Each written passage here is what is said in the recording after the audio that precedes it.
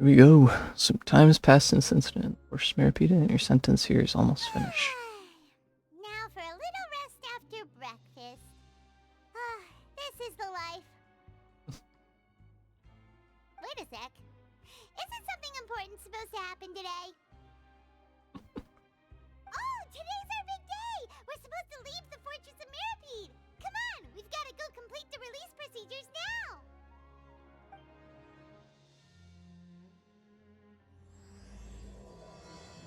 Masquerade of the Guilty. Ooh. Pumped. This is gonna be exciting.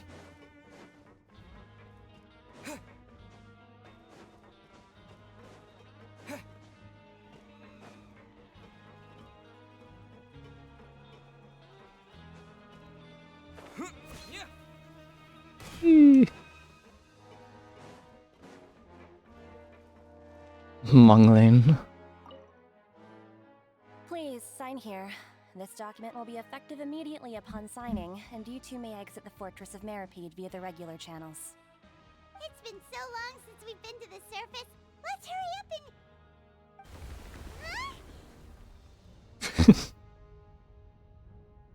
and... What's happening? You okay? I'm fine, thanks. But I wonder what that tremor was just now. Let's go ask the Duke. Where's the Duke?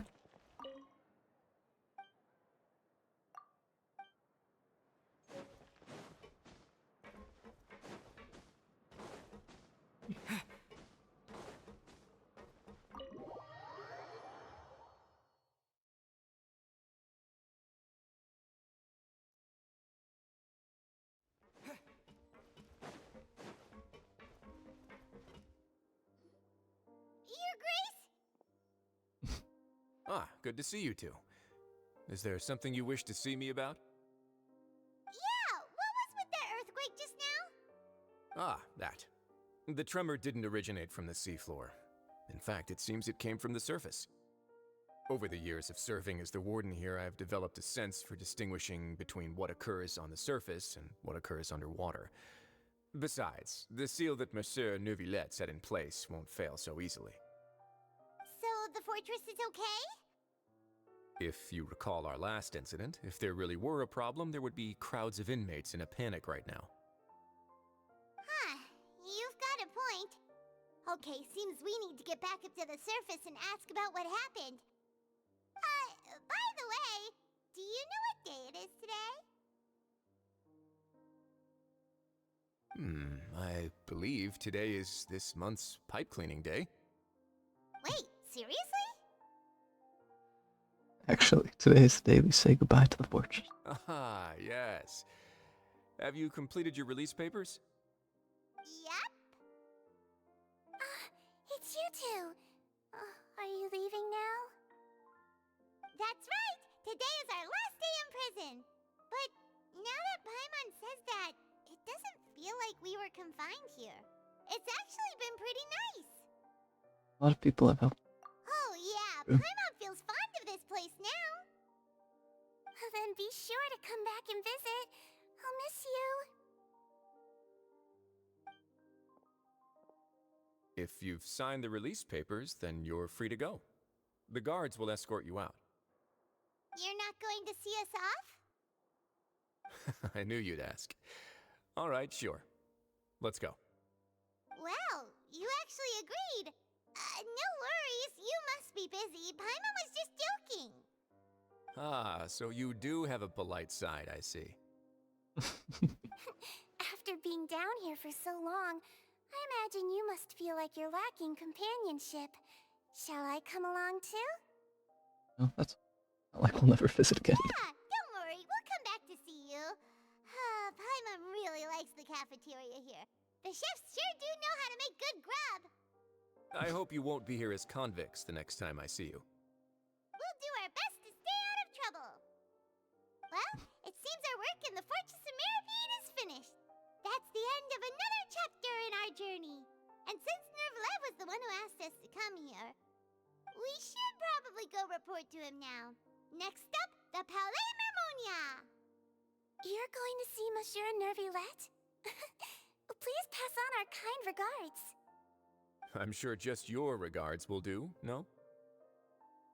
I believe it would be the polite thing to do. You're right. I've heard the Palais has been terribly busy these days. Tell him that I hope he hasn't been overwhelmed by the recent string of troubles.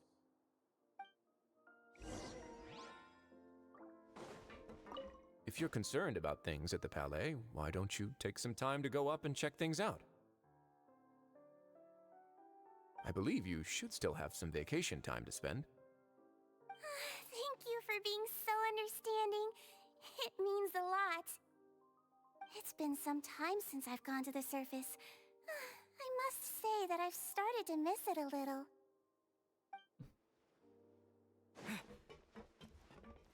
Lemon money. Alright. I need to move on. Fortress of Mirror.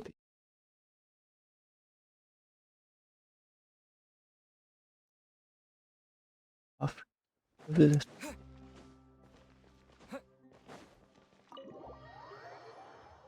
Give him the report.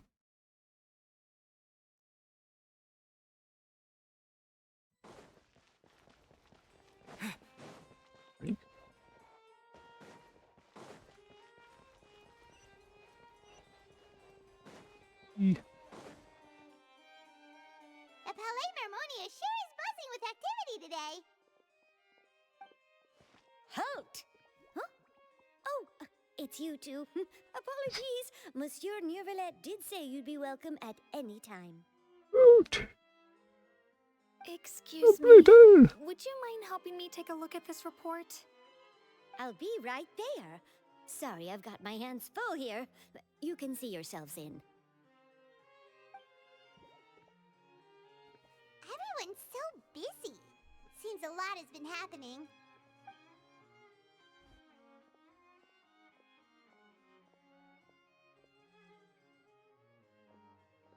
Nice transition.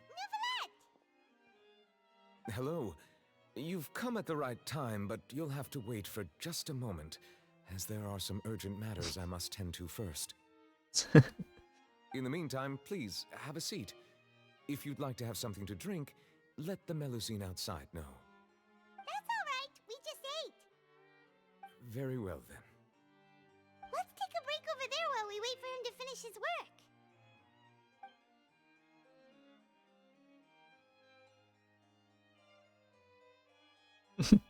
Just watching him do his work.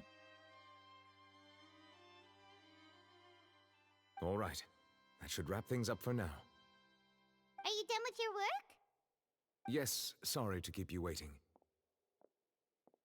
Today should be the day you were released from the Fortress of Meripede, and it appears that you've managed to complete all the release paperwork. That's right, and we came here to see you right away. You can climb until never let everything. A massive whale. That's the meme. Do you have any idea what that might be?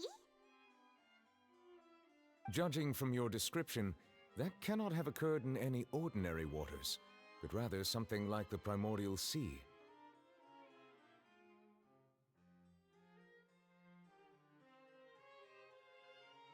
A whale of that size and shape cannot usually be found in the waters of Tevat.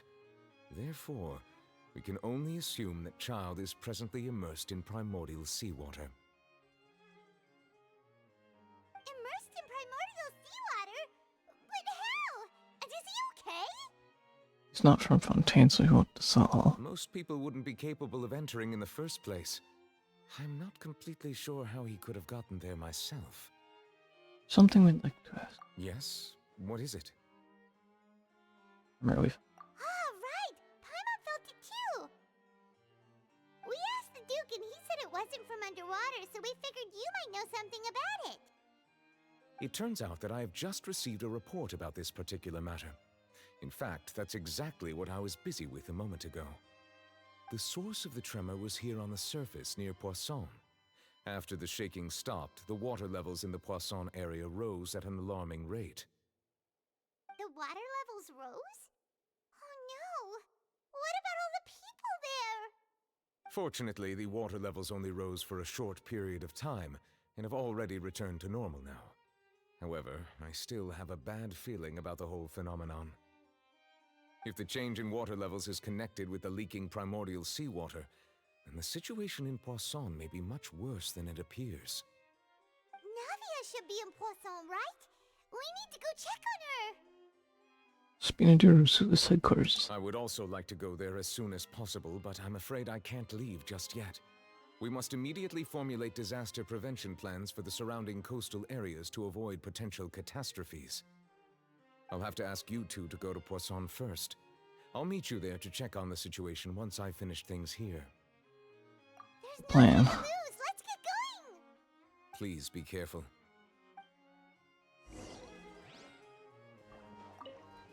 The two of you have my thanks. If you need any help, just let me know.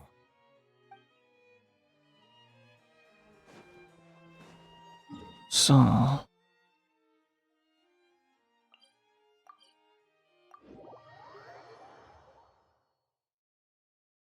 The situation here.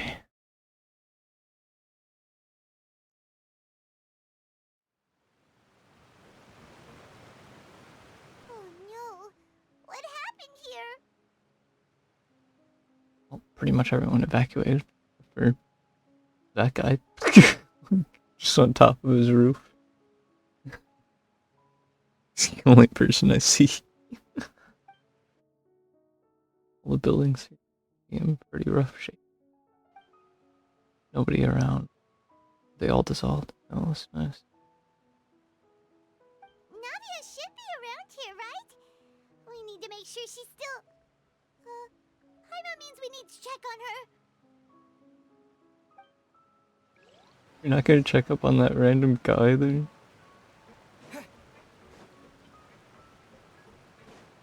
It's literally the only person I see. See if I can fly there. Oh, come on. We haven't seen a single soul all the way here. Oh, this is getting scary. What will I ever do now? Look! There's someone on the roof over there!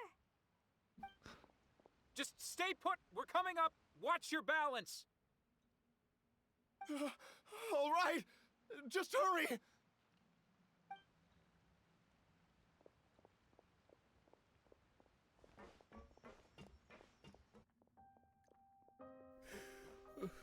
I'm not young anymore.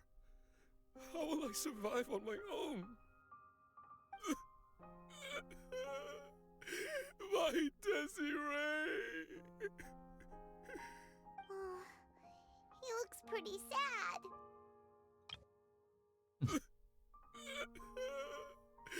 My Desiree! My leg! My leg! What happened? How could this have happened? It hurts! Just hang in there. Help is on the way.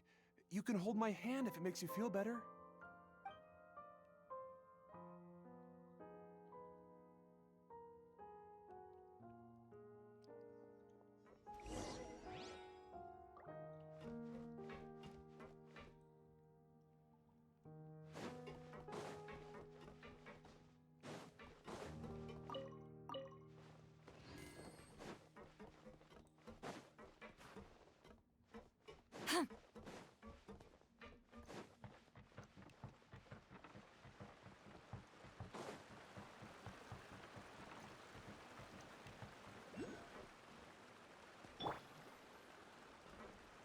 Yes.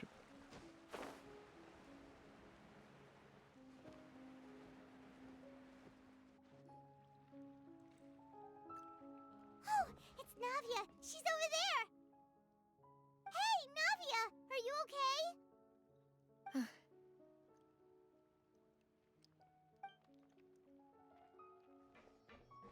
You're here.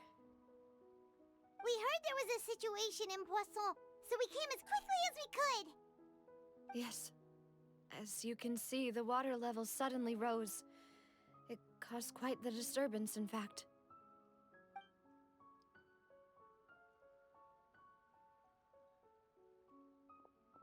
Demoiselle! There was a wounded resident next to a building southeast of here. We've already transported him to safety, but we've run out of medical supplies. He's wounded? How badly? He fell, so it's probably a broken leg. He's pretty shaken up. When the water level rose, he desperately climbed up to the roof. Once the water receded and he saw the ground, he became terrified and eventually... He jumped down then. Find the leader of Squad 1 and tell him to take the wounded resident to see a doctor. He should know where to go. Understood. I'll take over his search and rescue mission in the meantime. All right, you'll be in charge. I'm sorry. Where were we? The situation in Poisson? Ah, right. Allow me to explain. A little earlier, we suddenly heard a loud noise. At first, everyone thought that something might have exploded on an aquabus. But before we knew it, water started pouring out from everywhere. The rushing water seemed a little odd, almost like the unique color of primordial seawater. Some people didn't realize the danger and thought it was just ordinary water, leaking from somewhere. Everyone on the street who happened to be close to the water didn't have a chance to escape. As the water levels rose, they suddenly disappeared. They were all dissolved.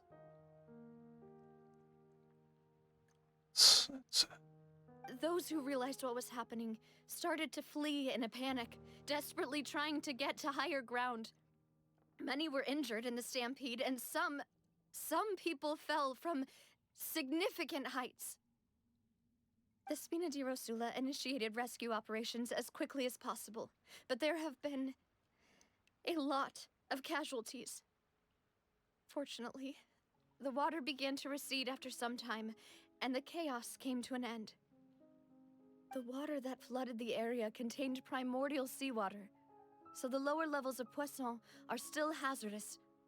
To ensure everyone's safety, I've asked the people there to leave as soon as possible. No one knows if this could happen again. All we can do for now is try our best to help evacuate the residents. We still haven't completed the head count, but we'll have some numbers soon. How awful. And all of this just came out of nowhere. It was quite frightening indeed.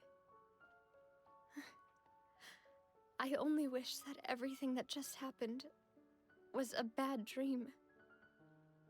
Is there any way we can help, Navia? We're here to help. Go to store.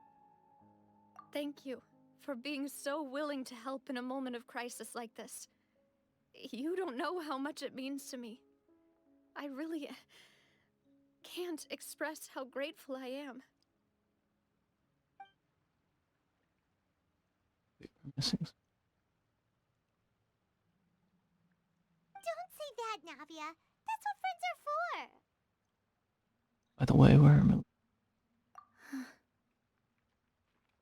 Demoiselle! We've got a situation here! I'll be right there. Sorry, I need to go for now. And out she goes. Seems it might be a while before she can take a break.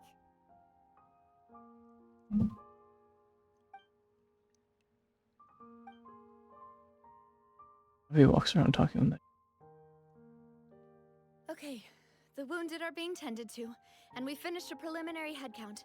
More support has just arrived, so I suppose I finally have a moment to focus on my own matters. He walks around talking with many people.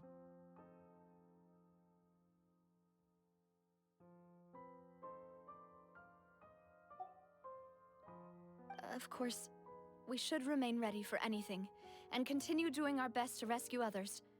I'll be sure to have everyone at the Spina di Rosula ready to render assistance. Traveler, Paimon, would you two accompany me to my father's grave for a moment? Huh? Right now? Thank you.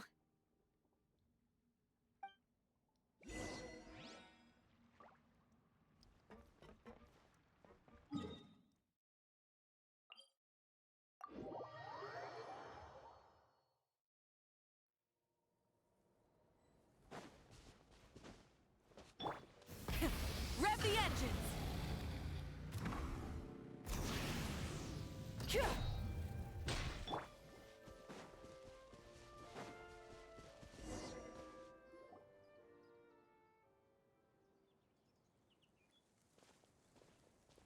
Not a lot of people here, huh?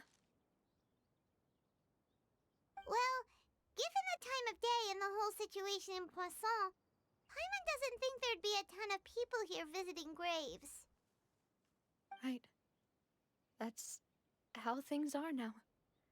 The living are so exhausted that they've no strength to spare any words for the dead. Navia?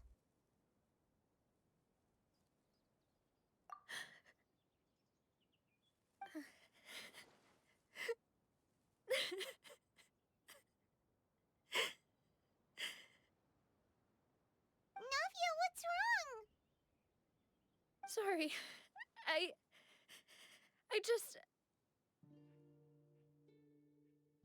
Malus and Silver. They won't ever come back here again. What should I do, Papa? Huh? What happened to them? Everyone agreed on the rescue plan, but still, I was the one who initiated it. They were helping evacuate the residents, but they couldn't leave in time. And they were caught in the seawater.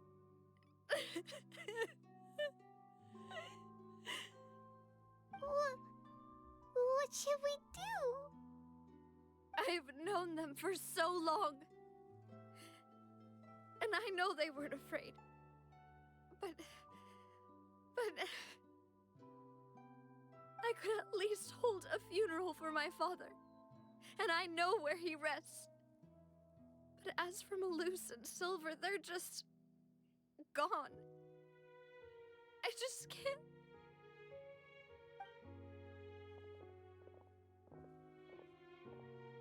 Everything looks so clean after it rains. Even the gravestones. I didn't expect that you'd enjoy a glass of red wine in front of Master Callus's grave. I can understand. Besides, the scenery here isn't half bad. See, it's not just me. I always want to bring something when I visit Papa. Perhaps we might even have a picnic. He wouldn't be angry, would he?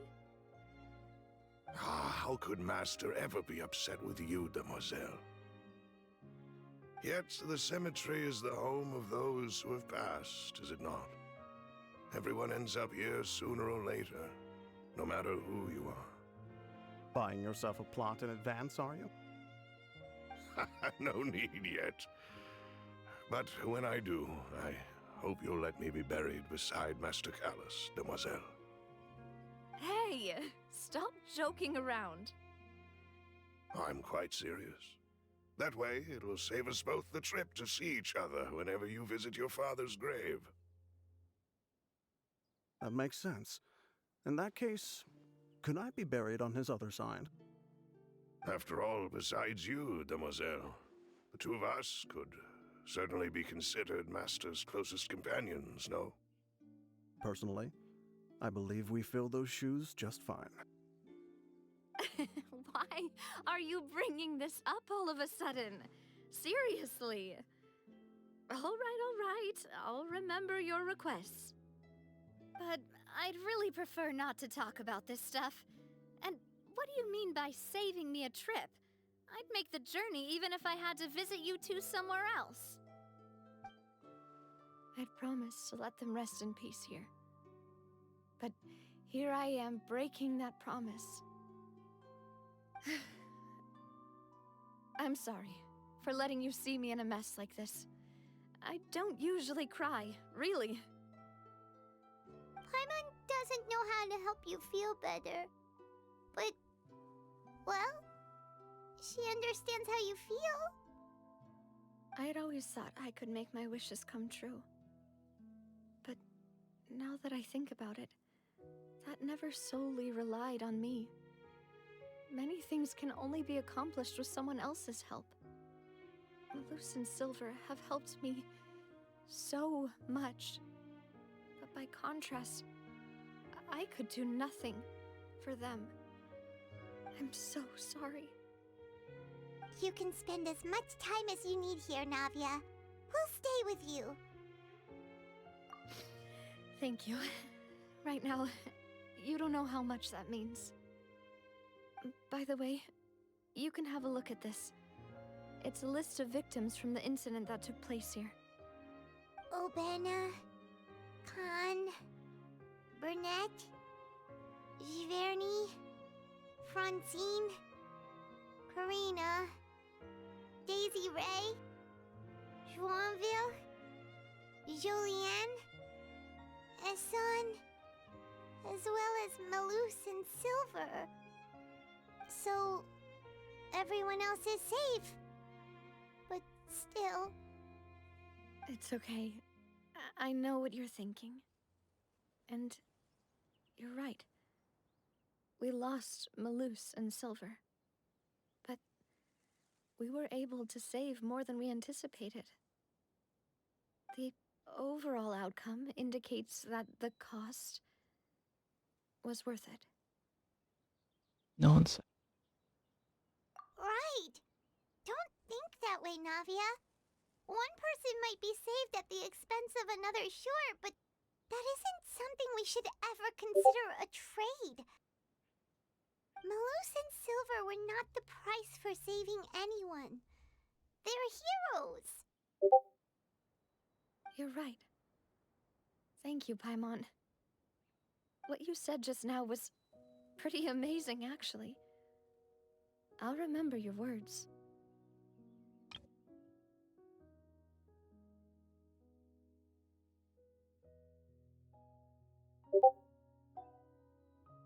Oh,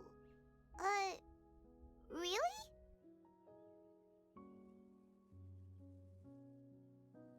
Seems you've become more eloquent in the time since we last met. The knave? What are you doing here? I did not expect Arlecchino to pop up here. Is everything going well on your side? Yes, my people are carrying out the mission according to your request. All the residents of Poisson have been evacuated, and we're preparing to relocate them to higher ground. As for these supplies, we have everything taken care of. There is no need to worry. Thank you very much. Wait, do you two know each other? We just met recently. Right, Miss Navia? Usually, I would call this a coincidental encounter, but that doesn't quite fit this time. Besides, it never even crossed my mind that a Fatui Harbinger would come looking for me. Thanks to the Knave, Spina di Rosula received generous support from the Fatui, which allowed us to complete the rescue and evacuation work so quickly. No wonder Arlecchino's curious about this. Mutual aid is essential to fostering positive developments. We were already in the area, in any case, so it was nothing.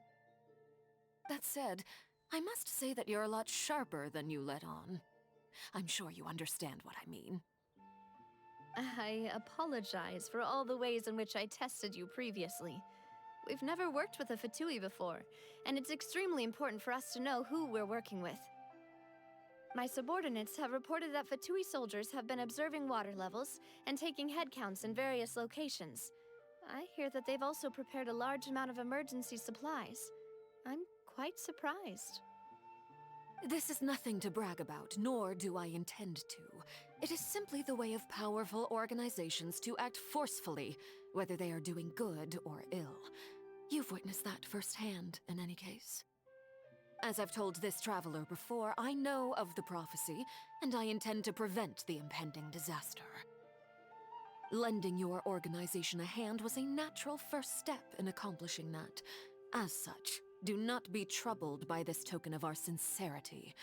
Perhaps one day, you'll also be able to help me in the same way.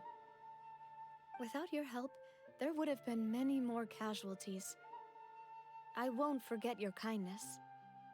Furthermore, I sincerely regret what happened to Malus and Silver. I only wish that my people could have arrived a little earlier to prevent this from happening. Don't say that. You and your subordinates did everything you could. As Paimon said, Malus and Silver didn't choose to sacrifice themselves for any specific person, and they weren't the price paid for other salvation. They chose to become heroes themselves. I've never liked hearing people put it that way. It's like trying to relieve pain by saying some noble-sounding words. But right now, there's nothing more suitable. They really did become heroes. You're right. I'm sorry for your loss, Miss Navia. Water is life to Fontaine's people, and it also spells disaster. It's no wonder that people always say that prophecies represent fate. Fortunately, I've never been one for such opinions. So, you're one who will try to change fate then? Of course. That is why I'm going to Hotel Bouffe de Thé. I still have some things to take care of, and the children need my attention. By the way, Traveler, Paimon, one more thing. Alright, then we'll just... Huh? This isn't right. Paimon thought you would ask us to walk with you for a moment so you could tell us something in private. That is a clever and useful conversation technique, which I do like to use when necessary. But there's no need today. It would not hurt to have Miss Navia listening in. Traveler, I'm sure you remember that I said we could work together when we had the chance. You and I both know that there may be issues with the Primordial Sea. Previously, it was the Fortress of Meripede's sluice gate, and this time it was the water levels in Poisson. These are both signals. All the time. Indeed. Allow me to share the latest intel I've received from the House of the Hearth's intelligence network with you. During some recent investigations, a child claimed to have discovered some ruins near Poisson. The ruins date back to ancient times, and seem to be worth investigating in many ways. Judging by the dating of the ruins, they may be related to the prophecy and the coming crisis. The situation is becoming more urgent, so any pertinent information will prove extremely precious. My people initially came to prepare for ruin exploration. Unexpectedly, this disaster struck, and at present, we're all busy prioritizing the rescue effort. Did she say it's near Poisson? Yeah. So that's why the Fatui were already in Poisson. I wanted to take the children along, but unfortunately, Linny, Lynette, and Fremine have all been dispatched to higher ground to assist affected residents. Linny told me that outside of the house, the person they trust most is you. Which is why I want to give you this task. Or this will be a question out there. The House of the Hearth's members see each other as family, but Linny, Lynette, and Fremine said that they also see you as such, even though you are not from the house. I'm sure you already understand how earnest they consider their friendship with you to be. Oh, that somehow makes Paimon feel kinda happy. The intel I just shared about the ruins could fetch a high price. But since the children consider you family, it's only natural that I freely share it with you. The intel I just shared about the ruins... Got it! So all we gotta do is go to some ruins, right? We can handle that. Excuse me, but may I tag along? You wish to join, Miss Navia? But sure you're up to exploring some ruins? You need to rest. Well, I'm sad, yes. But I can't just go back and plop myself into a chair by the roadside and do nothing. There's no point in being depressed while we still have a disaster on our hands. As my father's successor, I must live up to the hopes he had in me. Besides, I'm also doing this for myself. I need something, a distraction, to keep my mind off Malus and Silver. Navi is strong, but she needs company. You can be that company. Since you put it that way, I have no objections. What do you say, traveler? Go to the ruins All right. together. The ruins are to the south of Poisson. Here's the map. Okay, the three of us will handle it. Come on, let's pack up and get going.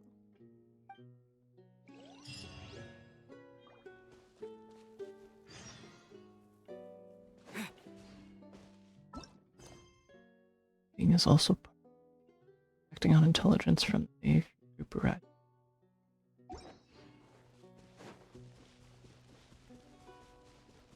This way. Mission.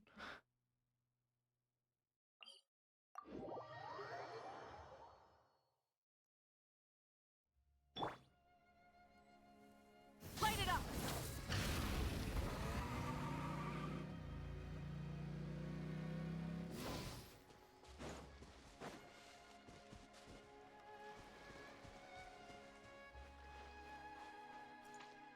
Try and stop me!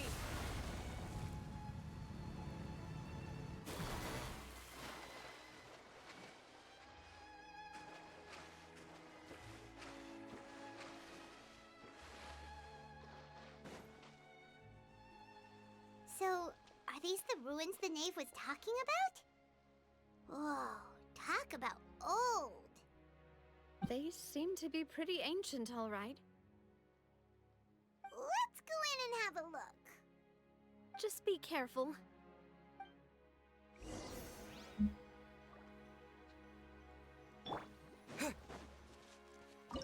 Place of secrets. We intel.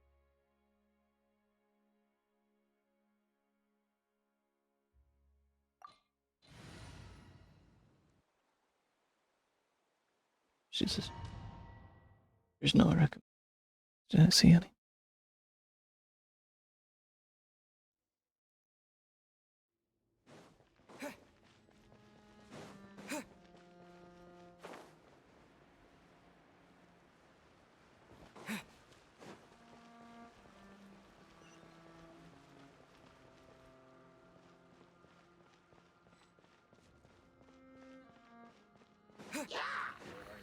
Literals. Suffer the wrath of Eastling! Fulfill our task! Bombs away! Clouds high. The birds call. Rise with the sun!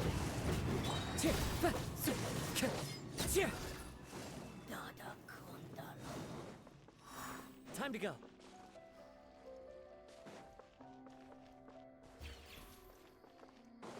Sure, there's no chest.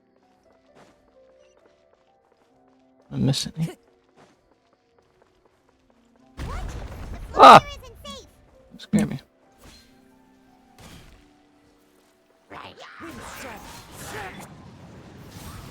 Get to work! There's chest.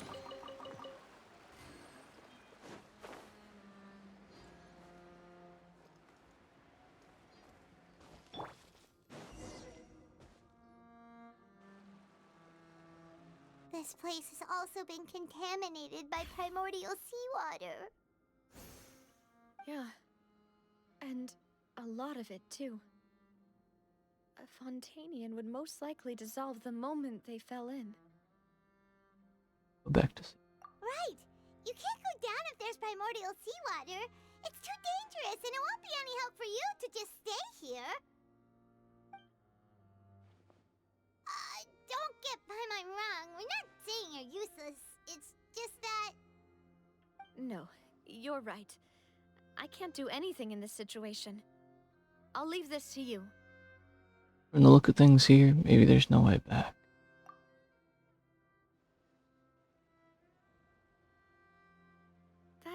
complicates things. Maybe the only way left is forward. In that case, do you want to wait for us here? The water levels here are unstable, and there's a chance the water will rise. So staying here wouldn't be safe either. I'll go together with you. Perhaps we'll find the exit just up ahead. Seems like there isn't any other All right. Come with us for now then, but please be careful.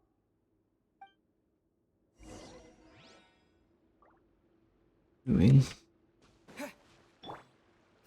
throttle! Oh no, it's a dead end! Let's try climbing over from the side.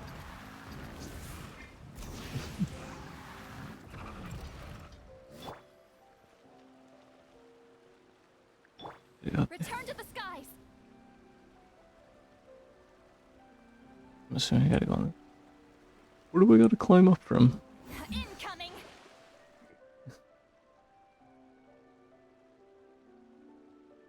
Maybe if I go. Oh, I see it now.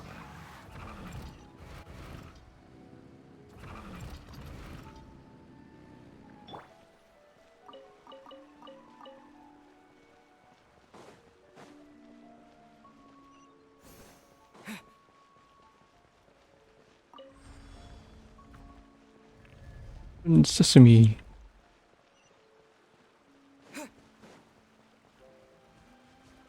What is this place?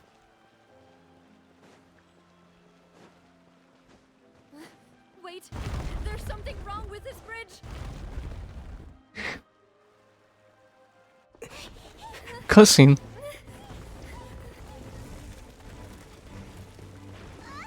Run, run.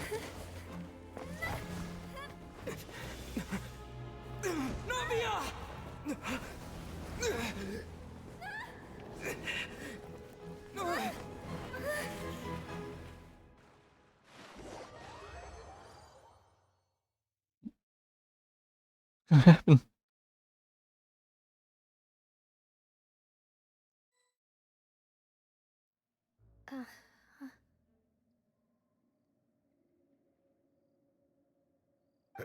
Demoiselle? Huh? Demoiselle, what are you doing here by yourself? Would you be standing here till dark if I hadn't come to get you? Maybe she just wants some time to herself, Maloose. Hmm? Oh. Was I sleeping? Yes, it would appear so. I must be tired. That's quite possible. However, you were the one that suggested we go out for a walk. Oh, right. I nearly forgot. It must have slipped my mind when I dozed off. I haven't had a nap today yet. Have I? This is a familiar feeling, yet something's a little strange. Is something the matter, Demoiselle? Oh, no. No, I'm fine. I was just trying to recall why we came out for a walk. Do you remember Mr. Giverny? He'd requested our help before with foreign merchants who had a debt dispute with him, and we'd resolved the matter not long ago. We were headed to see how things were going with him at the moment. Ah, right. Yes. I remember now. Oh, Miss Navia. Ah, Mr. Maloose. And Mr. Silver, too. It's good to see all of you. How have you been? I've been great. Thanks to your help, those bothersome merchants finally realized that I wasn't the one they were looking for. Why, I wasn't even the guarantor for that person. They were knocking at my door day and night. Even my neighbor, Obina, was getting fed up with them. Sometimes force is required to calm someone down and get them to listen to what you have to say. That's right. Oh, by the way, Burnett, what was it that you wanted to give to Miss Navia again? Oh, yes. One moment, I have it right here. Miss Navia, these are some flower seeds that I prepared. Please take them. They're a very good variety, and they'll become very big and beautiful once they bloom. I don't know what we would have done without your help, so this is a little token of our appreciation. I hope you won't refuse. Ah, did you cultivate them yourself? Thank you so much. I'll certainly take them. Balloose, we do still have some empty flower pots at home, right? Why, we can have as many pots as you'd like, demoiselle. Perfect. In that case, we'll swap out some of the decorative plants for some of Mrs. Burnett's flowers. Very well. Wait. Something seems to be off here. Excuse me, madam. If I'm not mistaken, your name is Burnett, correct? That's right. Is something wrong? No, it's nothing. This is the first time we've ever met, but your name seemed familiar to me. I must have heard it when I was discussing things with your husband previously. I've heard this name before. Sometime recently, I'm sure of it. And why are there so few people around here? Where did everyone go? We must mind the time, demoiselle. We still have important things to attend to today.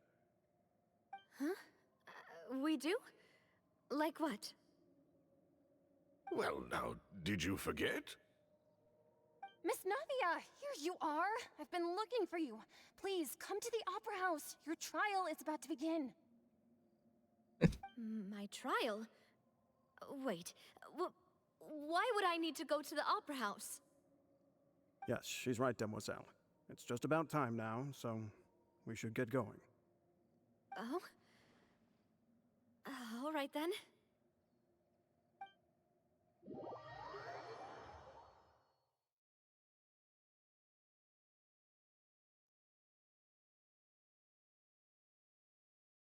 Look, it's Navia! She's here! And her two attendants are with her. Goodness, everyone's finally here.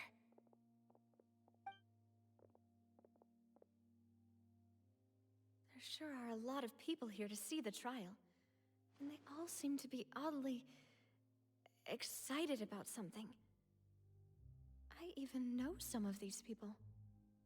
Karina, Desiree, Joyville, Jolien, Essen. Why are so many people here? And why do I have no recollection of this case? And as for the judge... huh? Where's Monsieur Neuvillette? Please sit in the defendant's seat. Don't worry, Silver and I shall accompany you. All right. But are you sure you can stand behind me? Typically, it wouldn't be allowed, but today is an exception. Hey, what kind of place do they think this is? Come on, do they have any idea what they're doing? Seriously. Enough with the whispering! Could someone please tell me where Monsieur Neuvillette is? And why I'm standing trial? My dear Miss Navia, have you not yet realized what you've done? In that case, allow me to explain.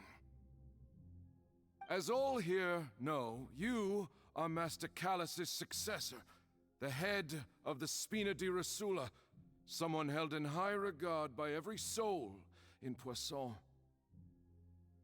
After you took over the Spina, you treated all of us just like the late Master Callus had. If anyone in need reached out to you for help, you responded. Not only you, but your butler, your subordinates, nearly everyone in the Spina di Rosula fought for the well-being of those in Poisson. Wait a moment. Aren't you just proving that I'm a good person? Yes, correct. Absolutely right. And that is why you stand accused. You have helped so many people get through so many difficulties. You are one with us. We are inseparable. We are one big family, all of us who are from Poisson, inextricably linked. And with you being so important, we couldn't possibly do without you. Therefore, this fair and honorable court shall declare you guilty, and you shall stay here. You will be together with us forever. Huh? What are you saying?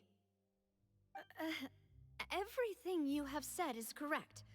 I have indeed done a lot for my hometown, and I would be willing to be with you all, but what is the purpose of having me stand here like this? What is there to discuss? Ah, well, if that's what you think, then I have no further comments. How wonderful, Miss Navia!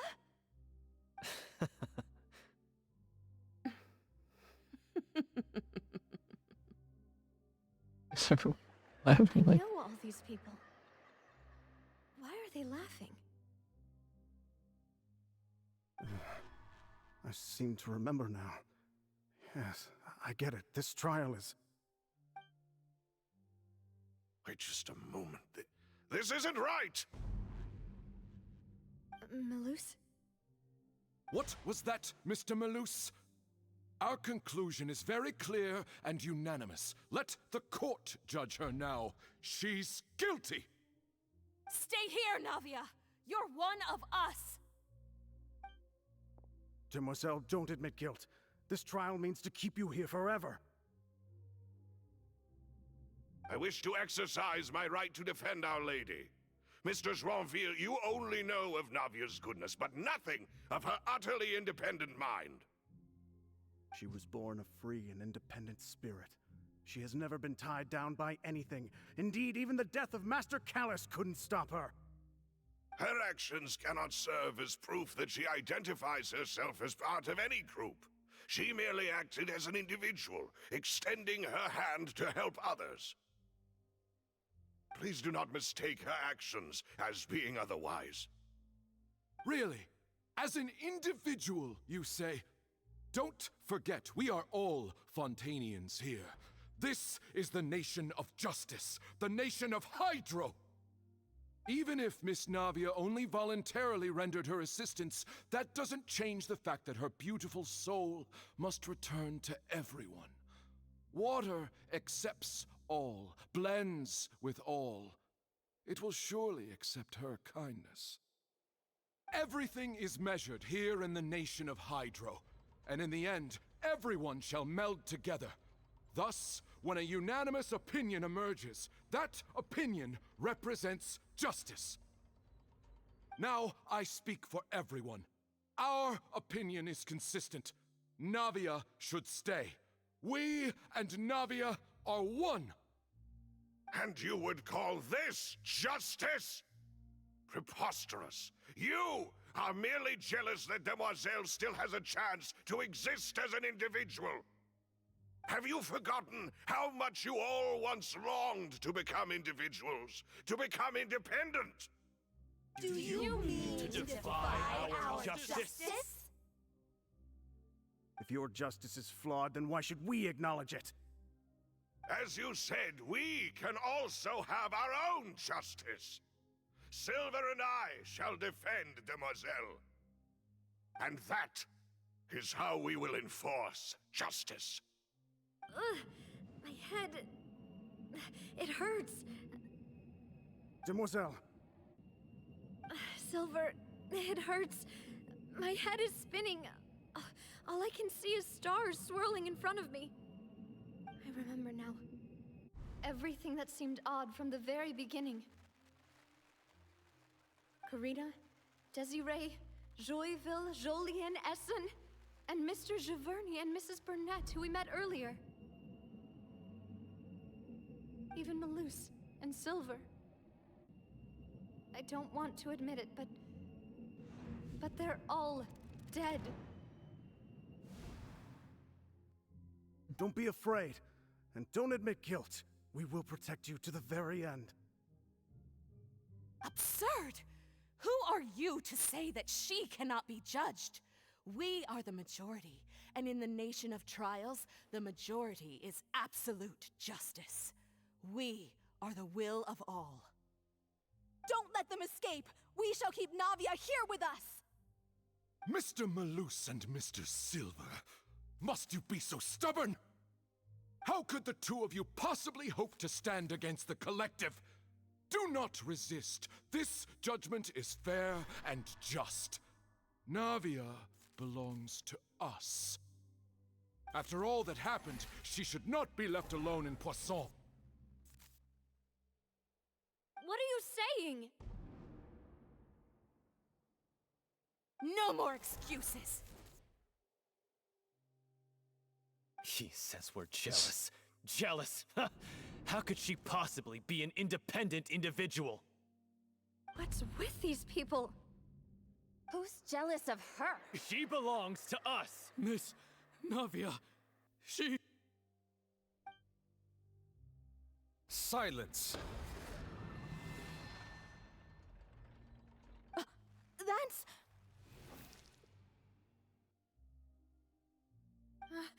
Monsieur Neuvillette! Such commotion is prohibited in the court. The accusations you just presented are nonsense and cannot constitute a proper trial. The court will adjourn for the rest of the day. In this, I shall hear no objections from any unauthorized party. Our thanks, Monsieur Neuvillette. Please leave with me, Miss Navia, while there is still time. But... Go on now, demoiselle. This is your only chance to leave this place.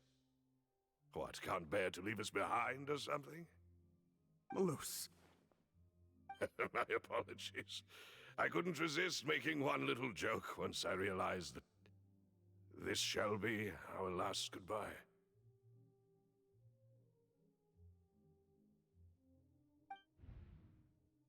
Malus... Silver... Quickly, you must come now! Goodbye, demoiselle. Farewell.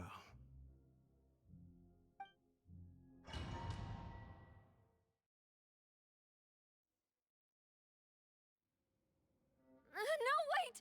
Just a second! Navia? You're awake.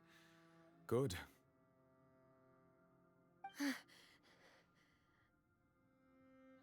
I must have been dreaming. Malus and Silver were still alive, and they were defending me at some insane trial. It looks like you're all right. Did all the sad feelings cause you to have a nightmare? Paimon could give you a hug. The ruins you were exploring suffered a cave-in.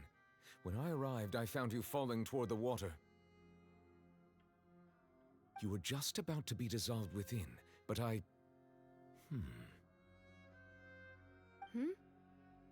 What is it? I think I saw 2 Oceanids protecting you. It was only for a moment, perhaps even a fraction of a second, but they gave me the chance to retrieve you. Were it not for their intervention, I would not have been able to rescue you before your consciousness dissipated. Wait, did you say Oceanids? You mean like what happened with Vache? Perhaps those 2 Oceanids were the people you saw in your dream.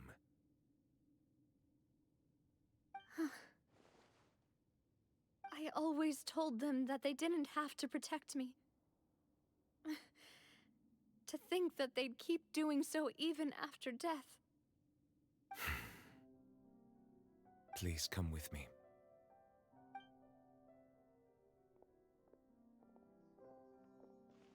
Neuvillette, are you okay? Oh, I am quite all right. Perhaps there's something we could chat about? Why do you look so stiff all of a sudden? Oh, Paimon knows. You're the type who feels awkward when there's nothing to talk about, right? I merely thought that we should give Navia some time to herself. Huh? Why didn't you just say so then? Don't you think it's even more awkward to call us over like this and then have nothing to talk about? I suppose so. By the way, are you friends? Ah, Sigewin. I hope all is well with her these days. Her work in the Fortress of Meropide has not been too much for her, has it? No way! Don't worry. She's doing fine down there. She's an amazing head nurse. I see. Well, that is good. I have always worried that Sigewinne would need a lot of time to understand the world of humanity, just as I have. Oh, and the Duke also says hi. Even though Sigewinne made him do that. He hopes that you haven't been overwhelmed by all that's happened lately. Thank you.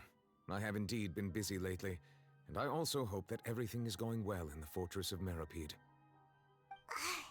He still doesn't know what to talk about. Let's chat about something else then.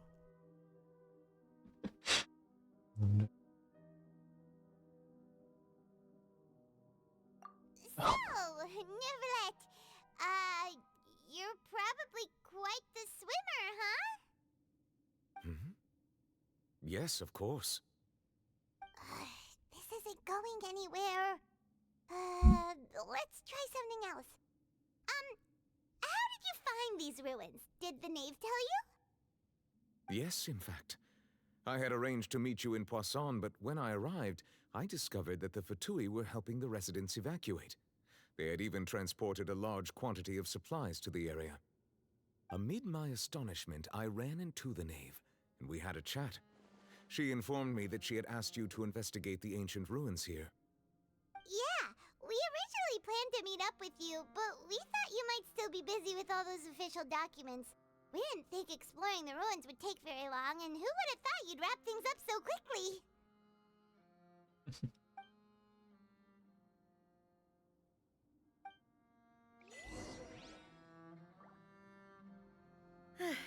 I'm sorry to have kept you all waiting like that. I'm feeling much better now. I guess we should get going again. Will you come with us, Monsieur Neuvillette? Yes, if you wouldn't mind my company. All right! Another one joins the party! Let's get going then!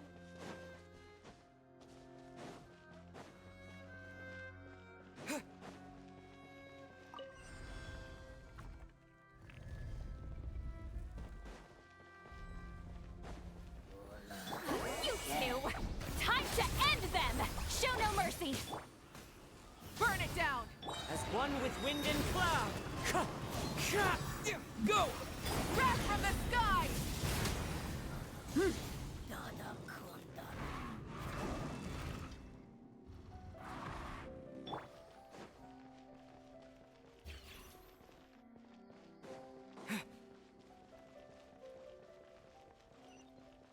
Oh no, another unstable Not path. again. Watch your step! Return to the skies! I don't have any energy left.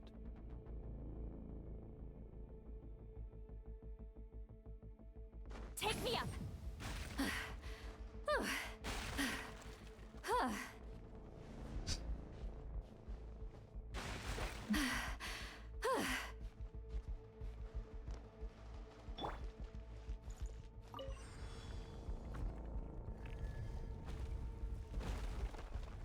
Watch out! There are rocks falling over here!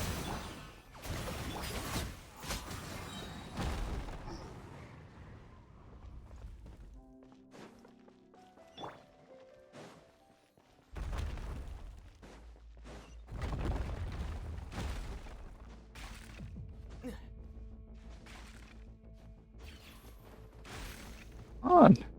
Get up. Seems we're almost at the top. Keep it up! Just.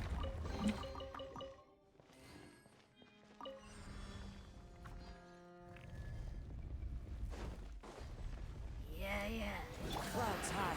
The birds call. He's lolling! He's Papa! Get him! Rise with the sun. Yeah. Pyroclastic surge.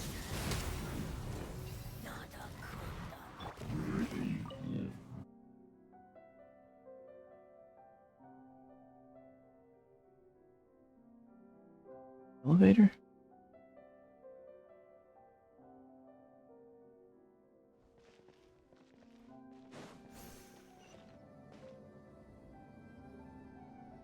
the top we go. Enter. Is this?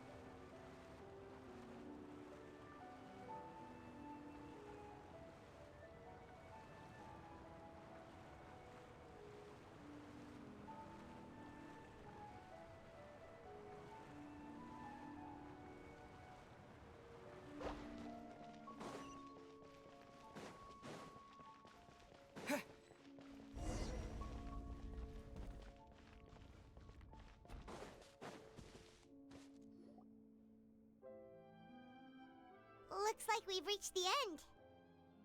This is the place. There should not be any other hidden spaces in the vicinity. The path sure had some twists and turns, but it turns out that this place isn't actually that big.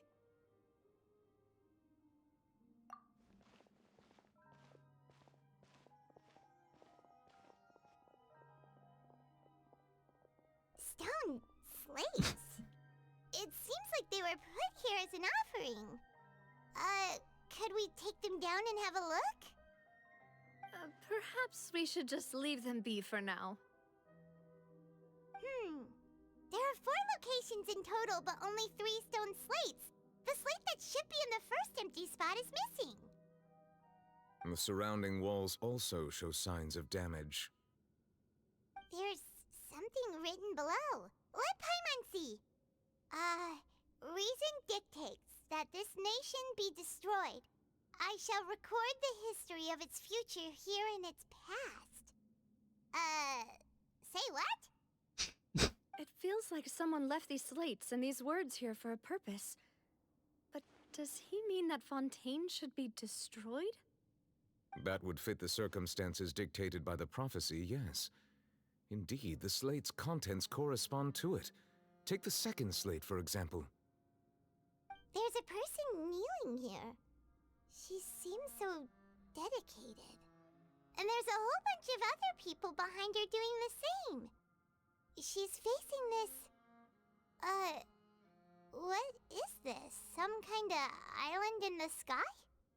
Celestia? And is that Lady Farina in the third image? Did the Hydro Archon fall into the water? And is that a ring of people around her? Paimon doesn't quite get it. Are they all in the water? The fourth image. I know this one. This exactly matches the content of the prophecy. The people will all be dissolved into the waters, and only the Hydro Archon will remain, weeping on her throne.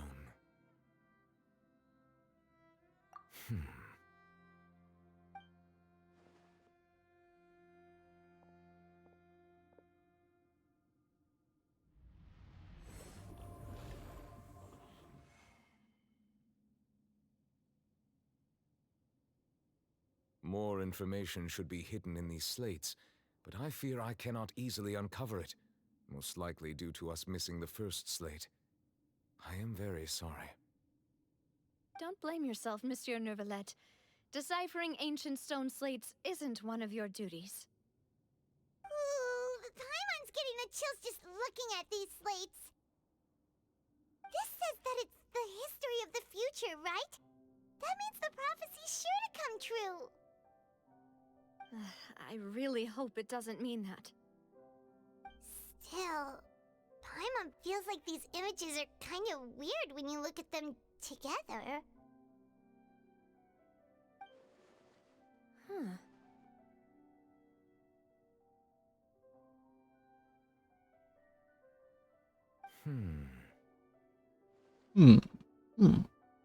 Were they Minecraft villagers?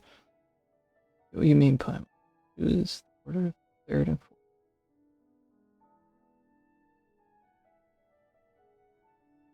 That's right! If the images are in chronological order, shouldn't the fourth, the waters drowning Fontaine, come before the third, where the Hydro Archon herself falls into the water? And yet the order is reversed here. Second image.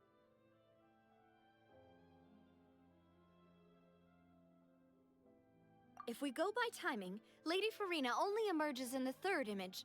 That means that the person in the second image might be the previous Hydro Archon. Egeria, then.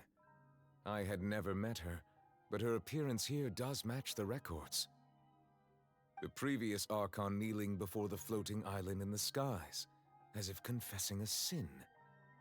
Did she herself commit that sin? And if not, why would she be in such a posture? Also, I'm still wondering why these ancient stone slates are here at all. Judging from their contents, could this place be the origin of the prophecy? Does that mean that someone, or some people, once saw these slates? But who would have created these slates and left these words here? It seems that any further clues will have to come from Farina. In that case, there's no time to lose. There's nothing else to be gained here, so let's head back first. Yeah, we better get somewhere safe for now.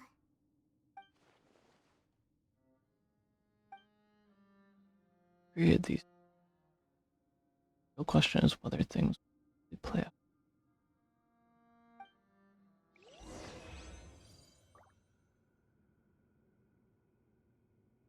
Order is interesting. Firstly,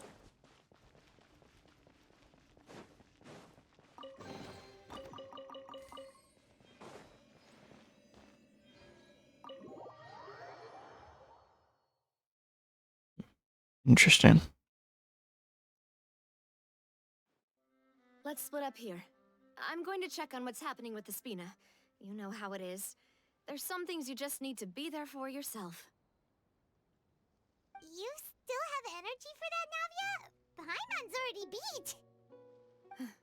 Just head back to the Fluvsandre and have a rest then. Thanks for keeping me company all this time. I'll depart as well. Thanks for your hard work today. Rest well, everyone. Traveler, I will go talk to Farina tomorrow morning to ask about the stone slates. I'm sure that you're concerned about this matter as well. If you have time, drop by my office. I will share the results of our discussion with you. See you tomorrow. Are we gonna talk to her about this directly? Will that be a problem? Paimon's getting a little scared now that it's come to this. She has long been harboring secrets and will not give them up easily, which makes it all the more my duty to ensure that she understands the present situation. Alright, we'll leave it in your hands then. You're probably the best person to talk to her anyway. I will be carefully considering my words tonight. Traveler, Paimon, our safe house at the Fluvsandre is always open to you as ever, so please don't think you're an imposition. All right, I'll be on my way then.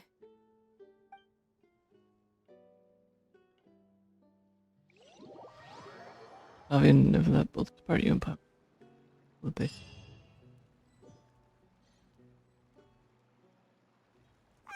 We're finally back!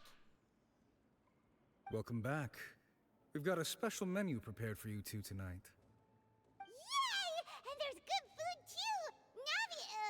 No, the boss is the best. Great as well, Pop. Ooh, desserts! Nice, these are all Paimon's! Paimon's already starting to forget what happened today.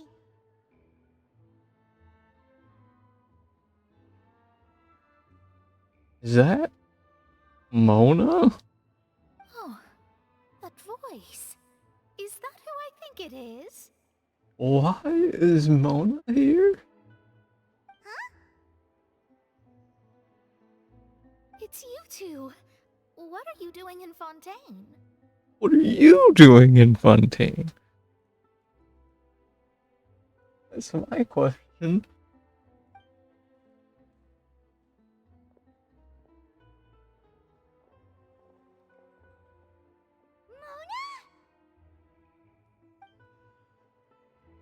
Did the stars not tell you that we might meet here? Seriously, nobody just uses a scry glass whenever they've got time to just see who they'll meet on the road. Still, we didn't expect to see you here.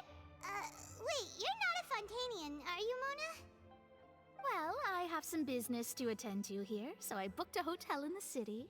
I was just out for a stroll when I bumped into you. Quite unexpectedly, if I might add. Why did you think I was from Fontaine, though? Is that because Magistus doesn't sound much like a Mondstadter surname? Yeah, let's go with that. Well, I used to have my own surname, which was, well, some other thing. Either way, the old hag told me when she took me as her disciple that the first step to being a great astrologist's pupil was to change that name. There was nothing for it, really.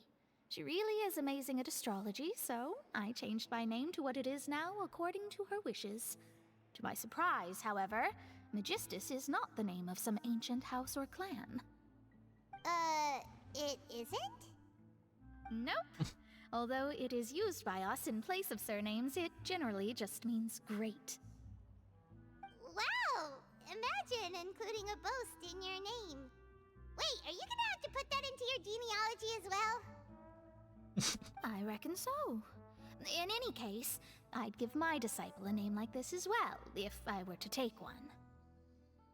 Hey, what's your name? Astromancer Barbeloth Trismegistus. Whoa! That's a funny name. A long one. Does it also mean great or something? My name means Mona the Great Astrologist. As for the old hag, hers is, in plain speech, the thrice as great Scholar of the Stars. Just take it as a title specific to astrologists. Thrice as great? That's so petty. I know, right? That's just how she is.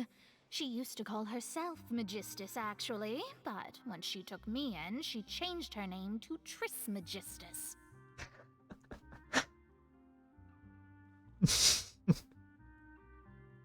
That's funny. Talk about excessive. Magistus is thus the calling card of our school, so to speak, which makes it about the same as a surname. It's all right if you don't get it.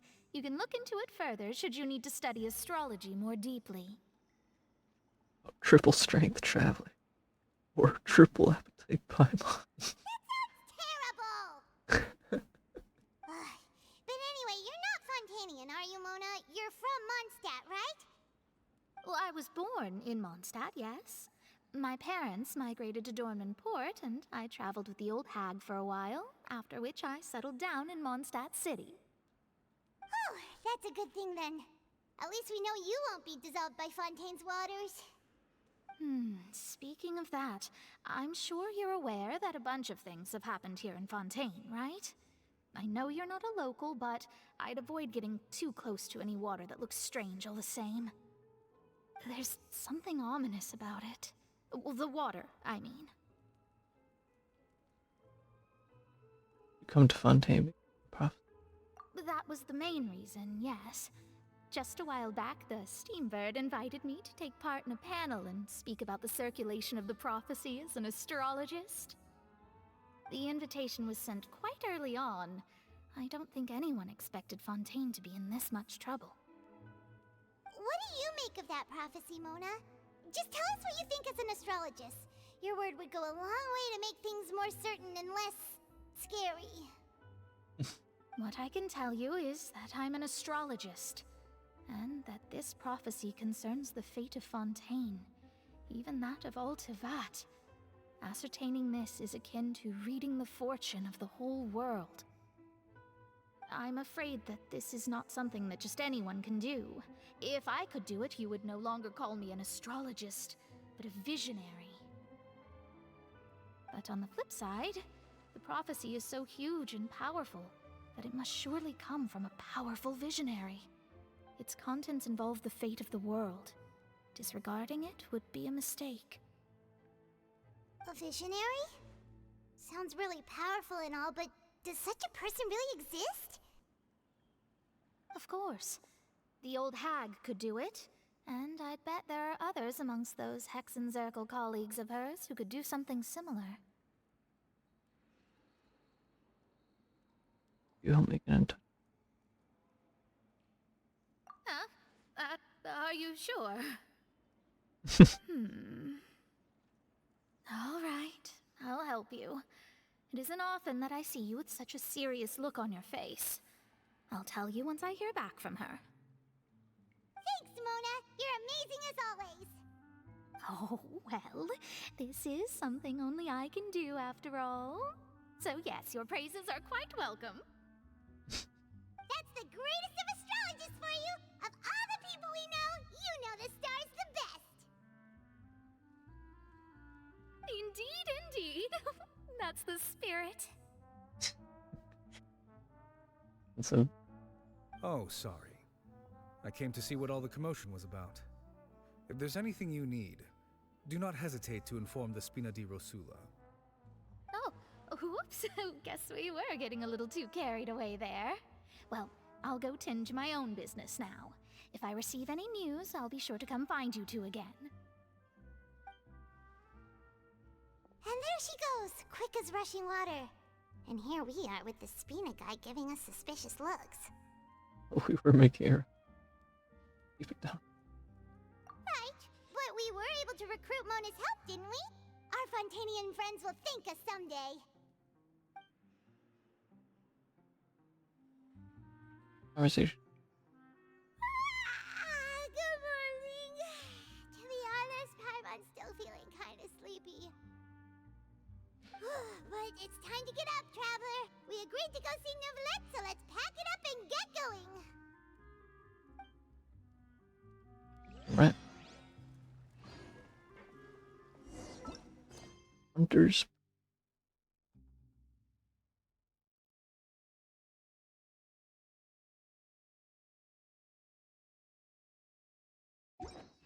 This time. We just met an friend. Who's the next unexpected friend that we're gonna meet? Which surprises.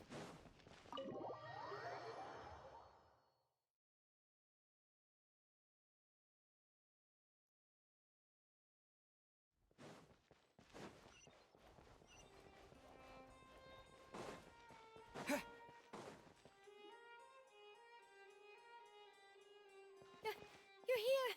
Finally! Is something wrong?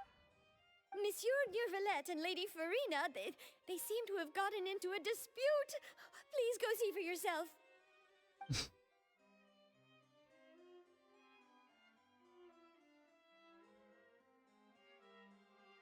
Like I said, I've already explained everything. And yet the problem has not been properly solved.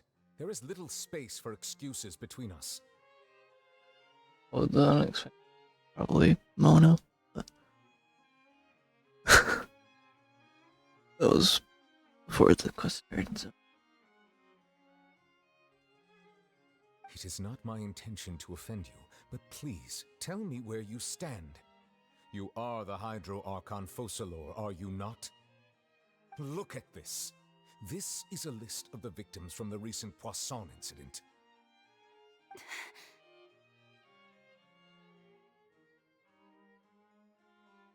You mean... they're all... We did not arrive in time to avert this disaster, and I will not have it happen again. I will say this once more. You must tell me everything you know. Yesterday, I found 3 stone slates in some ancient ruins near Poisson. Do you know anything about those? Seriously? You're questioning me like this is a court case now. I don't know anything about that. But you found them in some ancient ruins, you say? That's correct, which is why I came to ask you some questions. There should have been 4 slates, but one of them was missing. The other 3 feature different images that seem to correlate to the prophecy. The prophecy? The second of these slates depicts the previous Hydro Archon Egeria kneeling before a floating island in the sky, as if confessing something. Do you know nothing of this either? I don't. I've never seen such slates. I'll ask you again. Do you really have no information regarding the previous Archon? My deciphering of the slates indicates that the Hydro Archon Egeria once had to confess to, or apologize for, a certain sin. If anyone would know about it, it should be you. All gods don't have the same secrets, you know. She was herself and I'm me. Is it really so strange that I know nothing? I understand your concerns, but I'm sorry. I just don't have anything to tell you. He's so annoyed. Forgive me for saying this now, Lady Farina, but I have long known of your various secret investigations into certain matters. There are several indications that you have been investigating the prophecy on the sly. This is not strange in itself, considering that you are the Hydro Archon. But it is strange that you should also claim to not know any of Egeria's secrets, as well as do nothing following your inquiries. You have never been as superficial as you have presented yourself to be, nor are you a fool.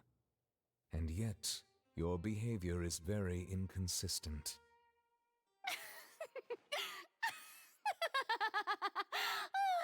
So you've been watching me all this time, Mhm. have you? I didn't think you were that type. You... Well, since you know about my secret investigations, then you should know I'm actually working to take care of it. There's no point questioning or suspecting me. You're the Eudix, but you're still my subordinate. You should be following my lead. Just trust in me, your Archon, and do as I say. Never mind whether you can truly convince yourself to or not. It'll all turn out fine. That's all I have to say. We do not discuss this matter again. Oh, the opera's about to start. Toodles!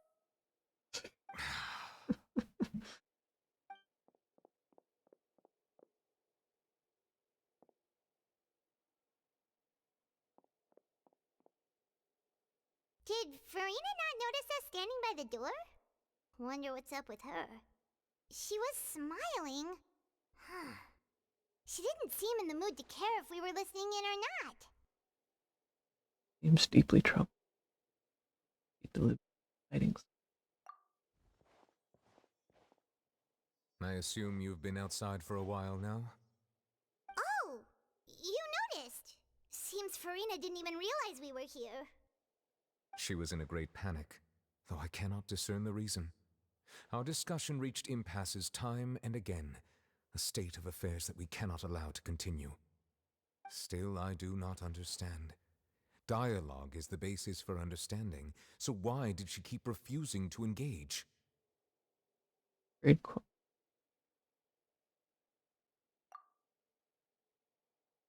Make her understand. Everyone in her inner circle has noticed that she is hiding some secret. The issue is her attitude. I fear that she will not reveal anything unless absolutely forced to. We may have to create a situation in which she will have no choice but to speak. Oh? Like what? Normally, people will only reveal the truth when standing trial. Perhaps we must have the Hydro Archon experience just such a scenario. But Farina's seen so many trials, and she's really good at dodging questions. How do we make sure that she won't just slip away at the first chance she gets? We will need to consider this thoroughly, join forces with various parties, and then do what we can. If at all possible, I would prefer to recuse myself from this affair, but we must prevent the prophecy from coming to pass. This may be cruel to her, but all Fontaine is in crisis. The information a god possesses is too precious, and so we must take a chance on this. But who will lend us their aid to do such a thing? I think I know who to call. 2 days later on a bosom.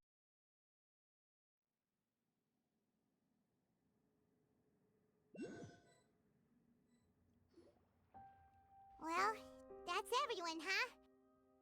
Speaking of which, it was pretty smart of you to think of hiding here. Poisson was just involved in a disaster, so it's presently devoid of people. That naturally makes it the best choice. And here you are drinking tea like it's the most natural thing in the world, huh? That's what families should do. Sit and enjoy a leisurely time together. It's nice to enjoy tea here, you know? Care for a cup? Lend me your ears, everyone. Or perhaps one of you might like to start us off. How about you, friend? Me? No, I don't think I can. Then, how about you, good sir? I fear that I will cause the mood on this boat to become as somber as it is in court. Well then, I guess we're lucky we've got a local like me to organize things. Wonderful, the spotlight at last. I guess I'll be facilitating things from here.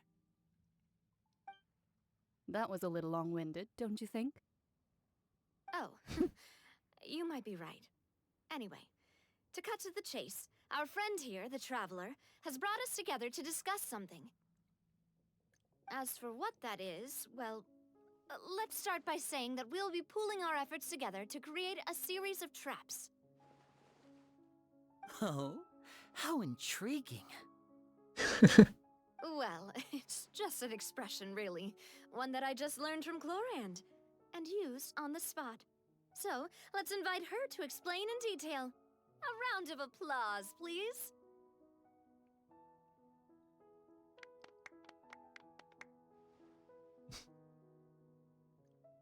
Huh? Didn't you say that you would be facilitating this? Oh, come now. Your work doesn't involve much public speaking, right? This is a good chance to practice. You might even pick up some fancy oratory tricks to impress your boss with in the future.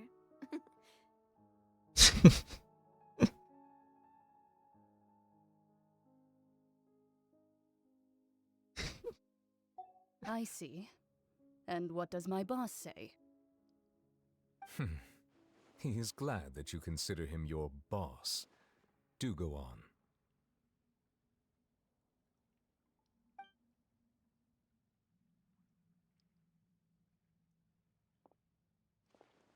In that case, do any of you have experience hunting? Not that I recall.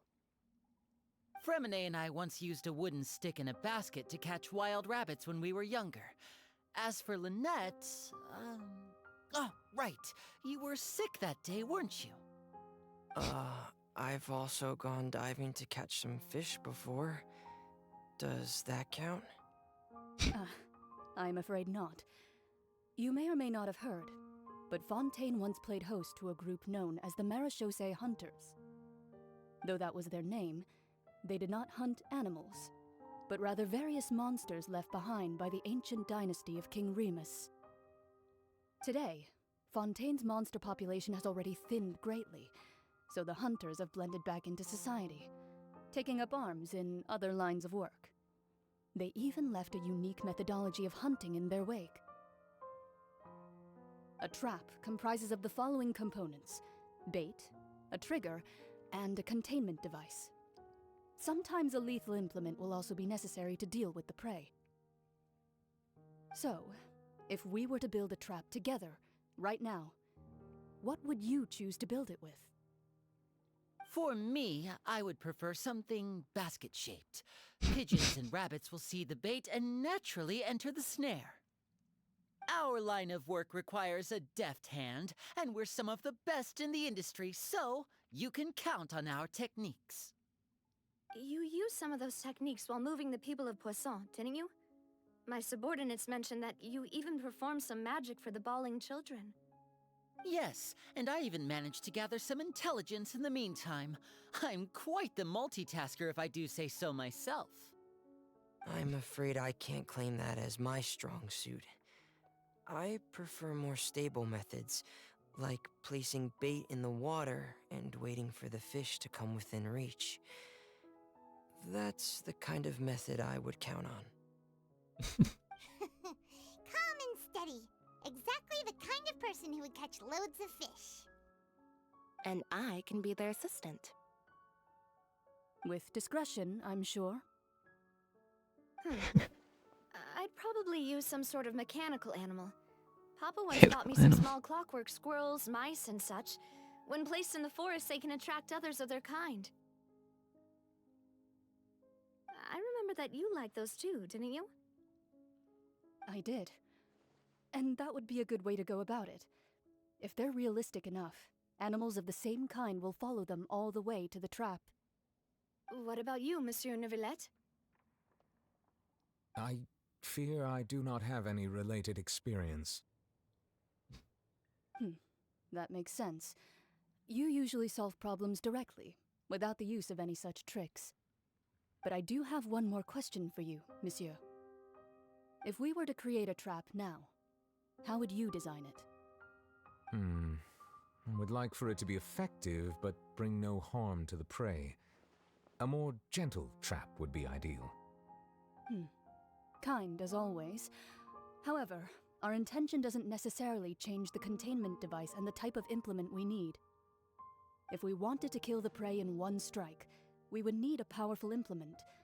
However, that also goes for prey that must be captured and safely contained. Wait, why is that? Only a hunter who's a true expert at subduing their prey can snare it without harming it. The line that divides life and death is often exceedingly thin. So are we going hunting together? Huh. We hadn't thought of seeing ourselves as hunters.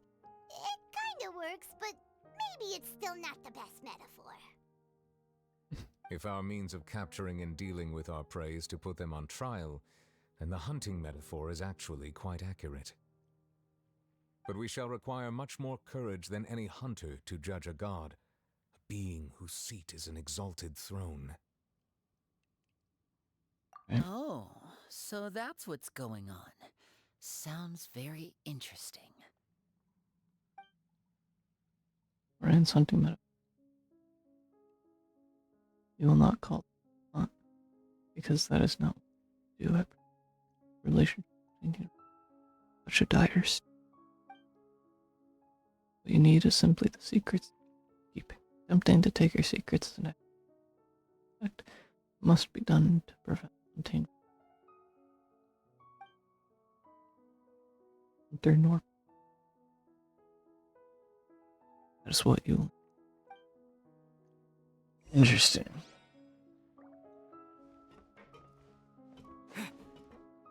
Let's go to the Spina di Rosula Bay. I saw.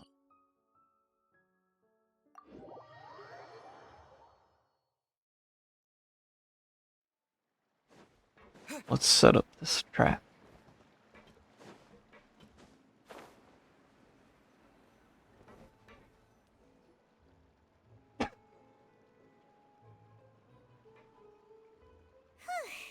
It's been a tough few days, hasn't it?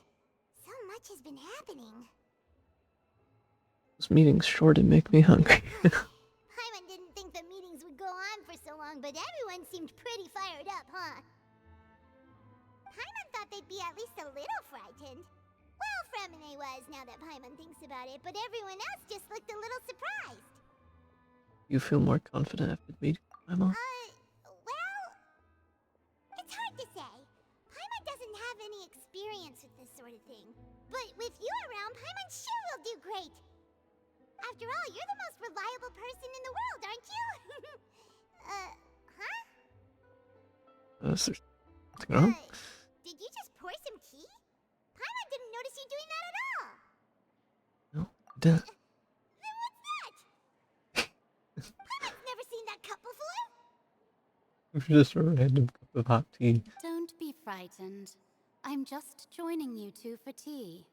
I merely refrained from saying anything till now. Is this? What is? That voice? But there's no one here. Ah, have you forgotten me already?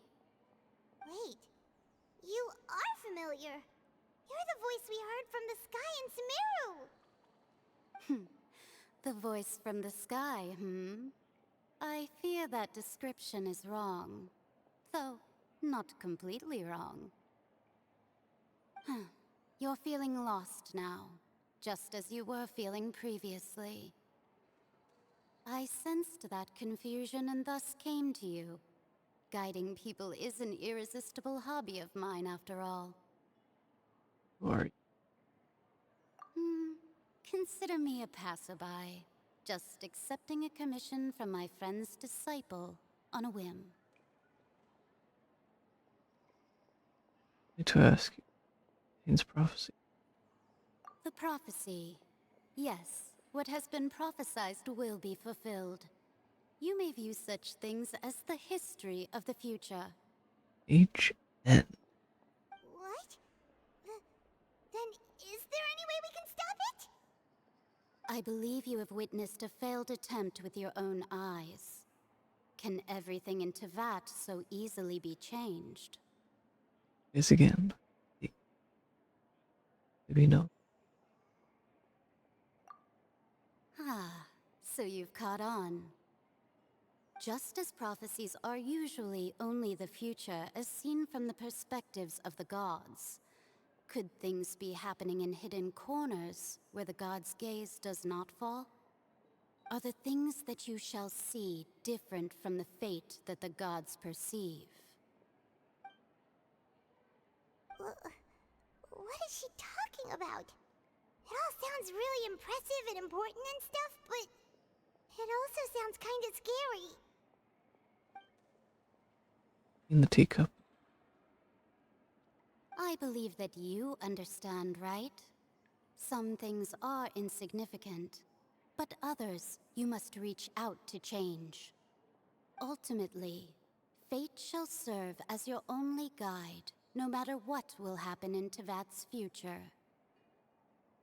All you need to do is to play your part. This was good tea, by the way. Thank you for your hospitality. Well, that'll be all for today. The voice. It's gone. Mage N. That's the clue you're leaving.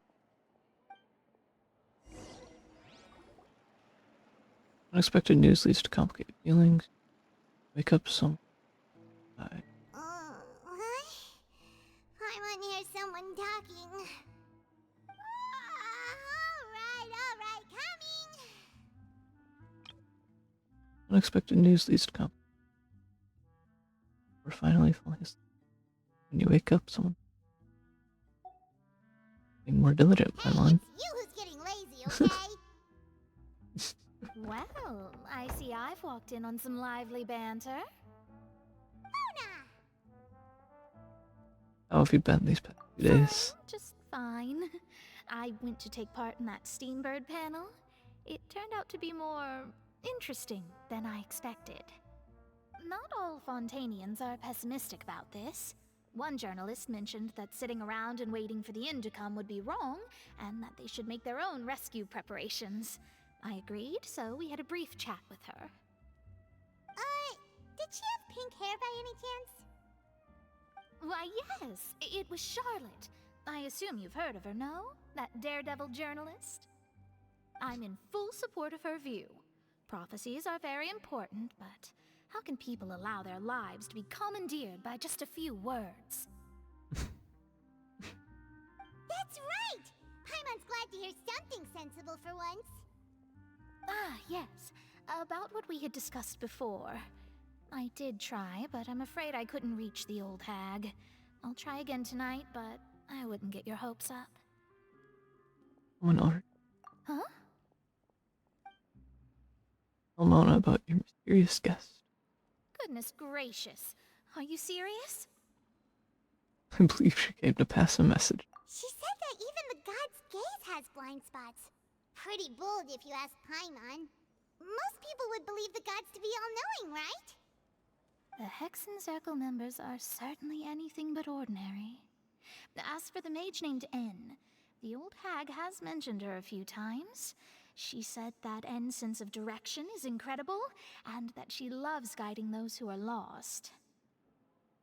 But I've never met her, and if she were still alive, she'd be... well, suffice it to say that the hag's at least a few hundred now, and N's been around for longer than that. Whoa, the Hexen Circle sounds like a scary group. But they must really stay in shape to live so long. Their abilities alone are pretty terrifying. If she came to see you personally, then the problem you're facing must truly be of great importance. Well, it's not like Paimon could understand anything she said. Yes, she was quite cryptic, but I suspect she means that there is still a way to turn things around. She didn't say when or what that would be, though, so perhaps it is something that you cannot know right now. True, her words were meant as a helpful hint. When will we realize? Was that the best answer that my question could have gotten? Traveler, Paimon, are you two alright? Oh, we're fine. We're just a little down right now. It kind of feels like the end is coming, you know? I see. I feel that same sense of desperation, too. I guess you could consider me someone who has often witnessed fate. So far as I have seen, it cannot be swayed. But even so, I still hope for and believe in miracles. Astrology is eternal and rational, but fate may not be. It is cruel, but it can also be beautiful. Perhaps that's what En was trying to tell you. Not to lose heart, and to believe that what you are seeing playing out before you is not yet set in stone. I did originally think of steering clear of all this, but I couldn't. Even if this is all futile, I still wish to help everyone. If we don't struggle to the last, then how can we face the end when it comes? Huh. You do have a point. There I go, talking about astrological principles again.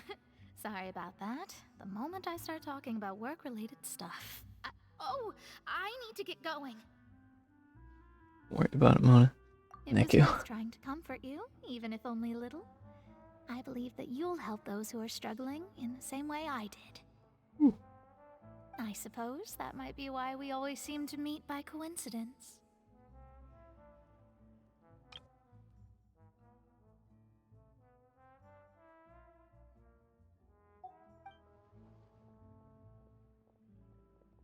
Paimon feels kind of moved by what Mona said, but also kind of sad too.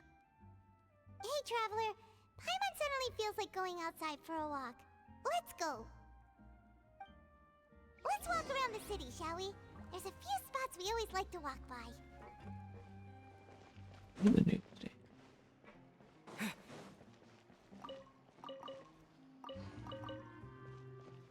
Newsstand up.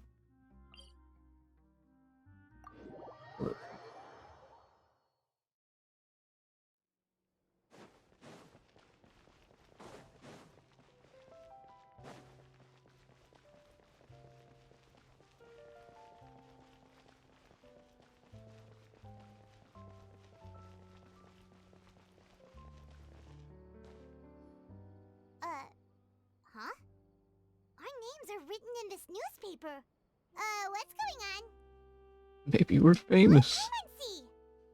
The underwater stronghold, the Fortress of Meripede, has continued in its noble autonomy, but that does not mean that others cannot interact with it. My recent attempts to enter the fortress bore little fruit. Huh. Guess Charlotte still hasn't given up on that. Thus, did an Outlander friend become the focus of this report? A blonde adventurer with their white fairy, legends trailing in their wake. It is said that this mysterious traveler once visited the underwater fortress. So while the fortress's interior remains a mystery behind closed doors, do not fear, for the tales of the traveler contain surprises in spades. Journalist Charlotte's biggest scoop yet, the Traveler's Trail, World Walker. Huh. Charlotte took so many awesome photos of us and we never even noticed her. She hasn't been able to get a hold of anything at the fortress, so since we're easier to find, she's using us as the subject matter instead? That sure seems to be the case. Ugh, seriously? Well, fine. Those headlines and photos do look cool, so Paimon will forgive her this time.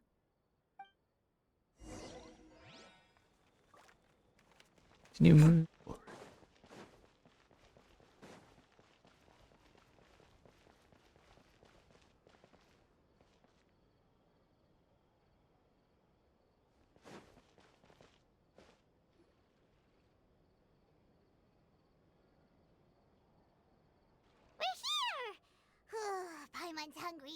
Should we go in and get something to eat?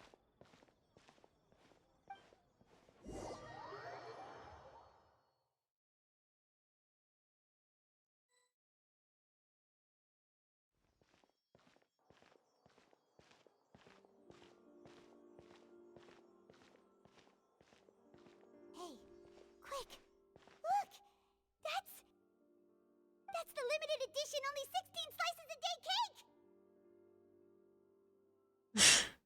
That's not. It was so delicious the last time we tried it. Despite the tense situation we were in, let's give it another go. I'm sure it'll be great. Don't let anyone get ahead of us. One slice of cake, please. Someone showed up after all. Oh, wait, you're the one from the Palais Mermonia. Oh, are you here to buy cake too? It seems Monsieur Nervalette was right. You really can eat. Wait, did he really say something like that? That's right. Even he has his own preferences when it comes to food. As for me, I love the cake and coffee here. Do you come here often? Usually every day. Every day? It's part of my daily schedule, apart from work. I shall have my cake and coffee. Then what if someone told you one day that this place would be closing soon, and you wouldn't get to eat cake here anymore? What would you think? But why would it close?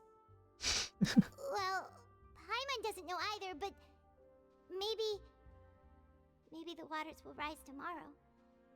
You know, like in the prophecy. Oh, the prophecy. To be honest, I haven't paid much attention to that. No, still, even if there'd be no more cake tomorrow, that wouldn't keep me from having some today. No, it's the same for eating in general. You might not be able to eat tomorrow, but if you can do so today, then you should carry on. That's what people call living, you know. Huh. Don't be sad. Excuse me, could I have 2 more slices of cake to go? These 2 slices are for you. Sijuin said that this kind of expression you're making is what humans call being sad. Oh, you know Sijuin? I sure do. She was born before me, and she sometimes comes to the surface to teach us things about humans. She said that humans are creatures that are saddened easily, yes, and you can only lift their spirits by feeding them delicious food. So please try the cakes here. I've got something else to do, so I'll be going now. You two try to stay in a good mood after eating, all right? Bye.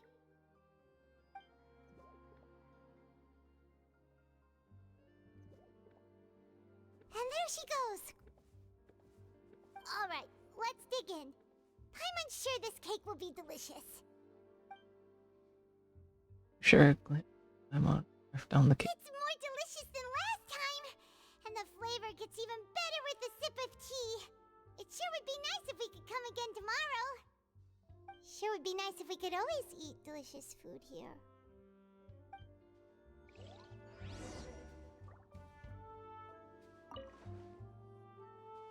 Leave Hotel de Bord.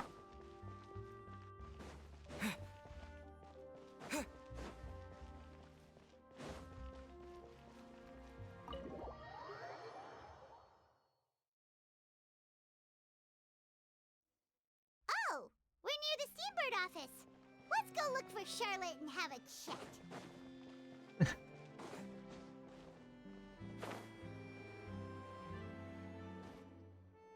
Wow!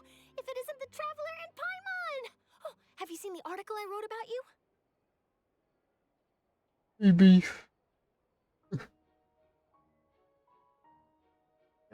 Brother.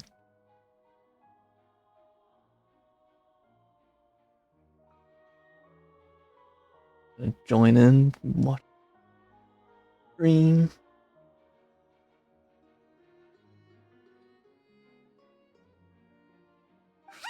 You've got some nerve.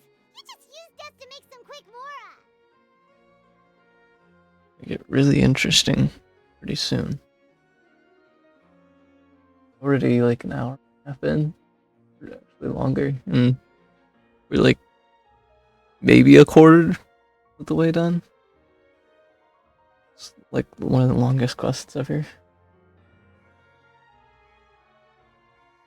We negotiate a profit split. You needn't worry about that. I heard that you were in Poisson some time back, so I sent you a letter to discuss just that. It appears you didn't receive it, though. It's all right, though. I've set aside the amount intended for you. I've even set the table with some food. More food. See. Taking second shift through. Ew. The what is that? The 3 to 11. Working today. You're almost a little too easy to win over, Paimon. If I were a journalist with ulterior motives, you'd be in trouble now, you know. Yeah. You gonna be on tonight?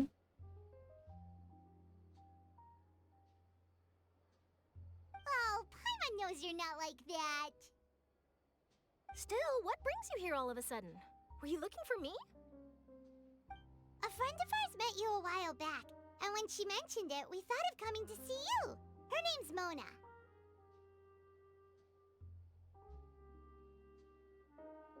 Ah, so you know Miss Mona as well. She's a guest columnist for our paper. Really good one, too. She's so young and already such a brilliant astrologist.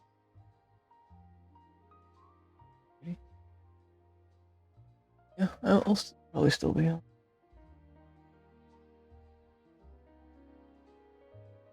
Oh yeah, I fixed my audio. I think my audio was coming in through one ear before. So, I think, or my mic, like, my voice was only coming in through one ear, so. Change that. I think it should be.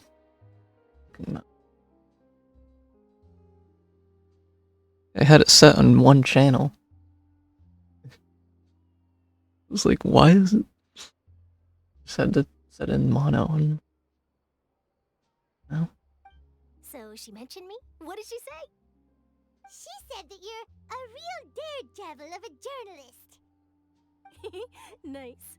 In which case, can this daredevil journalist dare to request an exclusive interview with the legendary traveler and Paimon? Huh? So your article in the paper today doesn't count?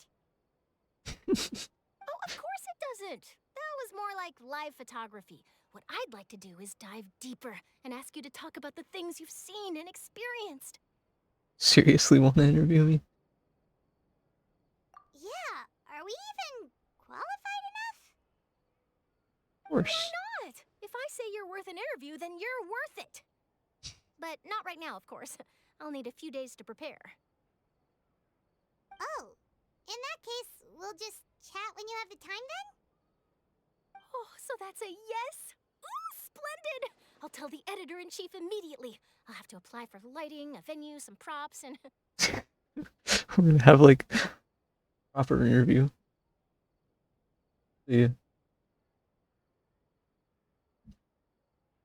Gonna be doing this for a while.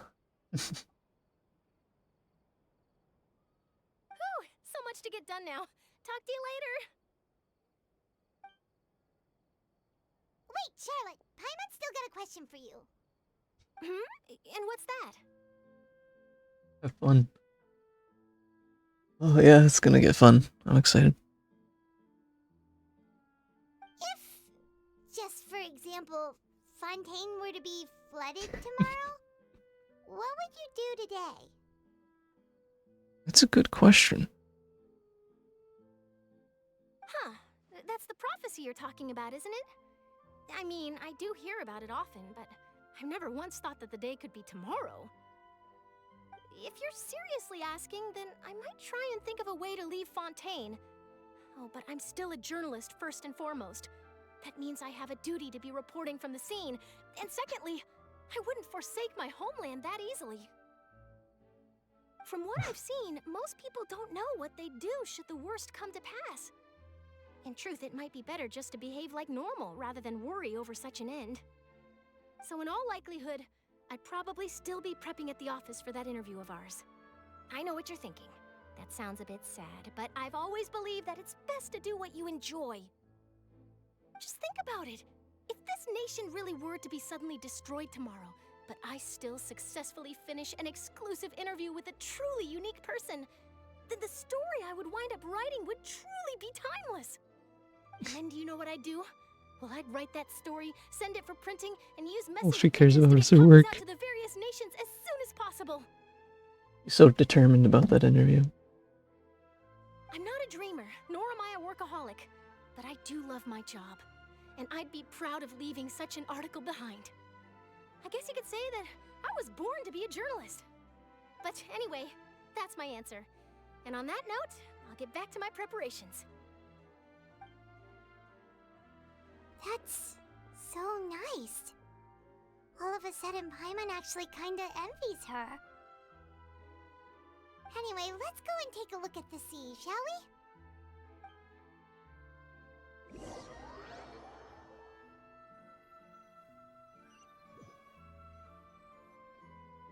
The sea breeze and scenery can be a pretty soothing combo, huh? Paimon's been thinking. Yes? If it wasn't Fontaine, but all of Tevat that would be destroyed tomorrow, where would we go and what would we do? No, Paimon should ask, if you could choose, what would you like to do?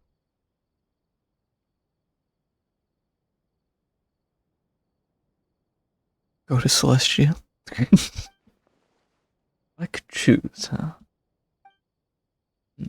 Just like Charlotte said, suddenly trying to consider what to do is pointless. We've always been moving to the next destination, so we haven't spent much time thinking about these kinds of things. We didn't have to either, with us always being on the road and whatnot. Till that moment comes, I'll keep journeying. You mean, still traveling? Yes, cherishing every single moment. Look upon. Huh. Wait, isn't that what we've always been doing? Exactly. Banter goes back and forth between. Time slips by. Also, you return to your accommodation. And at this next few days are just calm. Charlotte comes to find you. Interview. Slave's son. Avia, having finished business in drops by to take. All goes.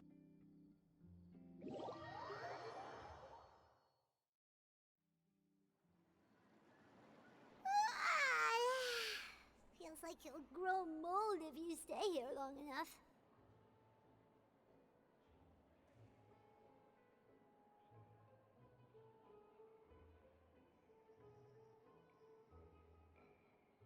But it's still better than the Fortress of Meripede, that's for sure. It's not only damp there, but salty too. Ah, so the two of you are still here. Wonderful. Oh, you're from the Palais Mermonia, aren't you? Yes, I'm Isadora. Monsieur Nervilat sent me to look for you two before. I heard that afterward you went to the Fortress of Meripede.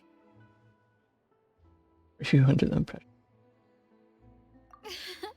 Not at all. I'm well aware that you're friends of his.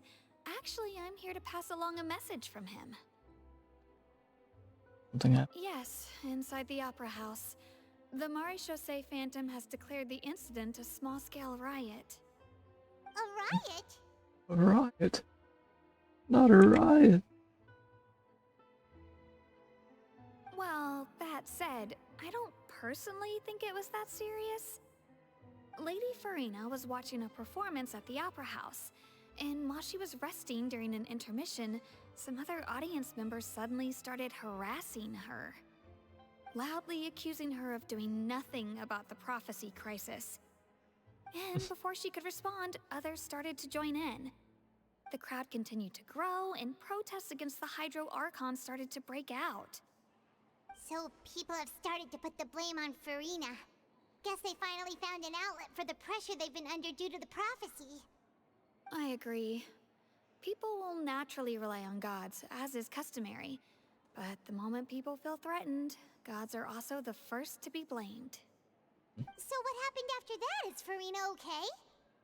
Seeing that the situation was spiraling out of control and that further argument was pointless, she claimed that she'd gotten tired of this and left in a hurry.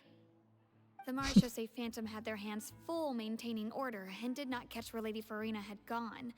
Only when things had stabilized did we realize that she had gone missing.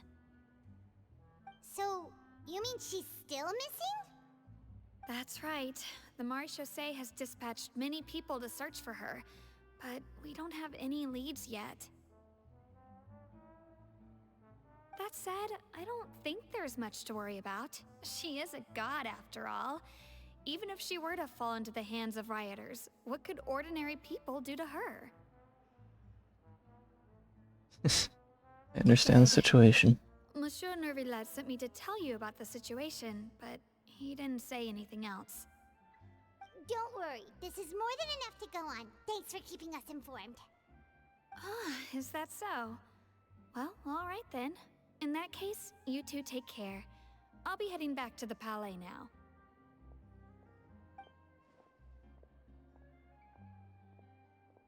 Well, sounds like we should hurry over to Poisson then.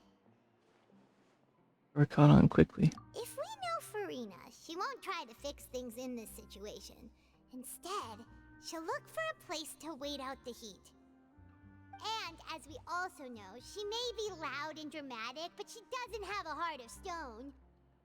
When Nervillet was talking to her in the Palais Mermonia, and she heard about Poisson, she couldn't hide her sadness and remorse. It would be hard for her to ignore being accused by the public today. Paimon thinks Farina's probably taken the opportunity to slip away to Poisson and try to relieve the sense of guilt that she's feeling. Huh. Well, what do you think? Paimon knows the answer, of course, but Paimon can do the analysis to back it up, too. Cool, huh? I see becoming detectives. Good. It's like those detective novels had an effect on you. In case there's not a moment to lose. Poisson, here we come!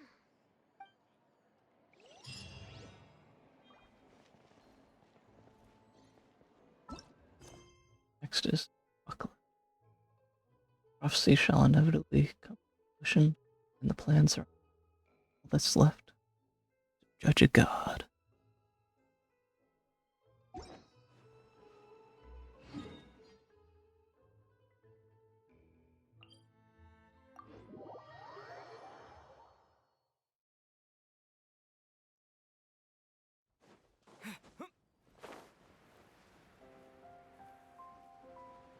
What's down below?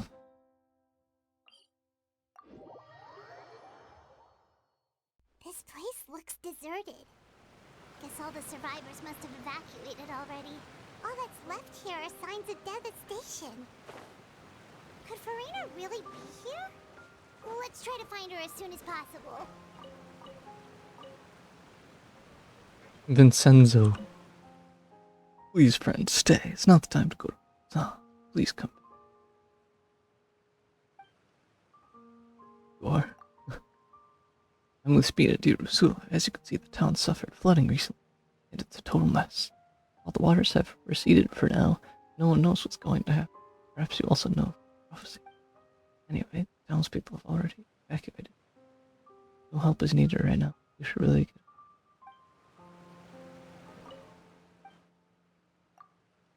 Yep, the water's been unstable these days, so it's best if you just leave quickly.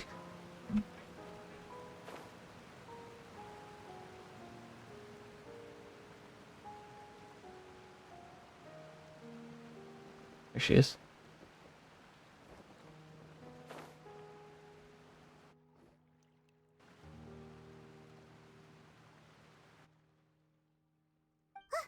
That's Farina, right over there. She really is here all on her own. Stay quiet for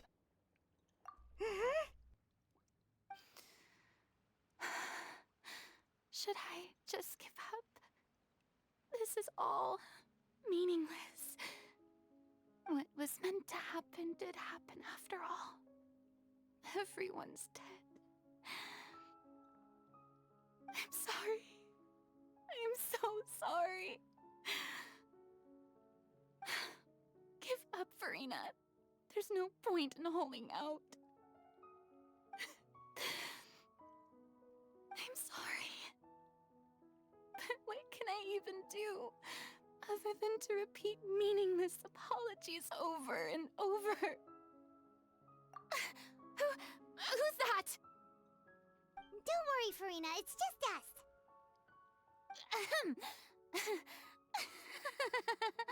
So it is you, blonde traveler from another land.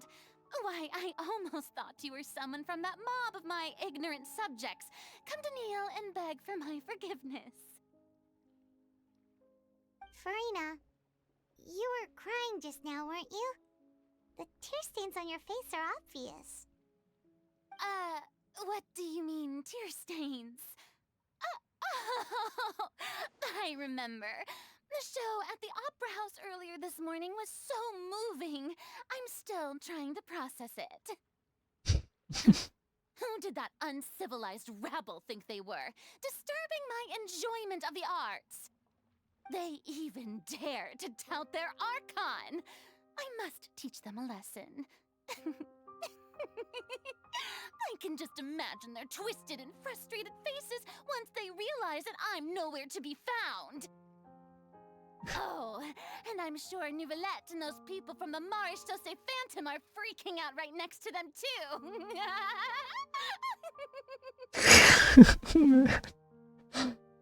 Oh. Funniest laugh I've ever seen. Stop trying to act tough, Rena. You're actually beyond devastated. Of course not. Hey, there she is! The Hydro Archon's over there! Quick, after her! Farina, those people seem to be after you. They are? They're just some rabid fans who want to cut the line because they haven't been able to meet me in person, aren't they? That's against the rules. I can't let them get their way. Farina just ran off! Quick, we have to catch up with her!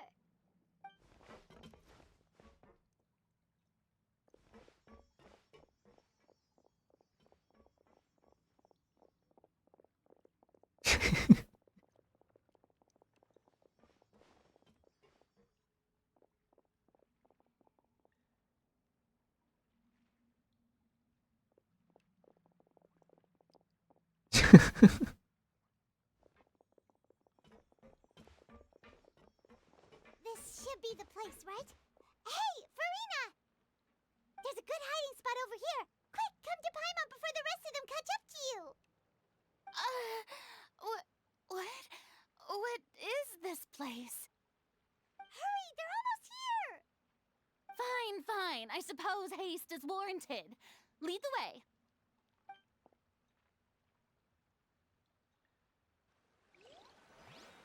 I think someone else.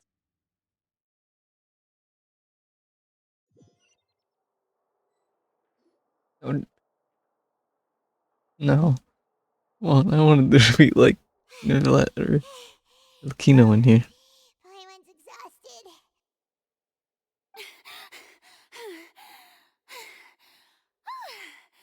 I'm so tired. I totally thought they had caught me. No, I mean, I merely gave in to the sheer enthusiasm they displayed. Place is not what I'd call soundproof. You might want to lower your voice to get it. You're right. Yep, that's a good girl.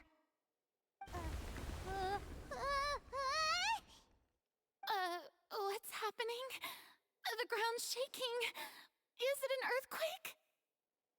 A disaster just struck us. Yeah, a quake of this kind preceded the flooding in Poisson, didn't it?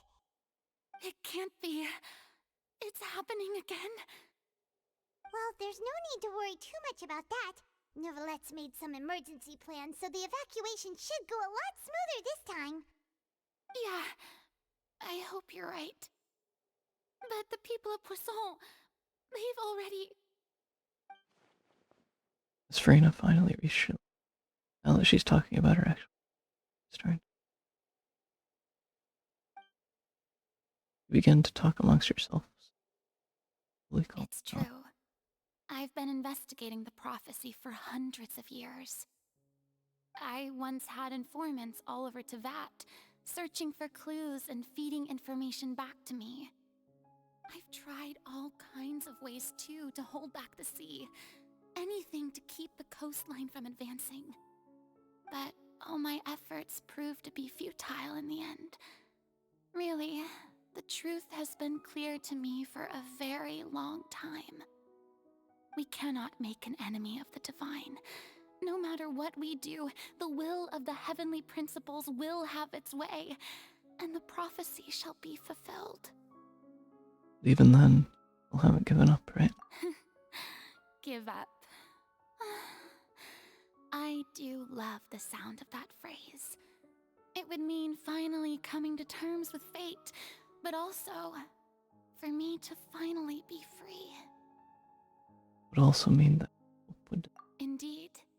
I've thought about giving up so many times, especially after we almost lost Poisson. Fate is really unreasonable, isn't it? It has no heart and obeys no rules. The prophecy has only just started to come true, and so many people have already lost their lives. But just now, it all became clear to me. I still don't have the right to come to terms with fate on behalf of everyone else. As long as the final moment hasn't come, it's still not too late. Don't worry. I will keep hope alive for everyone until the very end. Well, that's enough for now. I got the impulse to play the stricken maiden, but honestly, considering my rank and station, that wasn't a good fit at all. Don't take any of what I just said seriously. How could I possibly let Fontaine fall to the whims of trivial prophecy? Come on! Paimon could have sworn you were actually being honest just now. We're running out of time. Just go back to square. I have to get more information. Farina. This. Though I don't. From it. People are more. Share my burden. That's impossible. It was fated right from the start that this would be my duty alone. If you're.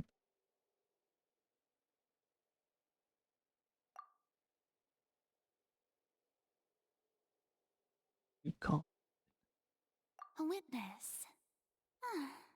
Yes, I've heard that you came to Tevat from beyond the stars, yes. In other words, you never belonged here. And if Tevat is, in its entirety, a show on a stage, then you're just a spectator, aren't you? If that's the case... There's no time left. Please. To hell.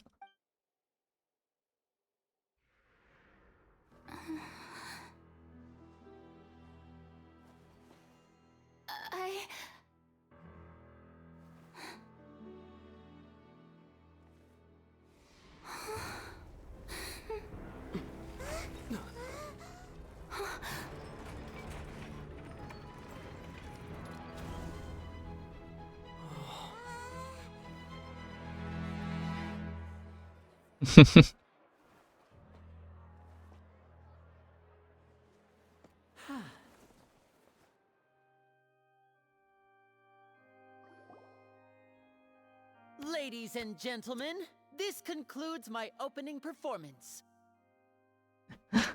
Now, without further ado, we may proceed to the trial of our god. So this is what it is. Yes, you deserve praise for the effort you took to raise the dramatic stakes. Do not forget, however, that I am Focalor, the god of justice, the embodiment of justice itself. Does it not strike you as even the least bit absurd to bring the very concept of justice to trial? May I interpret these words as your refusal to stand trial? In that case, you will have the opportunity to defend your honor through a duel.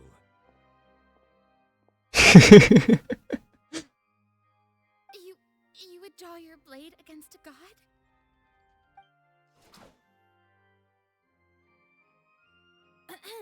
I see.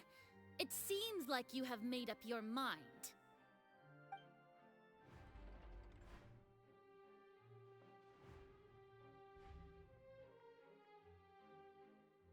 Paimon can't believe it. She just surrendered. What the heck is going on? Did I just see an Archon surrender to a human? Wow, how utterly humiliating. Farina, what is the meaning of this? It would seem that there has been a misunderstanding. To be clear, the raising of both hands is not always an indication of surrender. Looking for excuses again, huh? I raised my hands just now to indicate my acceptance of the trial. No duel shall be necessary. I will admit that I've been running away for a long time. I'm sorry, everyone. I was unable to protect the people of Poisson. It is my duty to stand trial for my crimes. You are not the only ones to be disappointed in me. I, too, am exceedingly disappointed in myself. But now, it is time for the Hydro Archon to show you her courage and resolve. I, Farina, will use this trial to show the world the true meaning of justice! This time, I will protect you. Applaud and rejoice!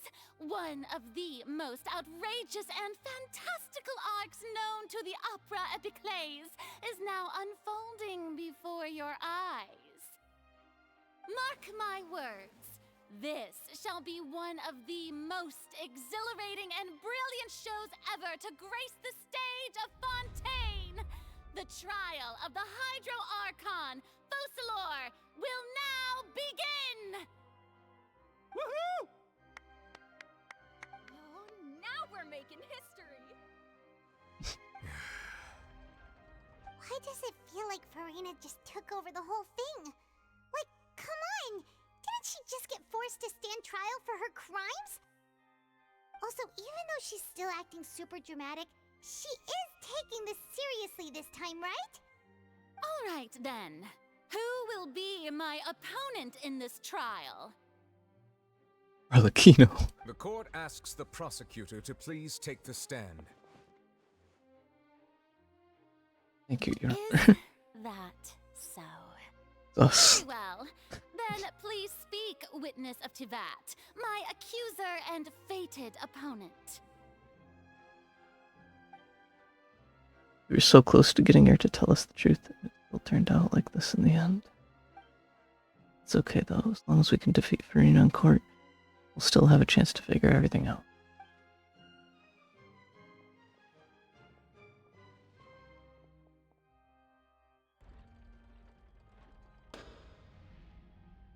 Also, please allow me to ask, as a final question before the trial begins. Just how much work did you do to force me onto this stage? Well, we did do a lot of prep after the meeting that day. I can go over the tasks assigned to the Spina di Rosula, since they were rather straightforward and easy. Navia, the president of the Spina di Rosula. Most of the people who participated in the disturbance this morning were my subordinates. they changed into plain clothes and came to the opera house as regular audience members, waiting for the perfect opportunity to incite insurrection against you.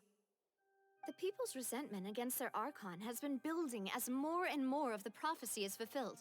A spark was all we needed to turn smoldering anger into a flame. Moreover, according to our understanding and analysis of you, when something like that occurred, you would likely flee the scene and head to Poisson by yourself. So, we arranged for a second group to lie in wait there. So, you mean the ones who scoured the settlement for me were also from the Spina? And their goal was to force you to step into the giant magic box so you may personally participate in the greatest magic performance in all of Fontainian history. That's right. That house was a magic box, rather than someone's residence. As the super ultimate version of the setup that I used when I first performed at the Opera Epiclese, the volume of the box was increased by a whole order of magnitude, and the distance it traversed was the entire gap between Poisson and Aranias.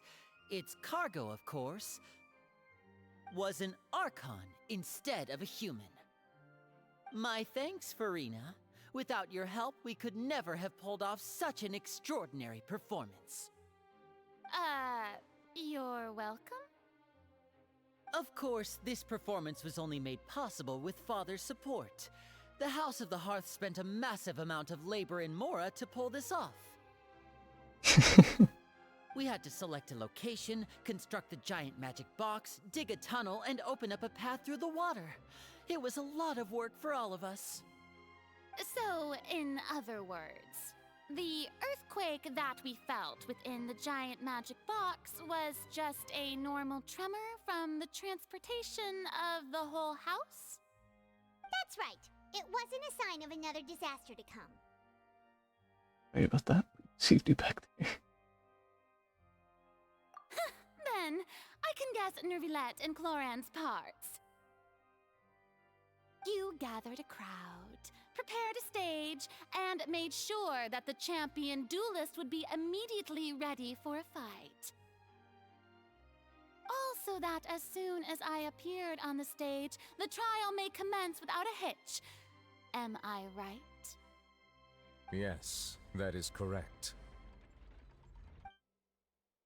Well, Clorand, I must commend you for your courage. Only the most outstanding champion duelist in all of Fontaine would accept a duel with an Archon without flinching. Thank you.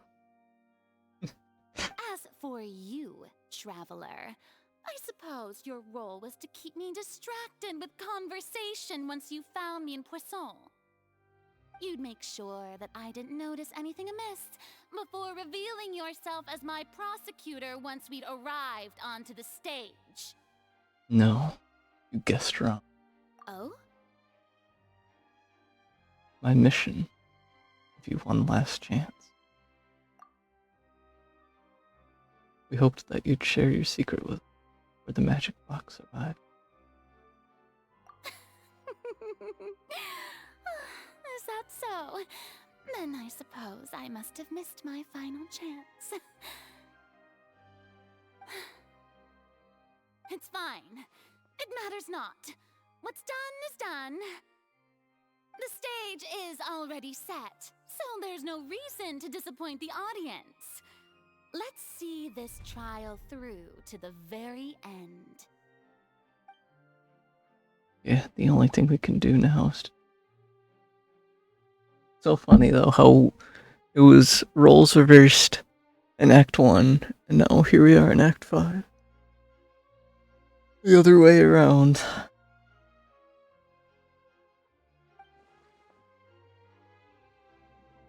Still, I can't help but be a little bothered by that conversation earlier. What did Farina want to say to me before we arrived today? Sir Prosecutor, please allow me to pass this along. This is a document that Miss Charlotte applied for and received permission to share with you during the trial. According to her, it should speed up the proceedings. Huh? Charlotte wanted to give us something? Oh, so she's here too!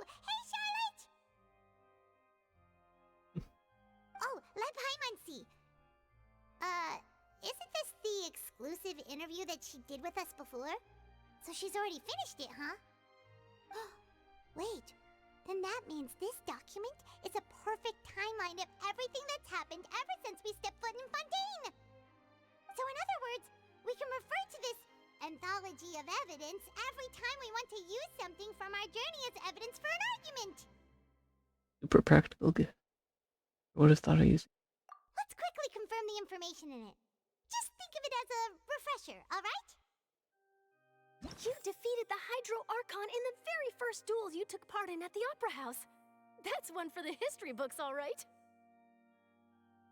Relevant clues. Traveler's exclusive interview handbook. Came Lenny's attorney. Murder case unfolded. Lenny and Lenny. Though they were cleared from there. Against them, their identities as agents were revealed.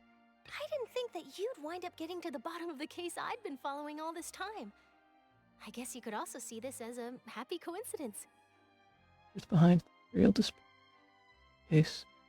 Turns out that Fontainians melted by water. Taking over the kidnapped and assault many. And find life to solve. This is the first time Monsieur Nervillette had a difference of opinion with the Oratrice. Even the Hydro Archon can't figure it out. Child's conviction. The Neuvillette believed though he's judged guilty. Didn't. Irony is the meeting with the knave. Mary Harbinger. She's an extraordinary person.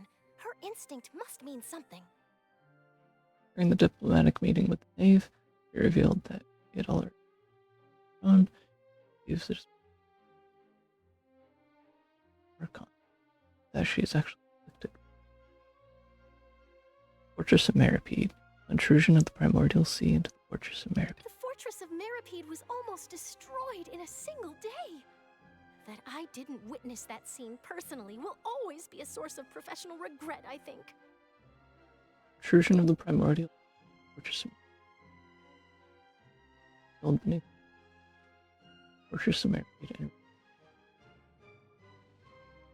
Temporary. Whale in the dream.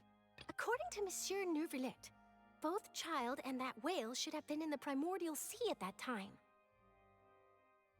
A child floating in the dream. Ruins, Navia falling into I nearly lost my awesome friend Navia. To be honest, that still gives me shivers. While exploring the ruin near Post, began to collapse and Navia fell into water containing water. Only the protection of the dead man prevented her. Lord of Fontaine, tea time with N. The words of someone as extraordinary as a witch can probably only be truly understood when something surreal happens to you. And communicate with you by consciousness. He believes the prophecy that you needn't give up all hope.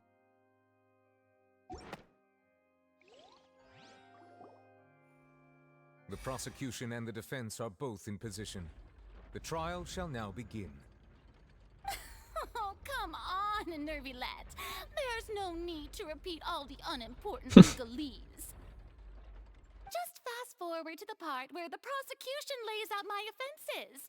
As the defendant and the lead actress of this performance, I still haven't even been informed of my supposed guilt in all of this. Of course, it is only natural for humans to struggle to understand the actions of a god. However, you will need more than that to convict me of a crime.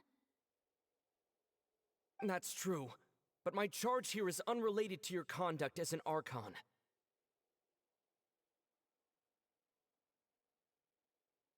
Voice lines.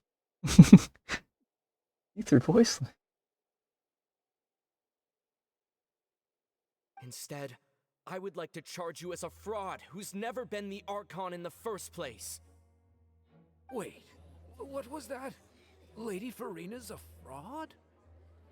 Hey, I came here thinking that we were going to try the Hydro Archon for forsaking her duty, but did I hear that right? She's not our Archon at all? Charge accepted.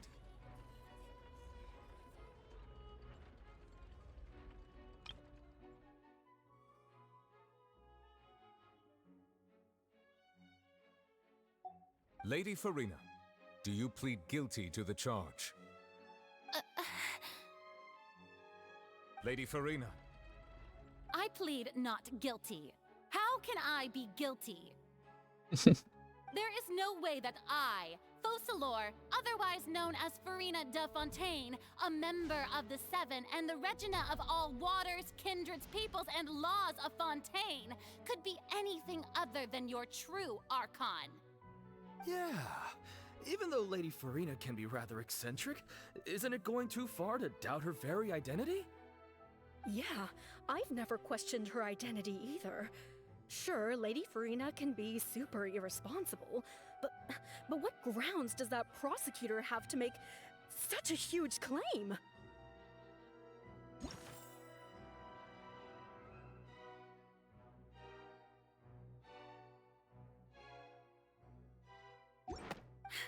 I have cause to believe that common sense will prevail in this case. Many of the members of the audience have known me as the Hydro Archon ever since they were born. There would be no fooling their memory. See? Even the Oratrice has decided to show me its favor. Are you sure you want to commit to a charge that will never be upheld? If you wish to drop the case, I can promise you as the God of Justice that you will not have to face trial for making a false accusation. We will treat everything that's happened as a dramatic spectacle and move on with our lives. What do you say to that? Huh. An argument with near impossible odds, huh? We have to not only refute Farina's claims, but also overturn the long-held beliefs of the people. Only see us there. So. Well, I tried to give you the chance to surrender. If you must persist, then let me ask. If you believe I'm not the Archon, then what manner of being do you think I am? And if I was not the Archon, then how did I manage to live for over 500 years? To think carefully. What do we know to be special?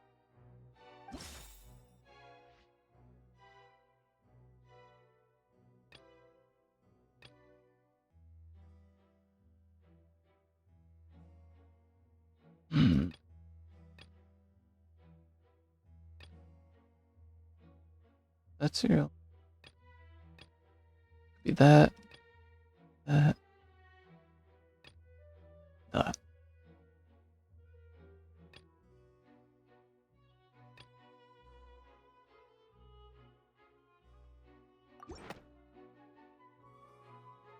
First of all, you may be a member of another long-lived race, which would allow you to naturally possess an extended lifespan. And second of all, even if that wasn't the case, there could be other ways to extend your life. Curse. Who gave you that idea? Was it the knave? You'd sink so low as to use a harbinger's words against me. No matter who gave us them. A curse? I once thought it possible that the aura of an Archon might naturally resemble a type of curse.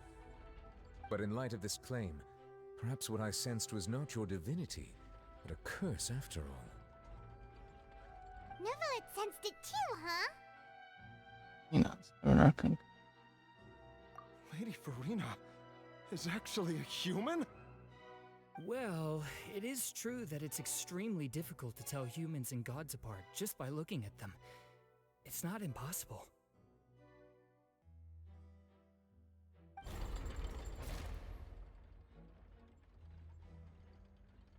Well, don't start celebrating too early now. Even if I have been carrying a curse like you said, how does that prove that I am merely a human being? Besides, Everyone knows that the main difference between a human and a god is the possession of authority. Gods can do what humans cannot. That's why they're worshipped as gods. For centuries, manifestations of my authority have served the nation of Fontaine. One need only to turn their eyes towards the Oratrice Mécanique d'Analyse Cardinal in this very opera house, or consider the indemnitium that is used in every aspect of life. Wait, that one trial proved the opposite. Farina actually has no control over them at all. True. You tried to reference the Oratrice, but weren't you as confused as all the rest of us when the Oratrice declared Child to be guilty without any proof? Otherwise, you should have come up with a good explanation for that by now. Didn't I make myself clear at the time? The decisions of the gods are naturally difficult for humans to comprehend. There is no need to provide an explanation. Lady Farina, I believe a reminder of your current circumstances is in order.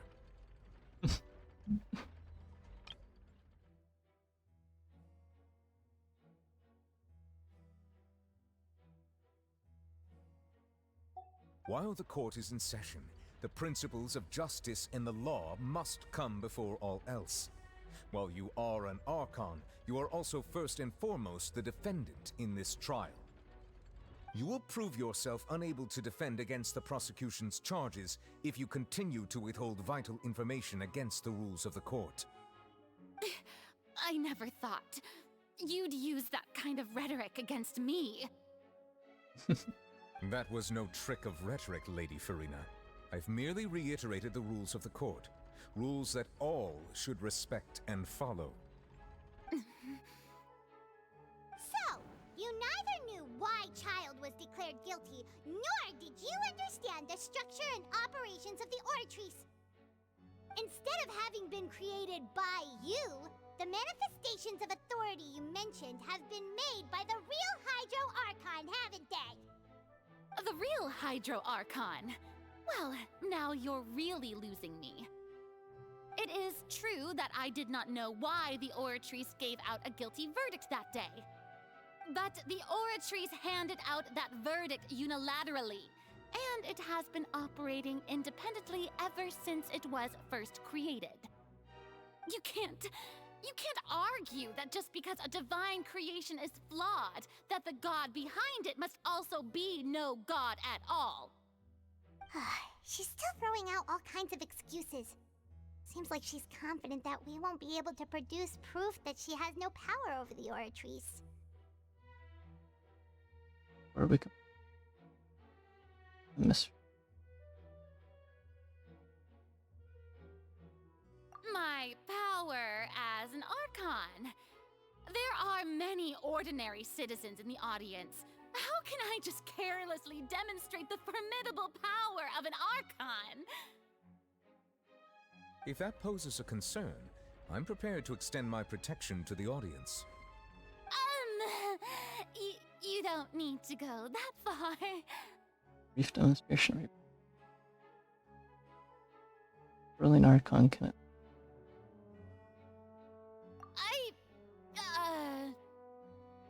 Aren't you the Hydro Archon? Or is it that you can't even wield the power of Hydro, much less the authority of a god? Indemnitium! Yes! It's all because of Indemnitium! All Archons derive their power from the faith of the people, and I've converted the people's faith in justice into Indemnitium! Thus did I give up all of my divine power to provide everyone with energy for their daily lives. Have you ever seen a more magnanimous god?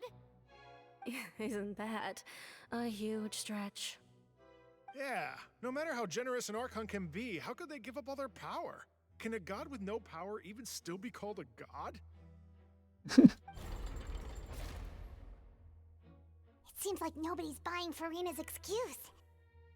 Hey, come now, everyone. Please don't stare at me as if I was a liar. I'm still the same Farina you knew, right? The one that you loved. Oh, she's Did you want to believe in me? playing the pity game. Oh, pity on me. How could you do this to me? Please. You've got to believe me.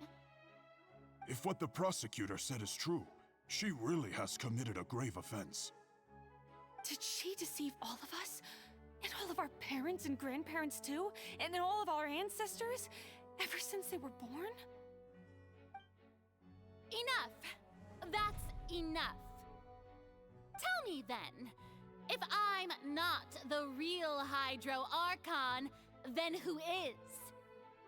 If you have no evidence of another Hydro Archon's existence, nor can you find anyone who can back up their claim to be such, then what grounds have you to say that I'm not actually the real deal? Wow, she came up with yet another argument. How can we refute her now? Seems like she really doesn't want to give up. If we can't prove that she's, try to prove that if she's human.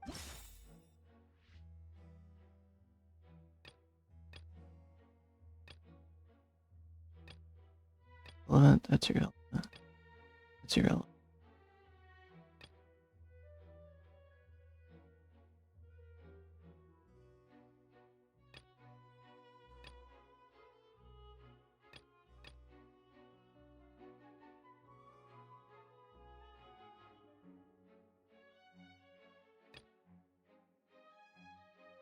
What evidence can we prove that Farina is a...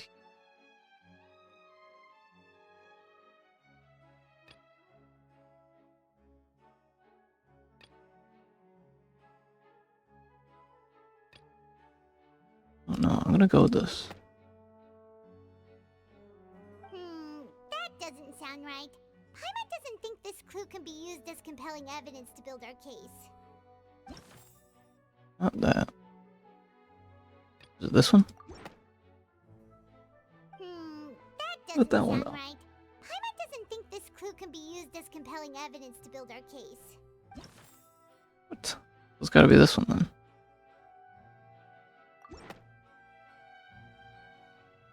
It has been established that all Fontainians can dissolve in water from the primordial sea. And that means... Since you insist on claiming to be a god and not a human, then there's a method that you can use right here and now to eliminate all suspicions of you being the latter. Miss Navia, please apply to serve as a temporary attorney for the prosecution before addressing the court. Though you act in partnership with the prosecutor, you must still adhere to proper procedure.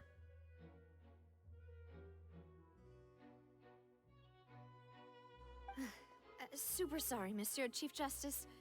I swear this really will be the last time that I'll speak out of turn.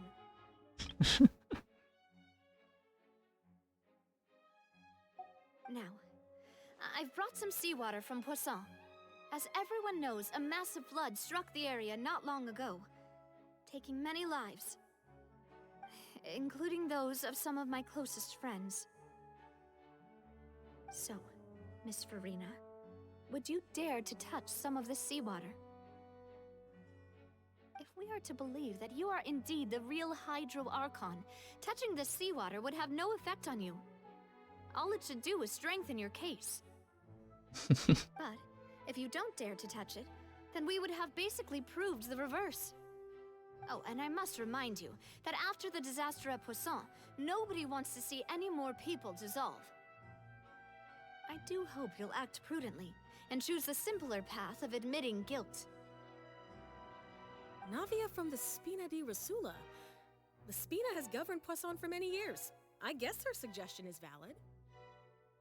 If Lady Farina is indeed just a human, she's probably Fontainian like all the rest of us. Would she really dare to try?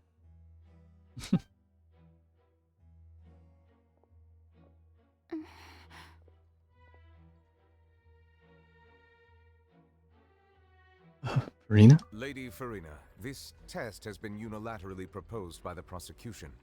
As it falls outside the realm of standard court proceedings, you possess the right to decline participation.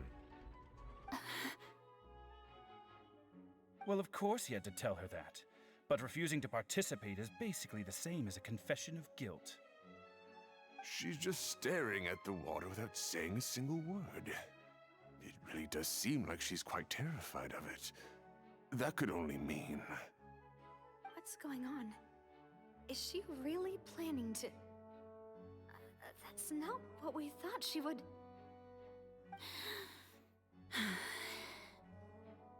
Due to the inherent risk of the test, Lady Farina, you may...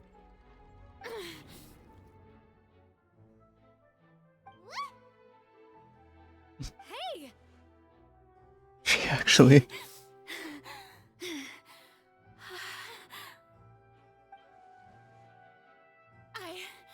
I'm fine! Look at me, everyone! My hand is still here! I haven't been dissolved! Will you believe me now? I really am your Archon! I'm nothing like a normal human who would fall apart as soon as they touch this water! Really? Was this not the most obvious thing in the world? He did not know if she was gonna dissolve or not.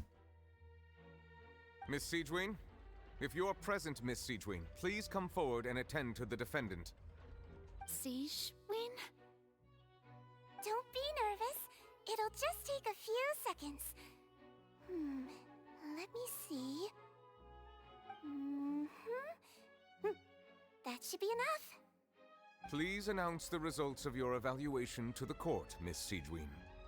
As everyone doubtlessly saw, Miss Farina was displaying symptoms of hyperventilation and flushed skin. These indicate that she was experiencing the adverse effects of exposure to primordial seawater.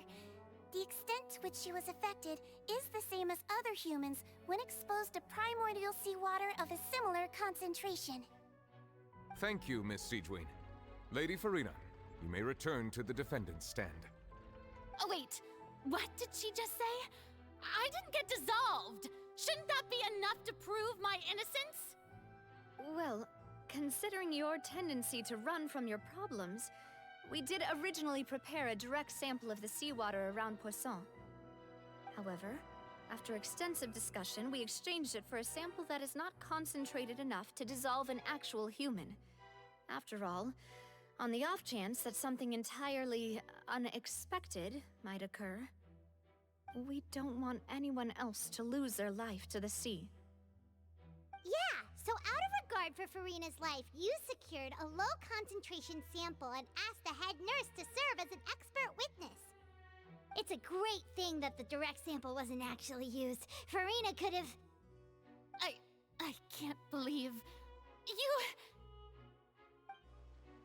What's really going on? Farina can't have known the consequences of touching her. Just too unlike she actually more keep up. Yeah, I don't think she would. She just doesn't want to give up.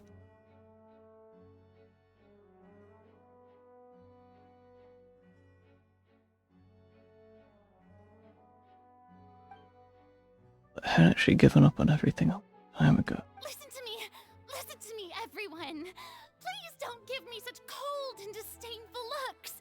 What happened just now didn't prove a single thing! Think about it! How can you conclusively prove that an Archon can't also be affected by the primordial seawater? Also, if I was really just a human, why would I dare to just put my hand in that kind of water?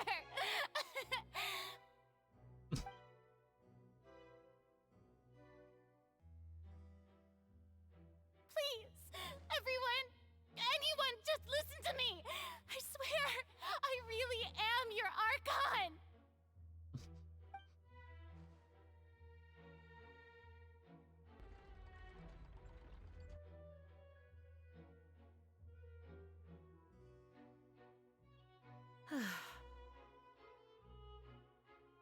I don't think anything she says at this point will sway anyone. The odds are just too stacked against her now. With all the things that have been said, Paimon doesn't think there's any way left for Furina to win. I believe the time for arguments and presentation of evidence has come to an end. If there are no objections, we will move on to the final judgment.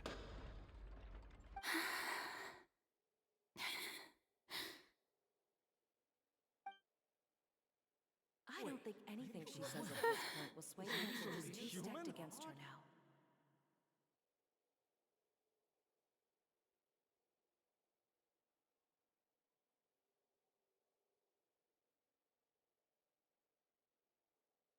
In my capacity as Chief Justice, I shall now render judgment on Furina's misrepresentation of herself as the Archon of Fontaine. As a human who knowingly deceived her fellow citizens, Furina is guilty.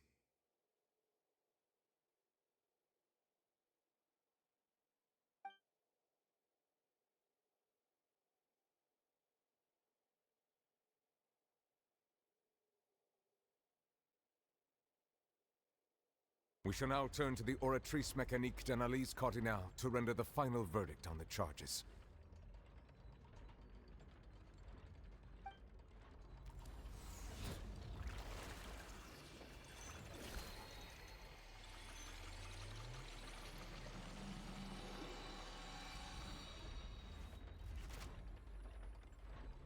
According to the judgment of the Oratrice Mécanique d'Analyse Cardinale, Furina is...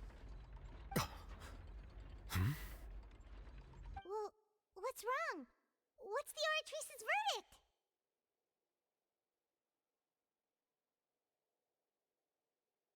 No, the Oratrice also displays a guilty verdict. Isn't that correct then? However, the exact wording of the verdict is thus: the Hydro Archon, guilty, to be punished via the death sentence.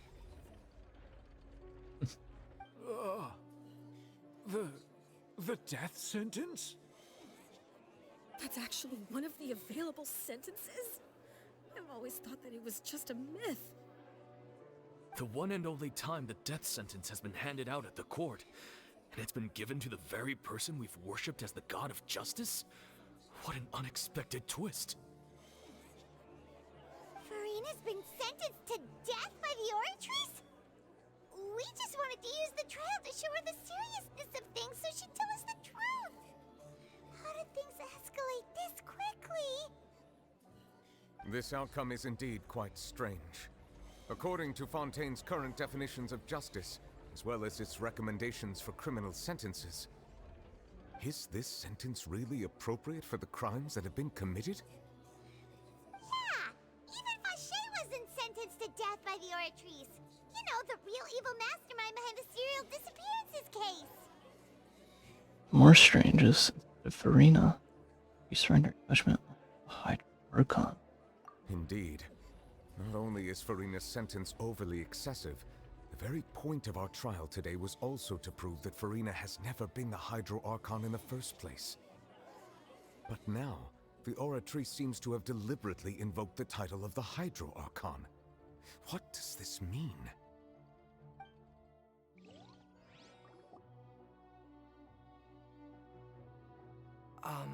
Excuse me, if I may interrupt.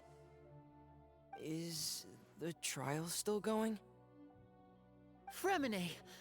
You finally made it. I assume this means you've completed your mission? Mm-hmm. Any mission Father assigns to me will always be top priority. With some help from the other Fatui, Fremine brings... Is that the first prophecy slate?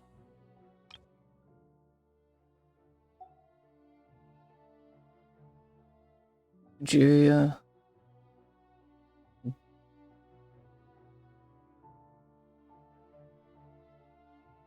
don't get it. Huh. So the knave privately arranged for Fremine to try and find the missing slate. I looked everywhere and finally found it at the bottom of the sea. It took me a long time to get around some dangerous stretches of water. But has the trial already concluded? Then... doesn't that mean I've come too late? Oh no. Father will be disappointed in me. Ray, the mystery hasn't been resolved yet. Still not too late for you. Thank you for your hard work, Mr. Fremine. Please allow me to review the record left on the slate.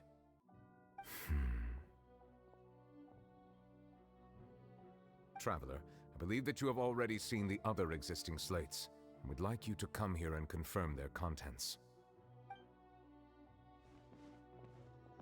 Just jump down. Huh?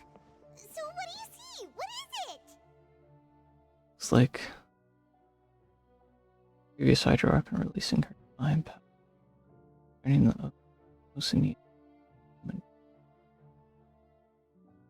I believe I've now made sense of the Hydro Archon's crime. It has to do with Fontaine's lost history. Huh? Isn't the Hydro Archon just guilty of deceiving her people? Oh, wait, no, that's Farina, and we've already proven that she's not the Hydro Archon. So when you say Hydro Archon, do you mean the real Hydro Archon we've been kinda talking about? In truth, everything that you've encountered in Fontaine up until this point can be traced back to the contents of these stone slates. However, I'm uncertain as to how much sense they currently make to you. Association between. Okay, let's try to recall the contents of the other 3 stone slates. Paimon will do her best to help you remember.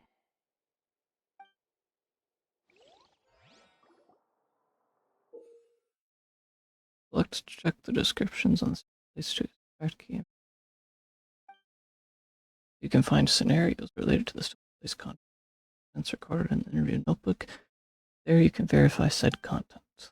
As the verification process continues, fountain water level new interface.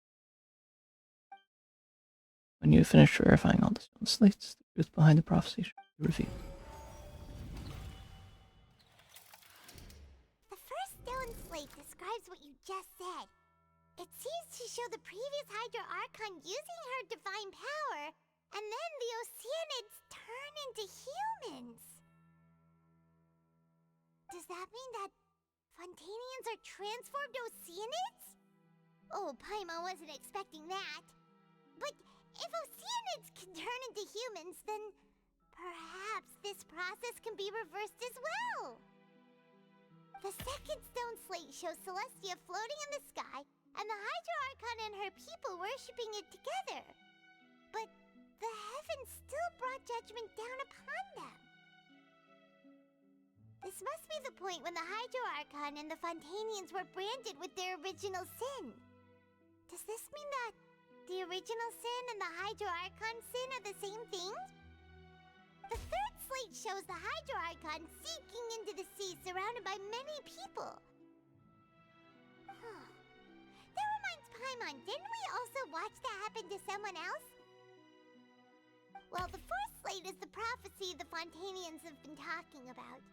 People dissolving into the sea, the Hydro Archon crying on her throne, and so on. We didn't believe that such a crazy disaster could happen at first, did we? But after that incident, it was just a question of when and not if.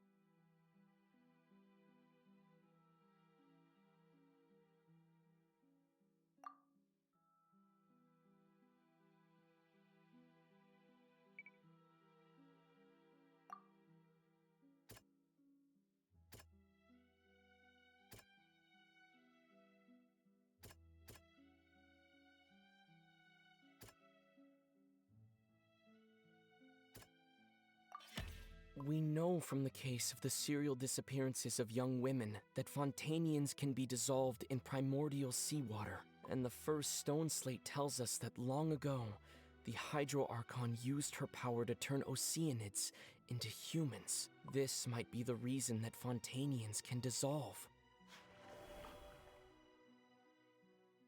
When they reach contact with seawater, and they get turned back into Osiniids.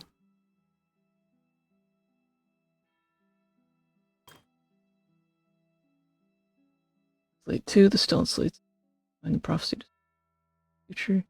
This is the second slate. It shows Celestia floating in the sky and the high. The heavens still brought.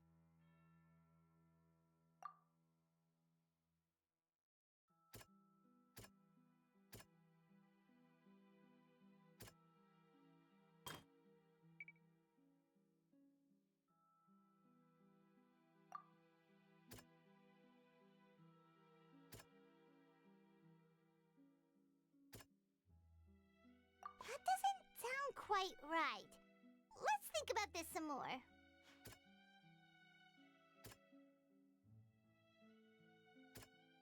That doesn't sound quite right. That doesn't sound quite right. This? Perhaps what is about to take place has all happened before. The true sin of the Hydro Archon that Nervalet mentioned, and the original sin cast down on the people of Fontaine by Celestia, has recorded on the stone slates.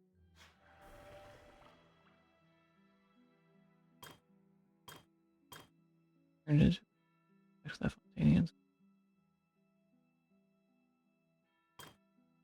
Archon who was sentenced to sentence.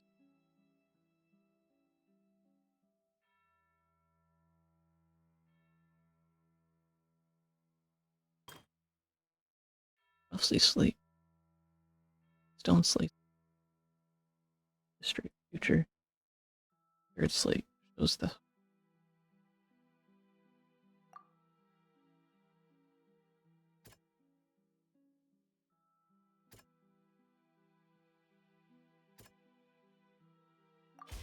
It's not as simple as falling into the sea. When Navia fell into the sea, her consciousness was subjected to judgment. The stone slates show the people gathered around the Hydro Archon in the sea. Could that be alluding to the same thing? Alex.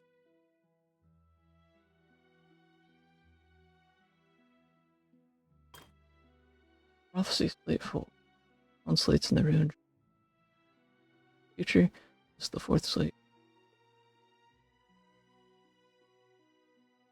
Fontaine.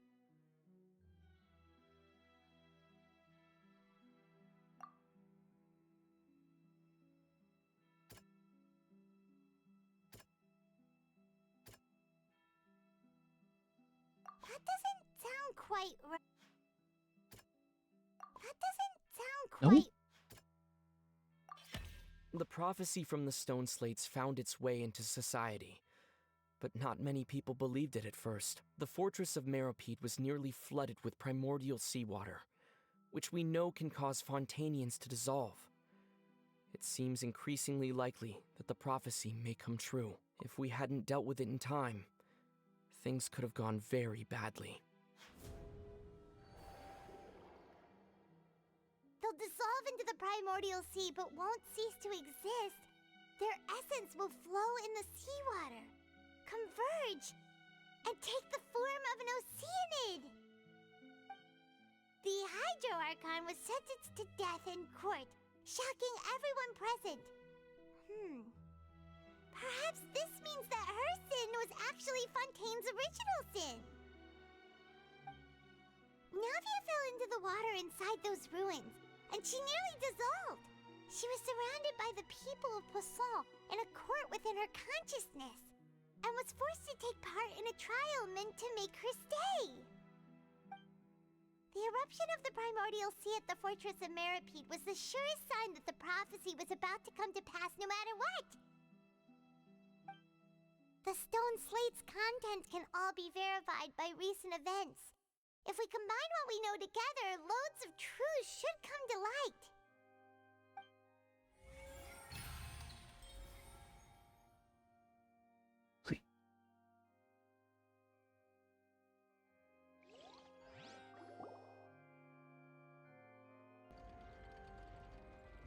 Huh? Oh, Paimon gets it now! So that's how you can make sense of it. But then it feels like we're going to have to share some truly shocking revelations. Let's hear them. First slate reveals that Fontaine. Incredible. Linny, did you hear that? We're not real humans. All Fontainians were originally created by the late previous Hydro Archon, with Oceanids as their basis. The evidence for that can be found in how only Fontainians could dissolve in primordial seawater, and how all the girls Vacher dissolved were also turned into Oceanids. Oh, and according to Navia, when she was about to get dissolved, she also saw everyone gathered around for a trial, all of them in the shape of Oceanids. Indeed. Second slate revealed.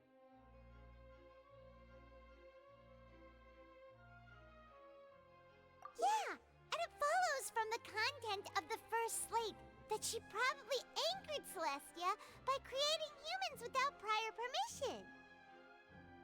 That could also explain why the Oratrice judged the Hydro Archon to be guilty. It's to account for that ancient sin. The Hydro Archon's true sin was creating us?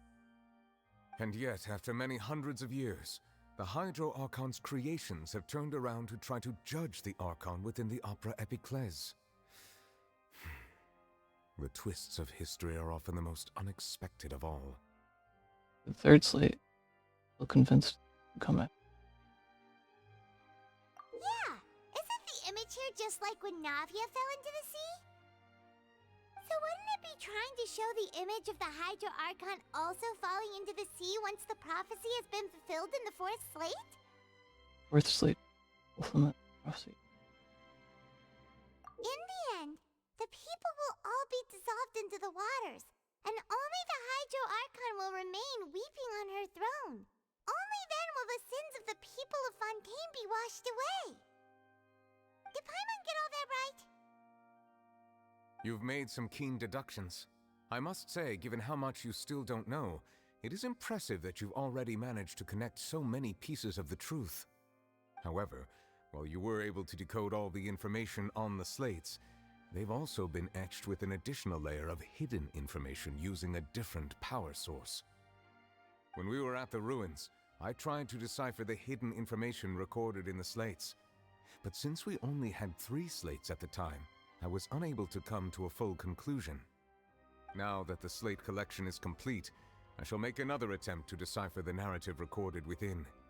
If everything goes well, we should finally be informed of the unadulterated truth.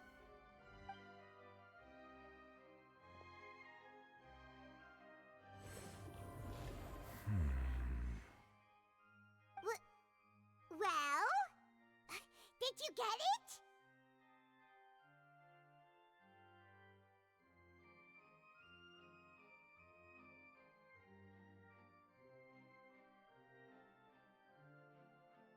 Good. From U.S. New York.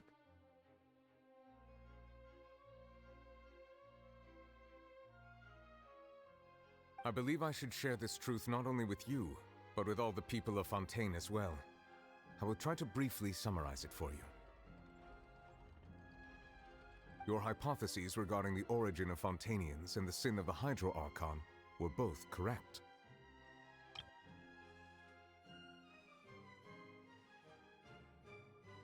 Maybe I should share this truth not only with you, but with all the people as well. I believe summarize.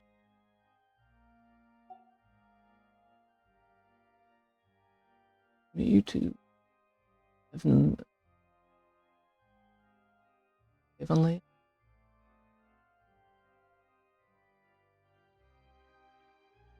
In the Fontaine Thanks for joining the stream. The previous Hydro Archon sensed the yearning of her Oceanid familiars for life on land.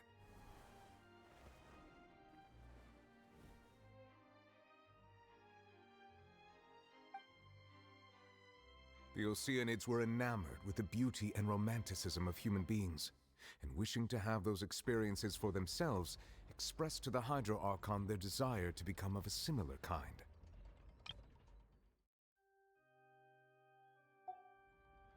Which game do I stream mostly?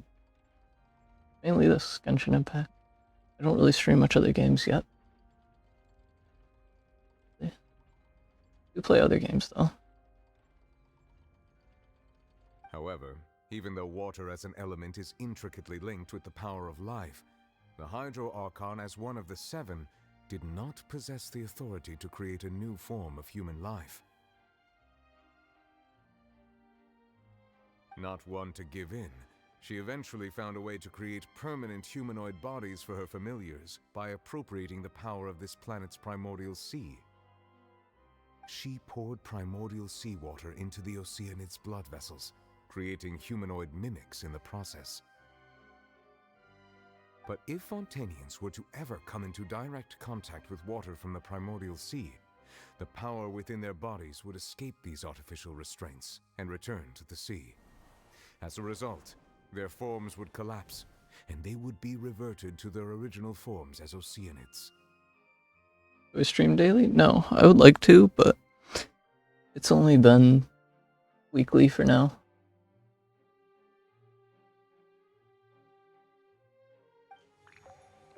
Of course, the Hydro Archon never received permission from the heavenly principles to create a new human race.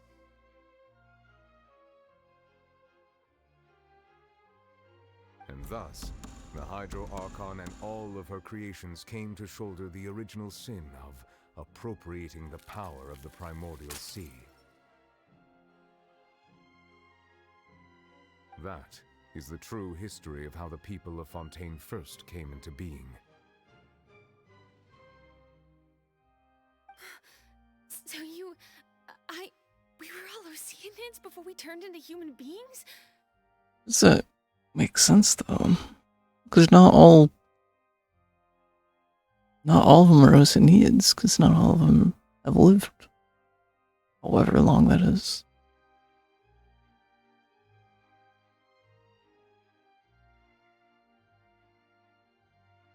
That's way too much information for me. I think I'm just going to pretend that I never heard a single thing. Yeah, you can ask. Wait, but if that's the truth, we can't let the Hydro Archon be sentenced to death. After all, her only sin was creating us. This really might be too much information for your regular Fontainian, but it does answer a lot of our questions. Alas, your hypothesis regarding the 3rd and 4th stone slates was inaccurate. The slates' respective positions are, in fact, correct. They're in the right order. It's labeled. A key point of the visual on the 3rd slate is how all the individuals depicted in the water are humans rather than Oceanids. They have not been dissolved, which implies that the water depicted in this slate is not water from the primordial sea. The nation of Fontaine is the nation of Hydro, as well as the nation of trials and justice. Instead of being the literal element, the water in the scene symbolizes judgment and justice.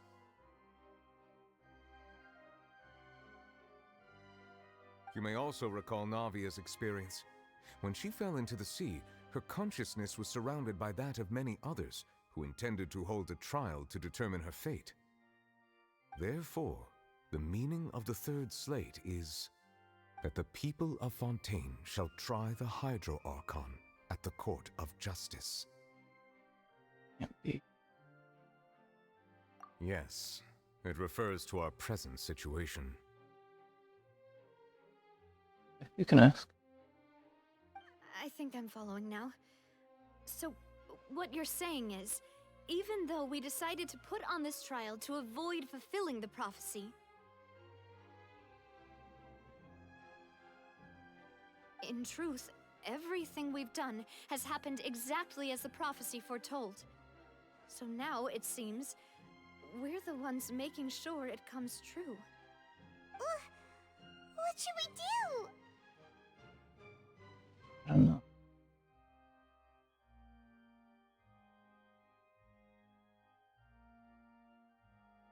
Huh. No matter what, the prophecy will be fulfilled. Is this what it feels like to be a prisoner of fate?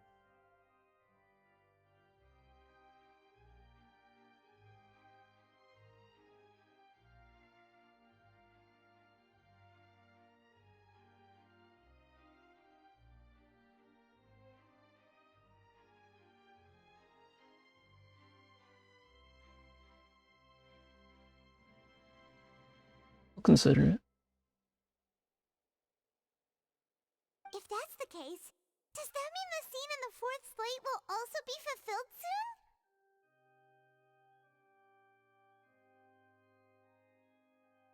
Traveler, I would like to point out another small fallacy in your deductions.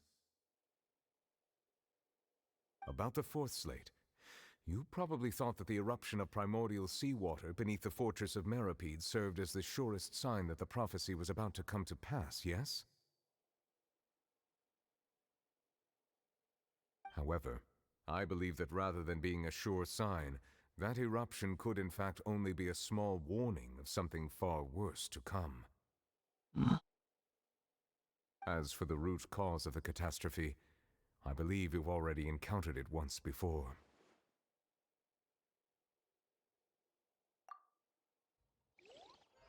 A whale. It's the whale. Ultimate proof just was the true source of the catastrophe. This eruption was just a small warning of the things to come. We must find the root cause of the disaster.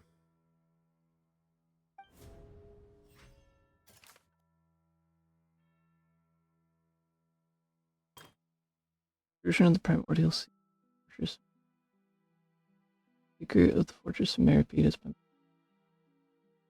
primordial sea, then or just how long does that?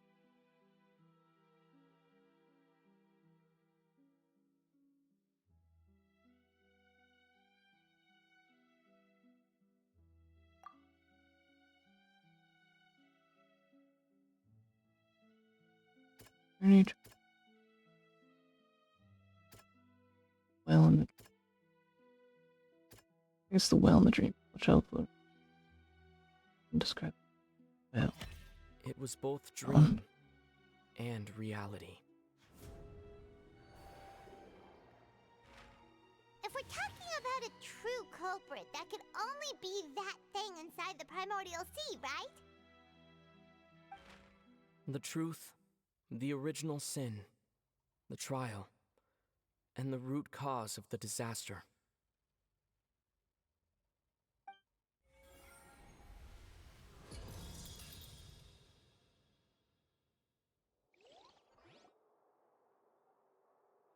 It's interesting. Here we go.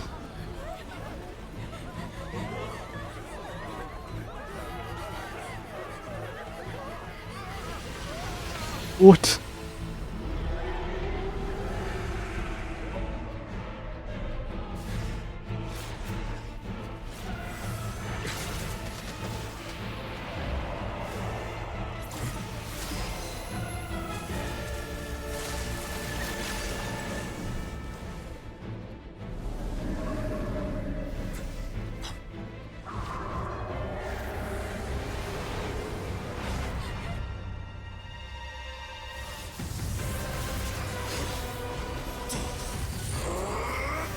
Oh, child, go!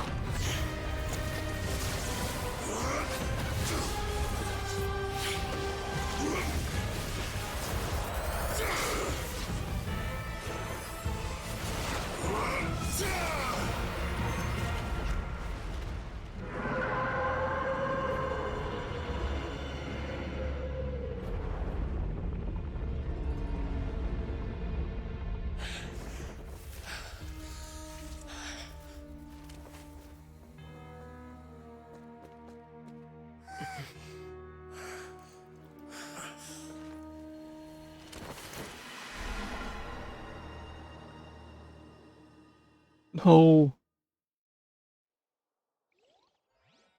I have to say, child. That was way too close! How did that thing just burst into the opera house? Wait, was that the huge whale you saw in your dream? Wait, I'd wager that it's also.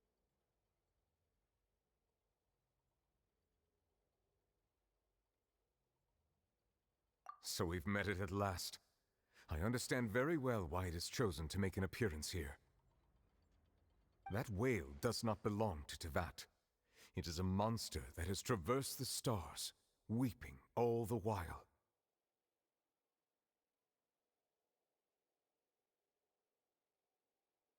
It has been greedily consuming the energy from the planet's primordial sea, using it to grow. That is the main cause for the rising sea levels.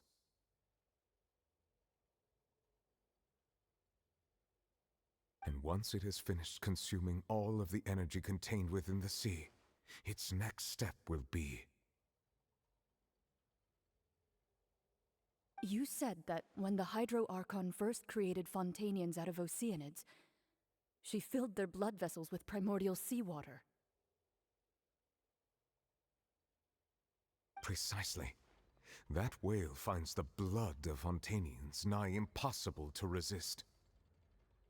Therefore, when it left the primordial sea, it decided to make its next stop a packed opera house full of food. Food in the form of Fontanians. We just barely managed to push it back, right? In that case, won't it come back to target the people again once it's managed to recover its strength? That is correct. Indeed, it is more accurate to say that we should thank that Harbinger for buying us some time. Without him, the whale would have likely come onto land far sooner. From the way he looked, he must have been fighting the creature for quite a long time. Yeah, poor child. Yak. We've always known that he had a special connection with that whale, but we definitely didn't expect it to help us out like this. Anyway, now that we know that this whale is the actual cause of the disaster recorded in the prophecy, all we need to do to stop the prophecy would be to find a way to beat it up, right? It is too late. You mean? It had already absorbed too much of the primordial sea's energy before we could notice it. At this point, it has become practically integrated with the sea itself. Even if the entirety of Tevat were to be destroyed, it could still survive and swim off towards some other world. That's not something I will accept. We've already done everything we can, and we even found the true culprit. We've come so far. You can't just tell me that the last hurdle is some impossible foe. That's just not fair. Indeed, that's not how a grand performance should end. I'll fight it to the end, no matter what.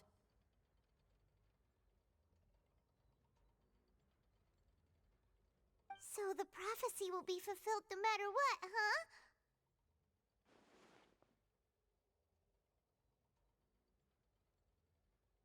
The prophecy.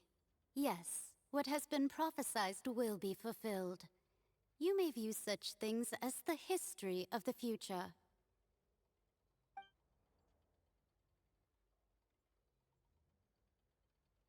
We couldn't fight against fate. If this...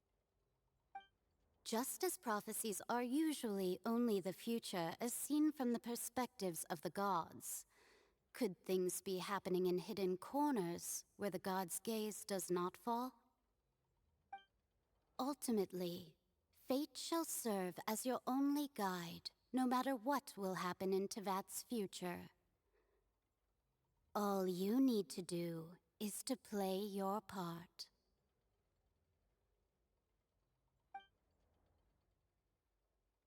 Could it be that even if the prophecy will be fulfilled, there will still be a way to save everyone? Did I...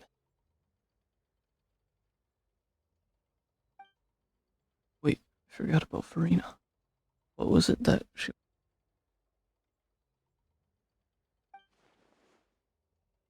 Secret? Other cussing?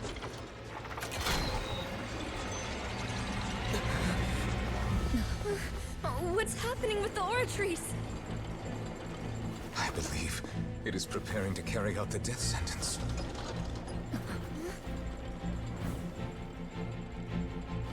Farina!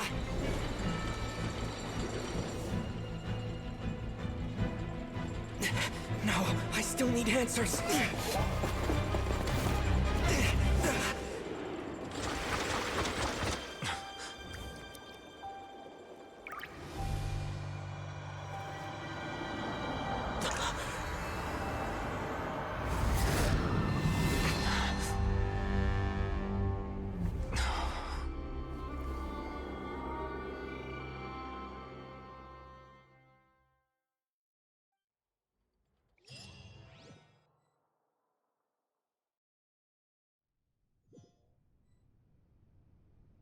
was wild.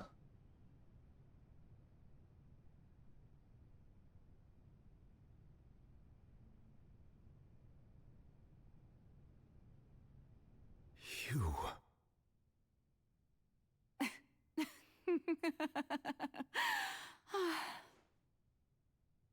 Sorry. That shocked expression on your face is just too amusing. I couldn't help myself. You are not Farina. Who are you? Ah, the sweet sound of bewilderment. Marvelous. A sure sign that my attempt to deceive everyone was a resounding success. But to answer your question, I am Focalor. You know, the god. Focalor.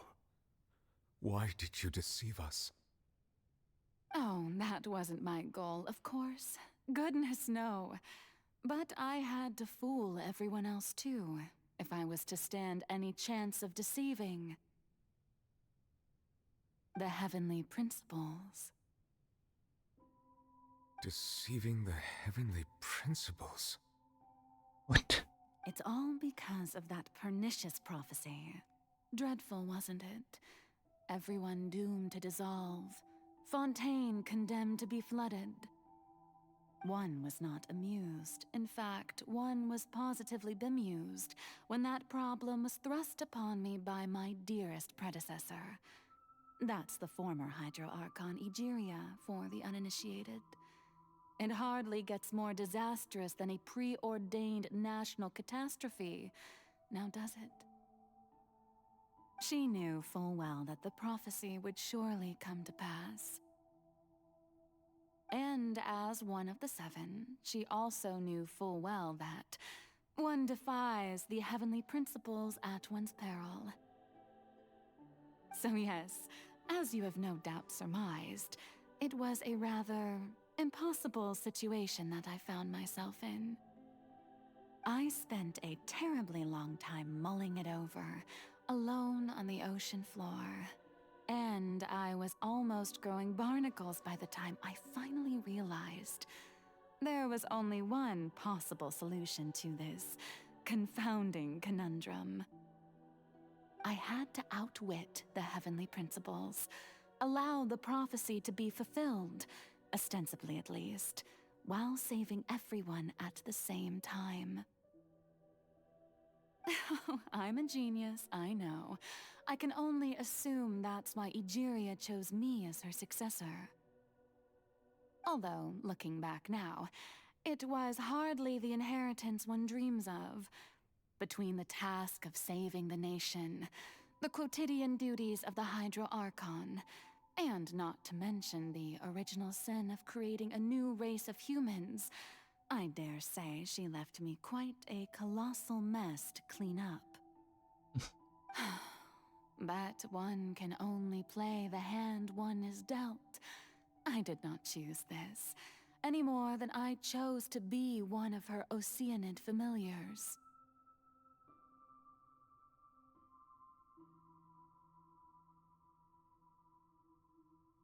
So you were also once one of the Oceanids, transformed into a human by Egeria's hand. Yes, I was. I always dreamed of becoming human.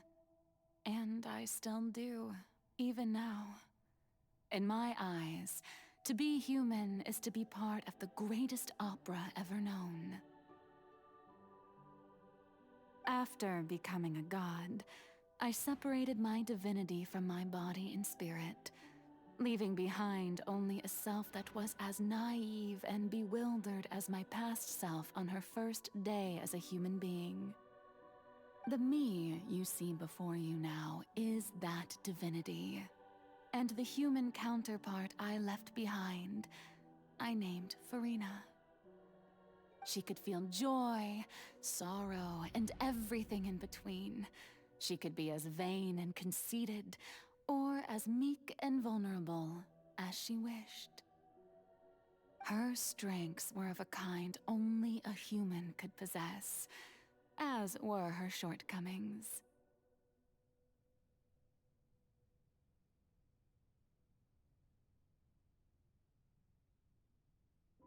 But in my eyes, Farina's humanity was what made her perfect.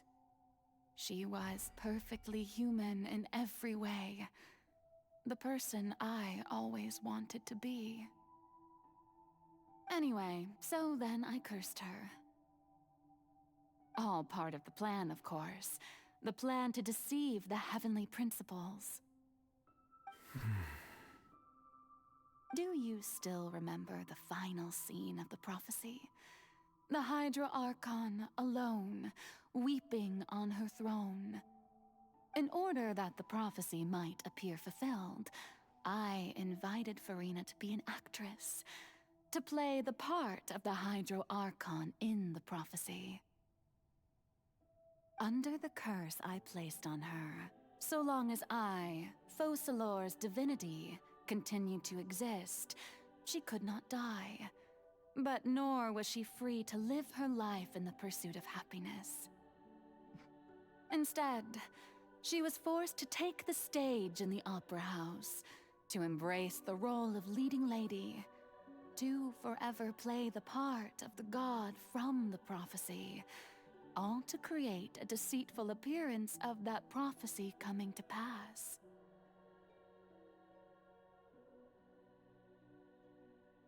I suppose now you probably understand why your court is called the Opera Epiclese. But Farina is only human, isn't she? Even though she has had a long life, her mind is no stronger than that of any other ordinary human being. I cannot begin to fathom what she has had to endure. It must have been torture for her. It has indeed. And although she is, in a sense, me in human form, I most definitely owe her an apology for it. It's been 500 years. And all along, she's been playing her part in the most unimaginably long, unbearably lonely, and agonizingly painful opera of all time.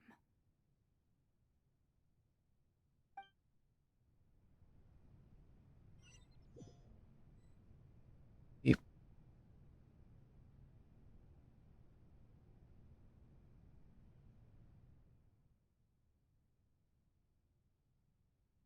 Came into contact with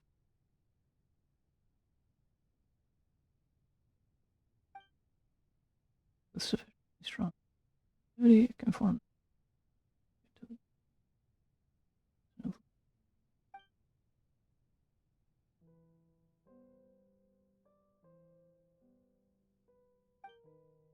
Rita, what is she doing on stage? All these likely a reflection. If I can't directly speak to that self, I'm here for answers. Missed.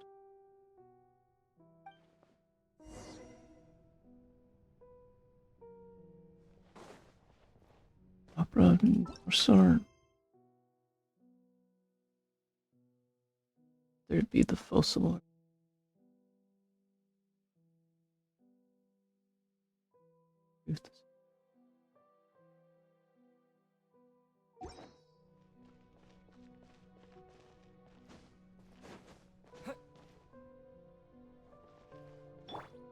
Into the wind.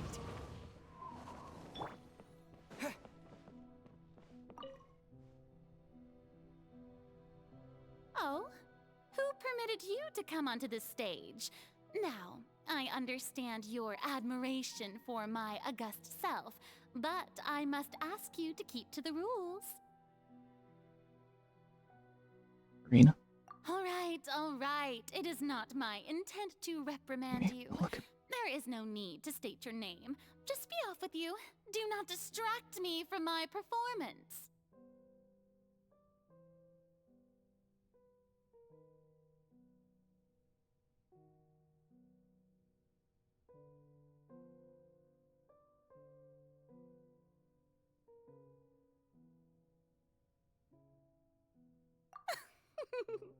Oh, do not jest. Can you not feel it? I am Focalor. The eyes of countless Fontainians are upon me. I must, at all times, display the utmost elegance and nobility. Something's up. Getting through. Still playing though. What sort of resolve must she?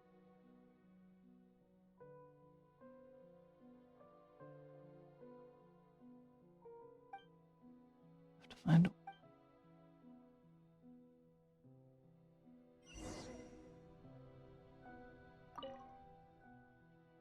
Something's off. There's no... Whatever's...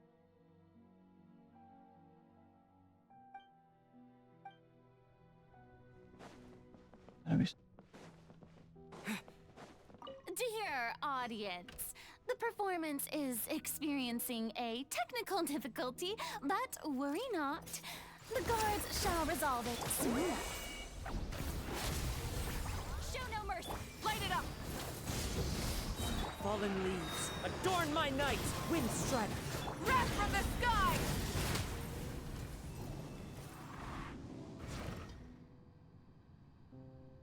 Hey, what gives?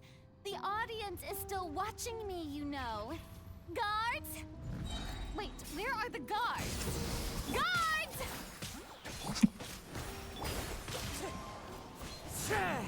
Pyroclastic surge! Incinerate!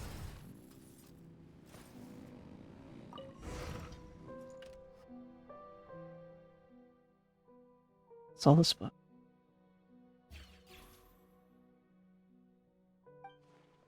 Speaking of which, I think I just... I took it. Where did that end up here?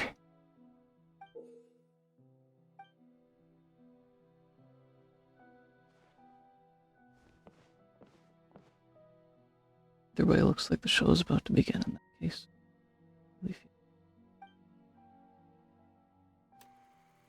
Scene 1.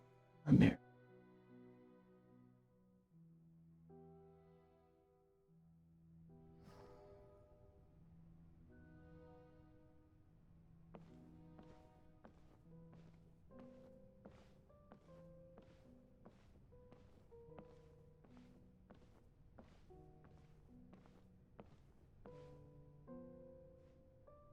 Farina.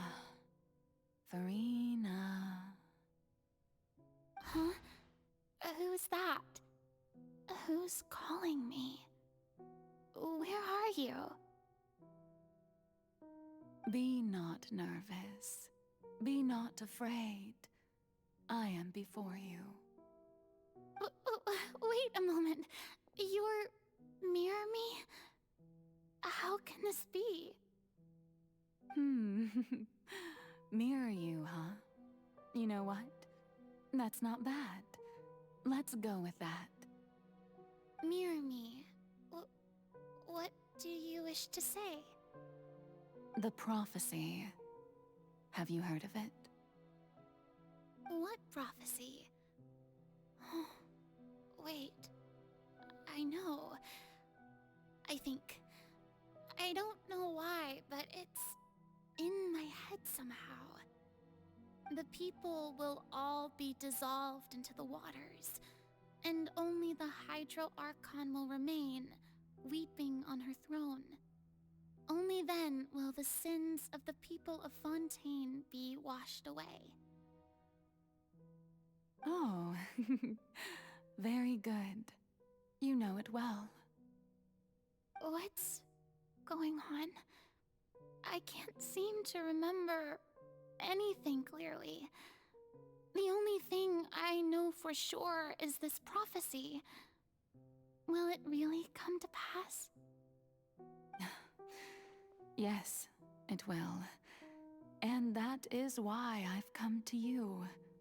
Disaster will come to Fontaine sooner or later. Things will develop just as the prophecy declared. There is no escaping it. But doesn't that mean everyone will die? I'm a Fontainian just like them. Will I dissolve too? Don't worry. Magical meetings exist in this world precisely to give people a chance to turn things around. It is the reason why you met me today. I will tell you how to save everyone, but you may have to suffer somewhat. Oh, so there's still hope after all. Goodness, you frightened me. You spoke so much and with so much certainty. As for the suffering, well, I will admit that the first thing that came to mind was, why do I have to be the one to suffer?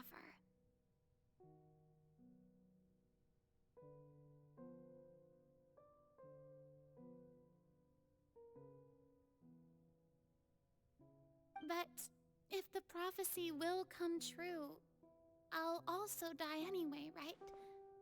So if I've already met you as my magical meeting in this world, if there were scales, with all the people of Fontaine on one side and my pain on the other, is it not obvious where the scales should tilt?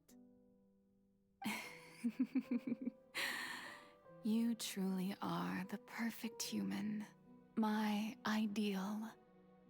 I suppose this would also be the justice that belongs to you. Huh? Don't worry, it's nothing. Listen well. Fontaine has just lost its Hydro Archon.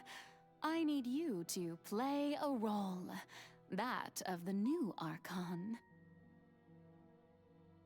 Play as a god? That's right. You must begin a never-ending masquerade. You must never let anyone suspect your identity. If you can keep it up, then I shall have my way of defying this prophecy. But should your identity be revealed, then all hope will be lost. But how will I do this? A human assuming the role of a god without being exposed. Don't worry. What you must do is not to turn yourself into a real god. You simply need to play the role of a god as humans imagine them to be. Being a human yourself, I'm sure you already know what such an entity would be like. Remember, your true challenge will not be pursuing divinity, but contending against humanity. I'm still not sure I understand, but I'll try. I'll try to do this. So, how long am I going to have to play this role? To accomplish this mission, you will have to stay on the stage for many, many years. You will endure and not grow old until your task ends. But I promise you, all will eventually end in a magnificent and dramatic trial, and everyone will be saved. A trial, huh? How exciting. I'll be looking forward to it.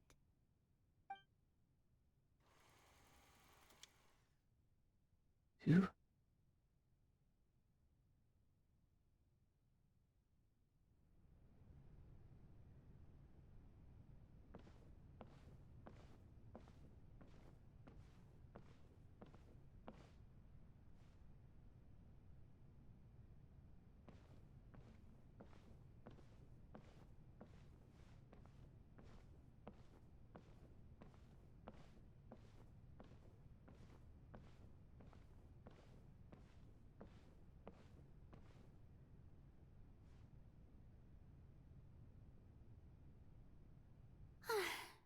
The Maison Cardinalise has announced my accession, but this is my first time facing the people.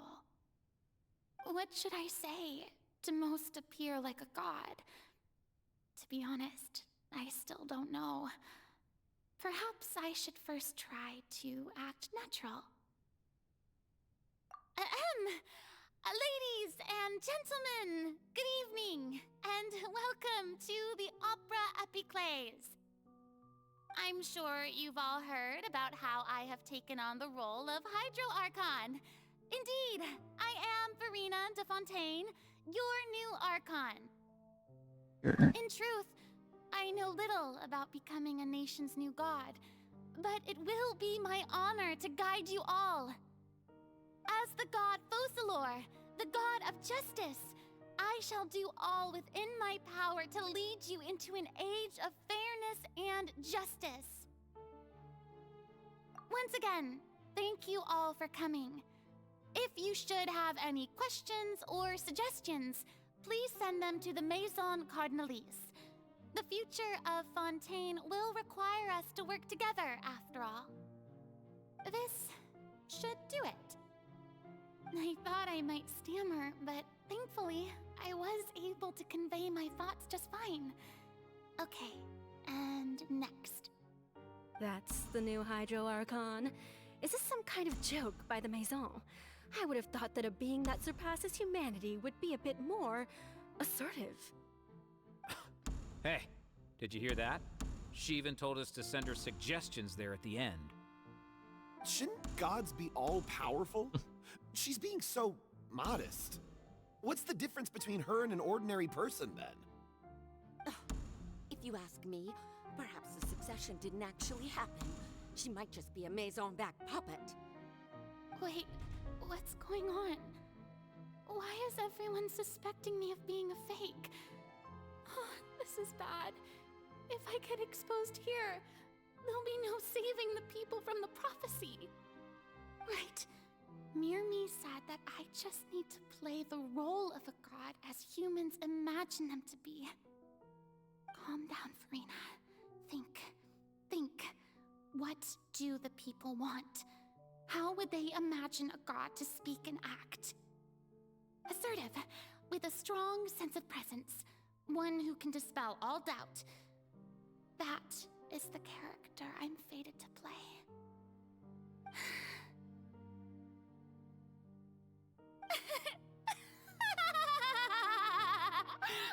Oh, very good, my people. Only ones such as you are deserving of my rule. Now, I was wondering if some weak puppet were to one day come onto the stage and claim ownership of this opera house, would the children of Fontaine follow them? Well, it seems that you would all see right through them. Having passed my test, you are qualified to witness wondrous trials alongside my august self, here in this opera house. You may consider my previous act a door gift of sorts. I thought it was a debut that suited the atmosphere. Now then, let us be reintroduced. Ah, so that was just a performance. How could I have forgotten that we were inside an opera house? Her personality. It's quite shocking, to be honest, but I suppose it's a better look than before. Such a fascinating and bold deity. How wonderful! Our future may yet be bright after all. It seems I've turned them around. Best follow this flow and restart my accession speech. Encourage resolutely with. My dear people, whether you acknowledge me or not, whether you trust me or nay, I say to you, keep faith in your ardor for justice. We have heard it said that this nation's sins can no longer be washed away. Well, I say that justice is most fragrant when it blooms amid sin. You're earnest, turn up the drought. The scales of justice should not weigh heavy in the hands of its god. On one side, it must carry fairness and justice. And on the other, praise and applause. May law be the prayer on our lips. May judgment be our worship. Let us light the fires and drink to the future of Fontaine! Let's play and the speed dramatically. There is no trouble in this world that justice cannot solve. All that is needed is for you, my people, to believe in it, heart and soul. So long as I, the Archon Focalor, stand within the Opera Epiclese, so long as I stand before the Oratrice, I shall even judge the gods of this world!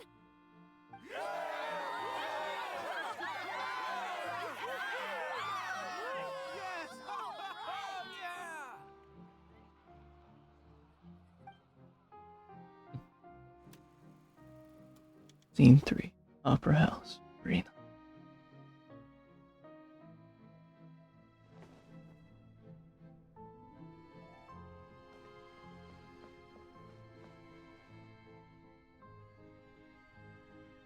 Lady Farina, here are today's case reports, as well as a summary of the follow-up for your perusal.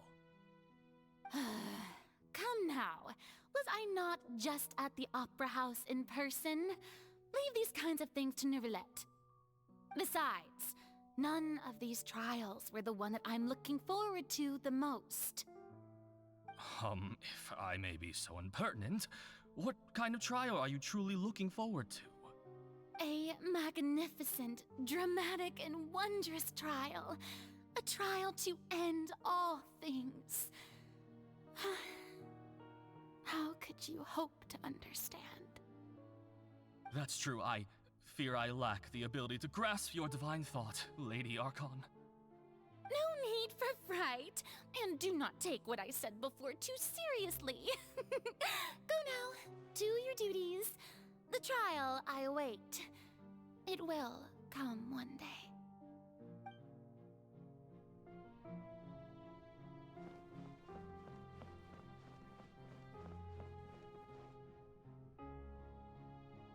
Lady Farina, I don't know what to say. Thank you for agreeing to see me. No need to thank me. Or rather, thank your own sense of perseverance instead. Long have you stood in line to meet me, have you not? Oh, I'm afraid that's just an inevitable consequence of my divine charm. All right, Deoteria, is it? How is your son's illness? You remembered me, and you knew of my family, too. He is doing much better now. In fact, he is far more of an ardent believer than I. He was the one who forced me to seek an audience with you, and to bring your words back to him. Oh, good. Very good. If this should happen again in the future, please do not hesitate to come and tell me. Going down to citizens' homes every so often, while not usual practice, should serve as a fine change of pace.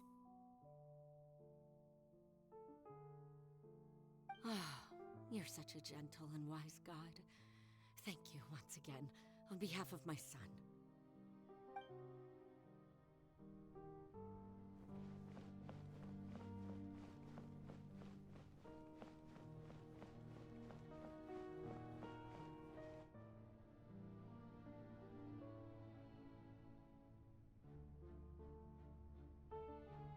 Lady Farina, here are the latest hydrological reports. As for the specific parameters you asked to take note of, I'm afraid things still don't look good.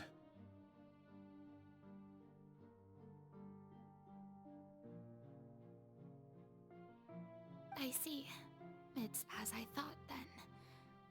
As your god, I did already expect this, but I wanted to see how far your human wisdom would allow you to analyze it. All manner of signs indicate that the prophecy will still come to pass. Forget it. That's not something you need to worry about right now.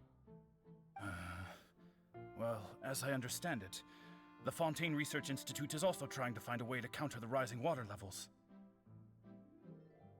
Really? Have they found anything? I'm afraid that they haven't found any effective solution thus far. Oh, is that so? Well, no wonder. This issue has reached the realm of the gods after all. Still, their spirit is praiseworthy.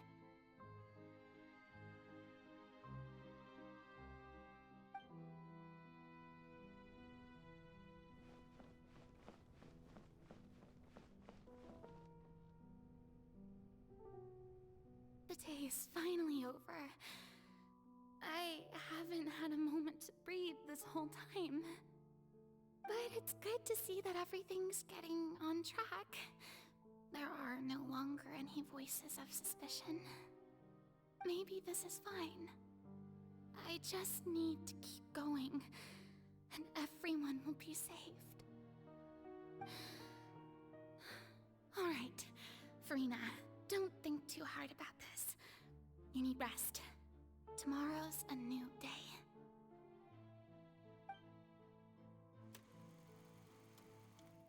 For Ralph. Lady Farina, here are the new trial reports for the latest cases, as well as a summary of the follow-up. There'll be no need for that. I've seen them already. There's no need to go back over scenes I've witnessed in person before. Lady Farina, I've waited so long for this chance to see you in this manner.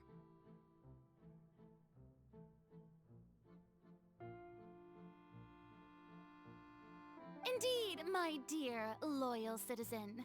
This joyous moment is an honor for us both.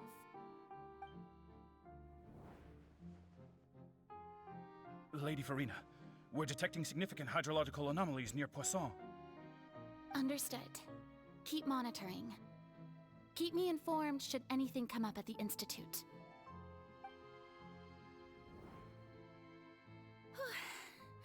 I don't think I let anything slip today.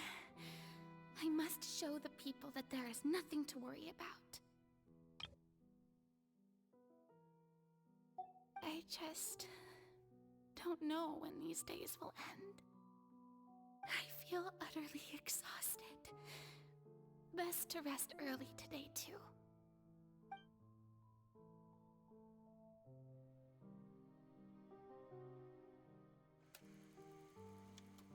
Info.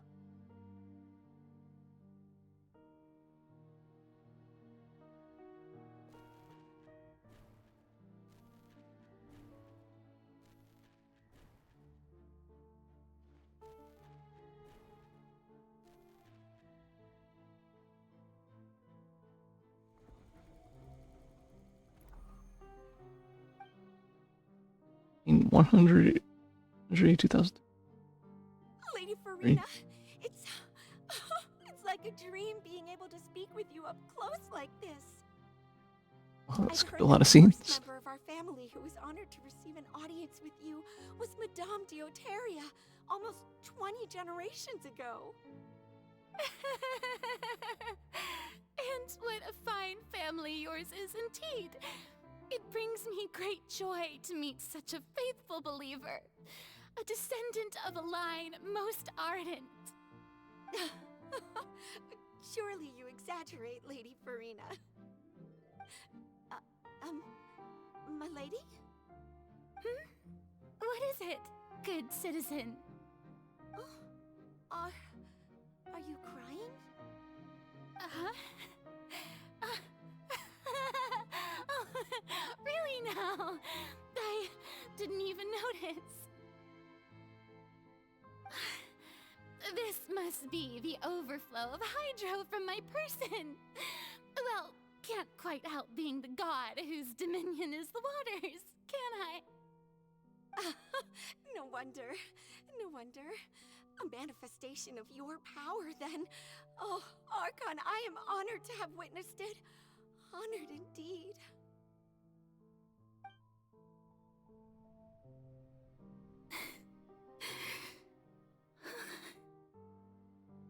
So interminable. So lonely. Just how much longer? I'm Hundreds of years must have passed by now. Perhaps the show must go on for hundreds more. I never imagined that it would hurt so much. Have I reached my limit? No. Perhaps I reached it long ago. Today I didn't even notice my own tears. I want to tell someone, anyone, about this. But would that not destroy all I've done so far?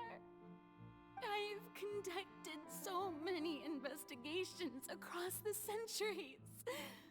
But there's not even a sliver of hope that we might break the prophecy. All I can do is keep heart. I must maintain this act. It is the only way to save Fontaine. Please, mirror me. You have to succeed.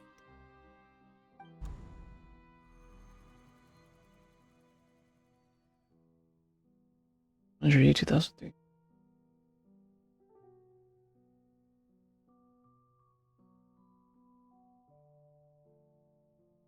Farina, you don't have to shoulder this burden alone.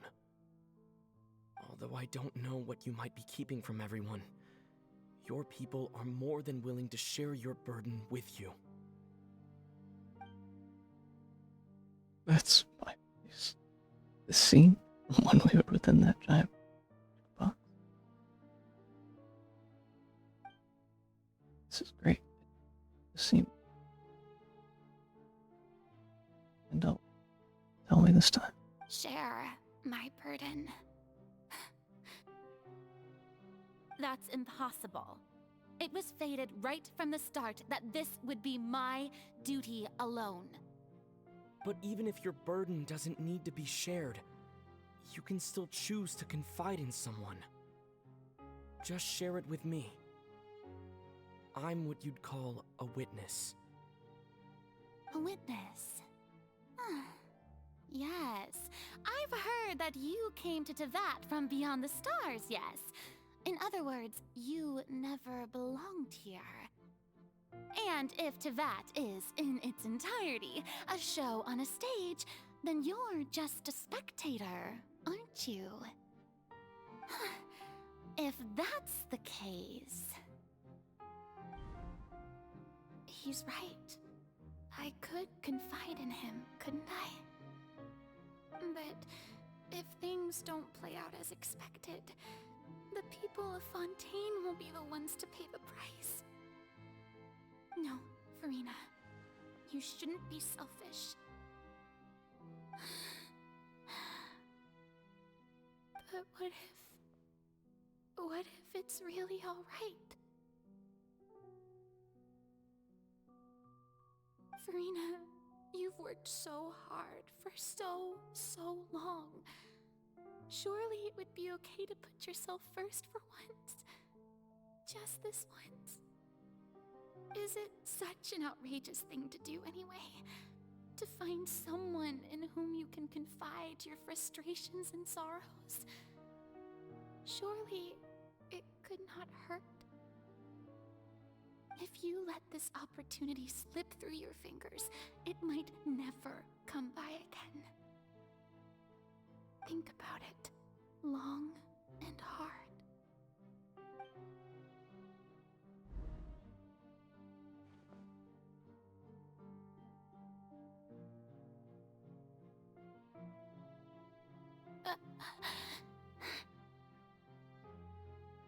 No, I have nothing to say.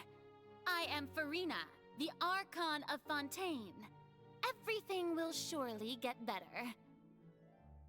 All you need to do, dear spectator, is to witness my performance until the curtains fall.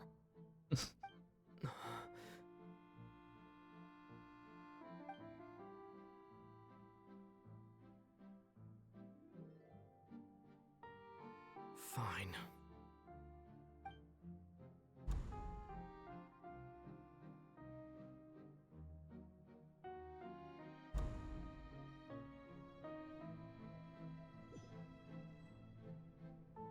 So even Farina doesn't know the truth? You've never once let her in on the full plan? Yes, it had to be done. To deceive the heavenly principles, you must first deceive yourself. She did very well. If she had let her resolve falter even once in these 5 centuries, Fontaine would have been doomed to the most tragic fate. It seems that trusting humanity was the right decision after all. I believe that I understand how your deception works, but that is only half the truth, is it not? How would you build on this foundation to save the people of Fontaine? That is the most important thing. Ah, good, good. Of course, the Iudex of Fontaine has pinpointed the crux of the issue. I'm sure you've long sensed that the Oratrice is no simple machine, yes? I've always suspected that it had its own consciousness, and Lenny did mention that he heard a human voice within the core chamber. It now seems that that person was you, hidden within the machine all along. Am I right? And then I became one with the Oratrice, taking Fontaine's gnosis with me. Yes, it would seem so, wouldn't it? Alas, your understanding of this device still lacks sufficient depth. In truth, it is no enactor of justice. It is, in fact, a device created to kill the god of justice. I beg your pardon? Oh, you have it. And to be more precise, not only will the Oratrice take down the god of justice, it will also take down the divine throne upon which she has been placed. I mean, did you think I would be the sort to enjoy peaceful repose while Farina suffered? My work over these last 500 years has been to constantly accumulate indemnitium within the Oratrice.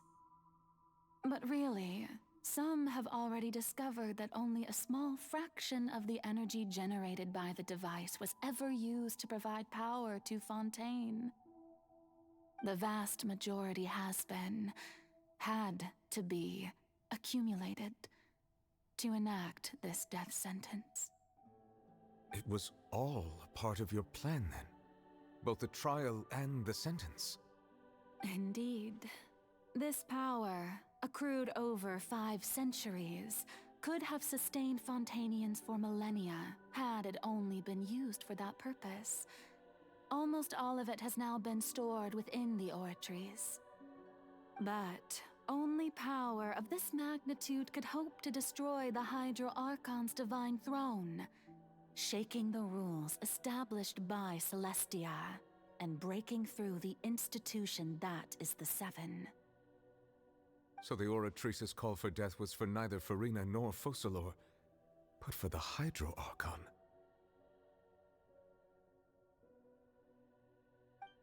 The destruction of that divine throne. If I do not misunderstand your intent, you must be... Returning what's rightfully yours to you, of course. In other words, this was all done to return the authority of the Hydro Archon to the Hydro Dragon of this planet. But...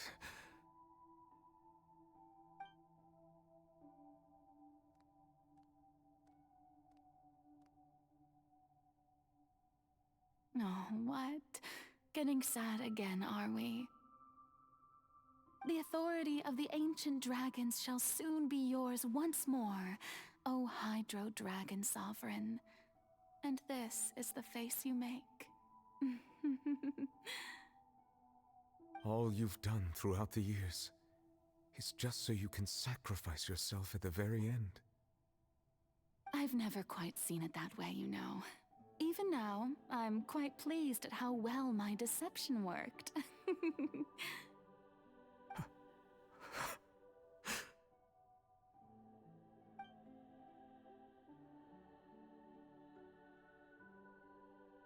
Hydro Dragon, Hydro Dragon, don't cry.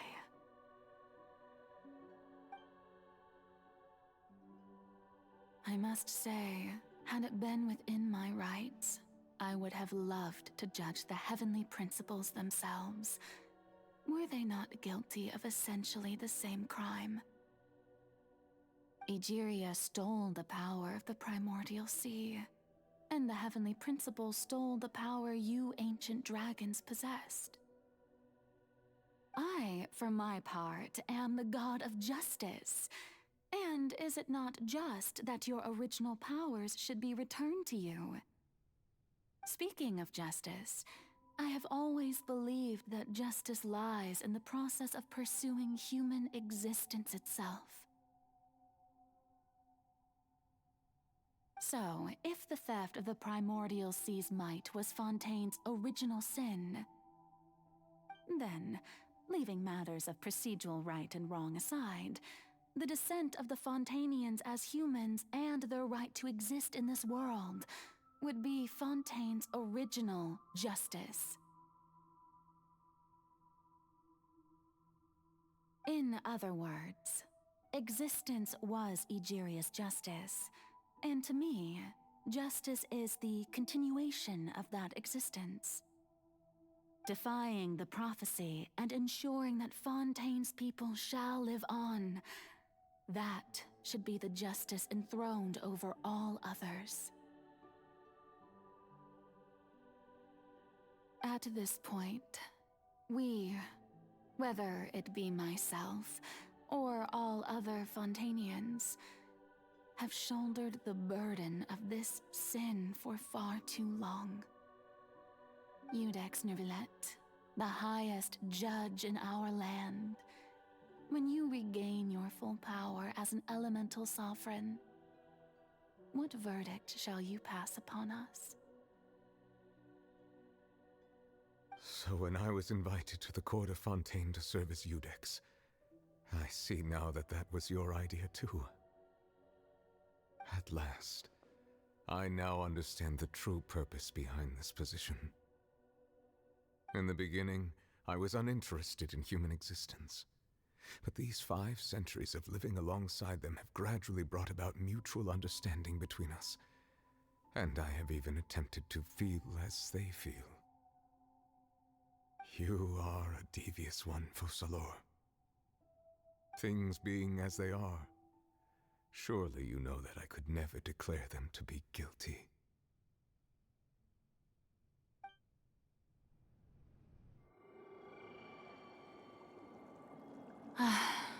The hour of my execution is almost here. For the sinner, the curtain call has come. I know I may not sound it, but faced with death, I find myself a little afraid. Perhaps this is one thing both gods and humans have in common.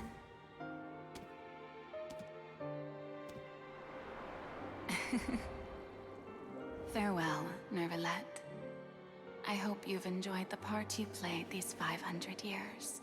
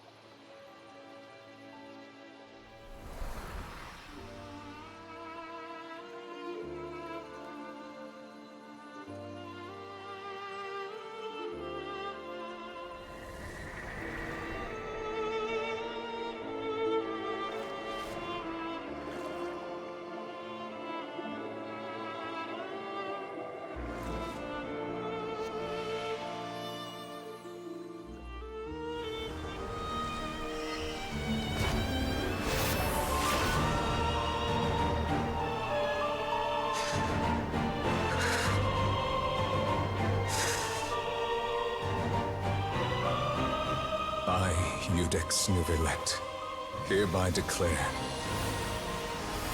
people of Fontaine, your sins are forgiven.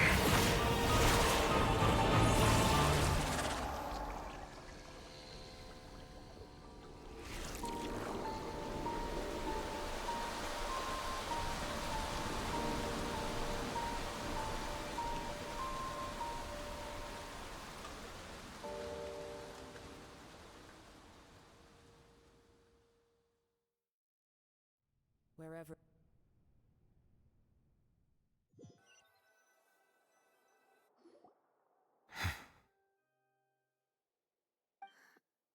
What just happened? Has the death sentence been carried out? Was that bright light some sort of misdirection? I have a feeling that something huge just happened. But since we're all still alive and haven't been dissolved, I assume whatever happened was good for us. It's time to end this. We must mete out punishment to that beast. Didn't you say just a moment ago that it can't be defeated? I have gained the strength sufficient to deal with it.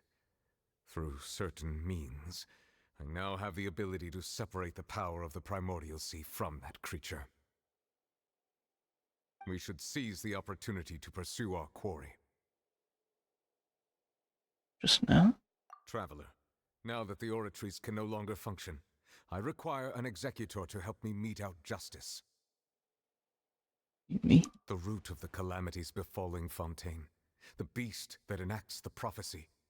Its name is the all-devouring Narwhal. Come with me, traveler. The hour of execution has come.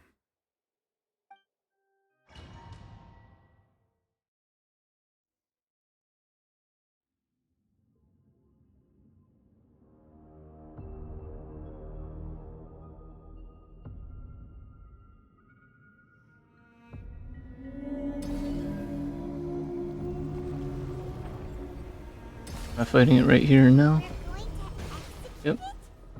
But how are we going to do that? It's huge! I've already done my best to separate the power of the Primordial Sea from the whale. Considering the size of the beast, I cannot reach the power source. Unless we can find a way to attack it from within.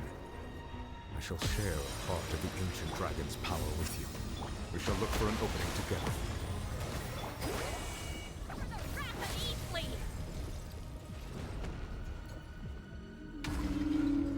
I can feel its sorrow turning into hostility. Light of the blazing sun! Incinerate!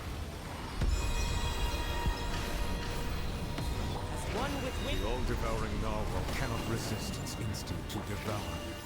Continue to trigger its hostility, and a chance will present itself.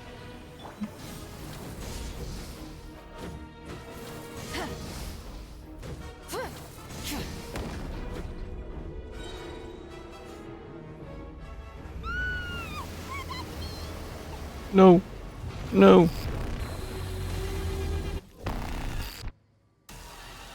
What's going on? That child? What's going on here? Oh. Whatever this thing is.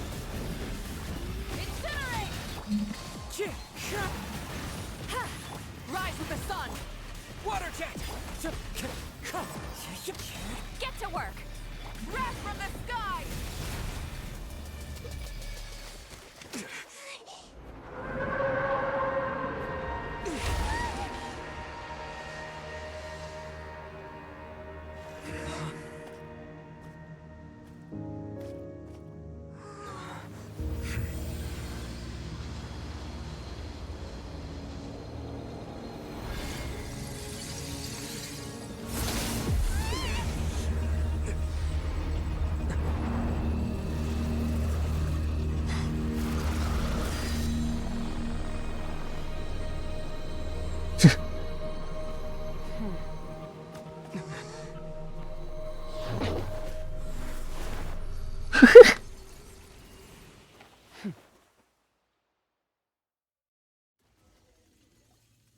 Thanks for helping with the cleanup.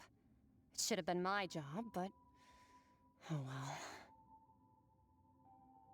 You should just throw a child in there. It was just supposed to be a short private training session for me. I didn't think that my disciple and my master's pet would start brawling in the meantime.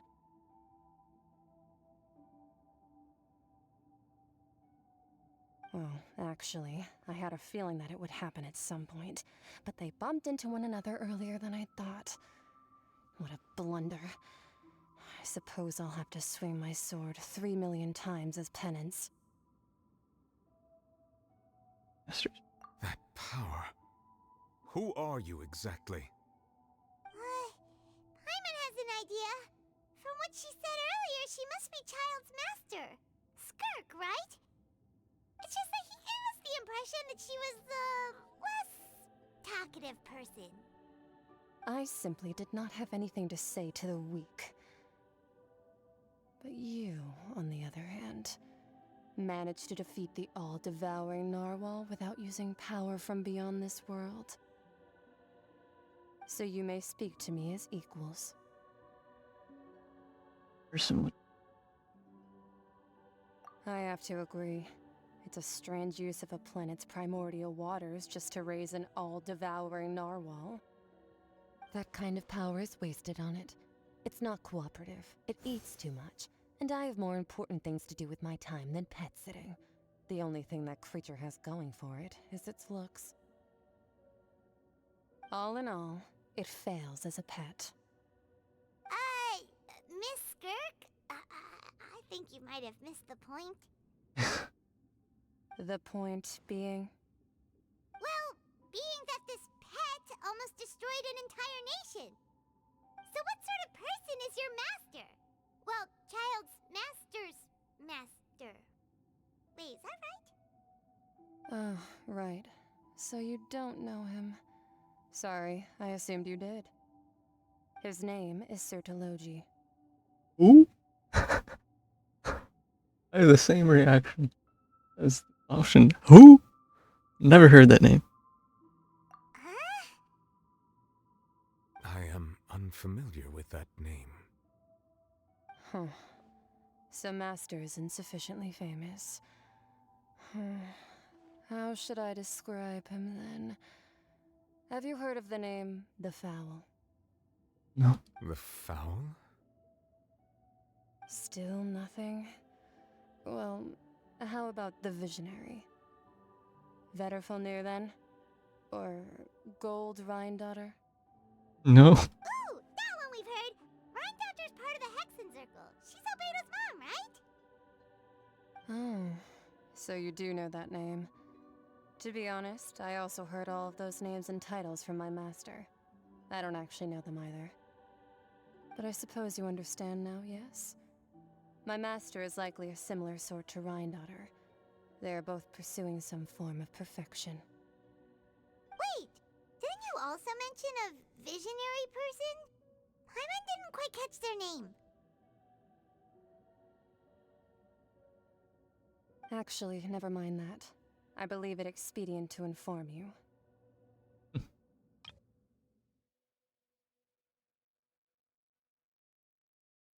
That the all-devouring narwhal used up nearly all its strength fighting you. Such roiling hydro energies will prove difficult for the planet's deep seas to digest. As such, the Fontaine back on the surface has most likely been thrown into chaos.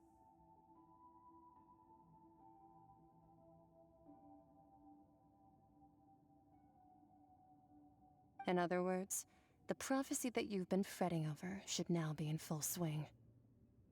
What?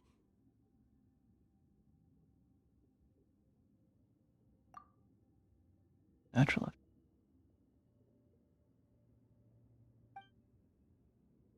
Not to worry. Focalor has already managed to deceive the heavenly principles.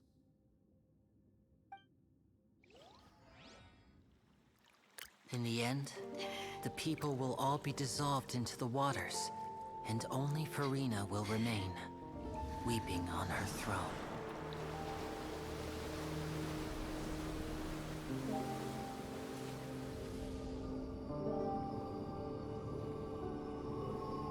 Only then will the sins of the people of Fontaine be washed away. I know. Can't wait till she's gonna come out. There's so much still to be known about her.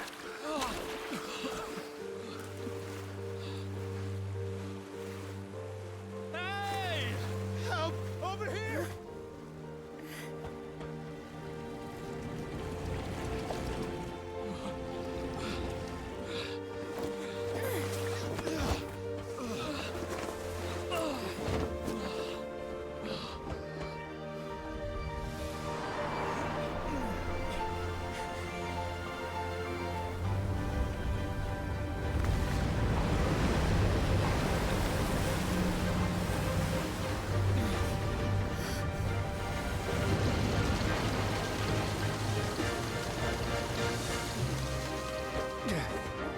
All hands, initiate emergency rescue!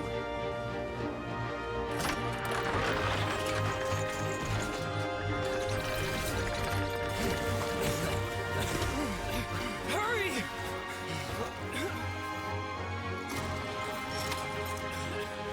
Hey, lend a hand!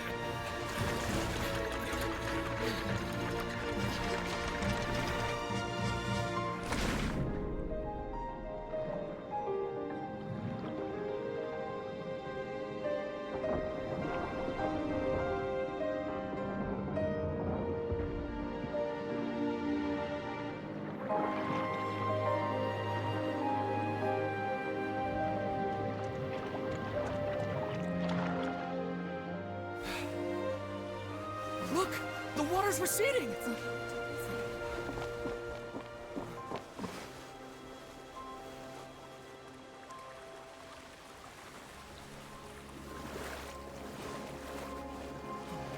It's a miracle! Water's receding. We didn't dissolve. The prophecy was wrong. The prophecy was wrong.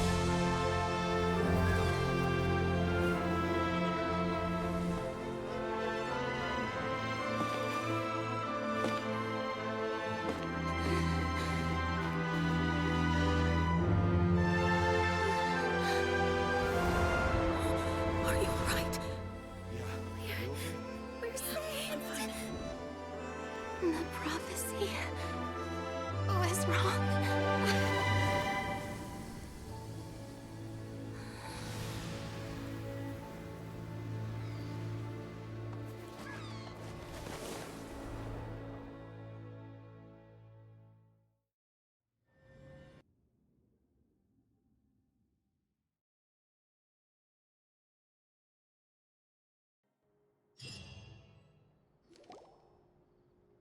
The soil renewed. The Suite de Rasula talks post-disaster rebuilding. I recently visited Poisson to meet with Miss Navia, spokesperson of the Suite de Rasula, and we spoke about Poisson's present and future. Old soil can still give birth to new bloom, Miss Navia stated. Hope is like seeing a small cookie when you're starving late at night. You just need a little of it. Skyship Winglet, boon or bane of the Fontaine Research Institute. The various disputes that have arisen on account of Mr. Edwin have suddenly become a shield over the Institute, with Jurier turning out to be a once overlooked hidden gem. People always call the first researcher mad, but few know what to call the second.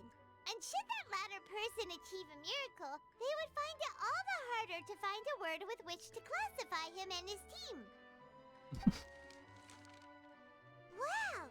Paimon barely recognizes the people in the reports. Are those really Jurier and Navia? They sound like real big shots.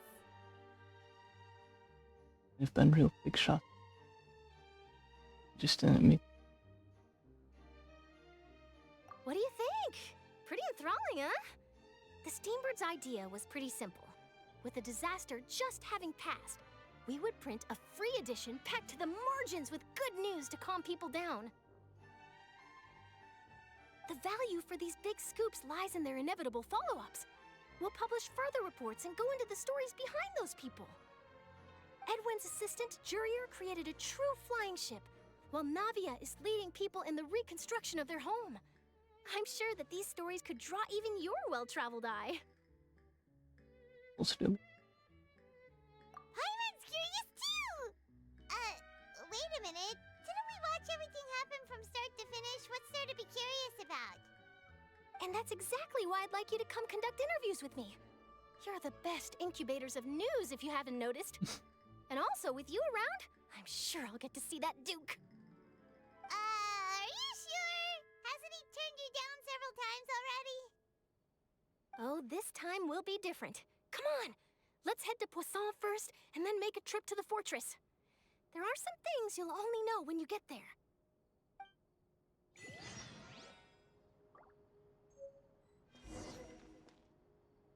Ellie.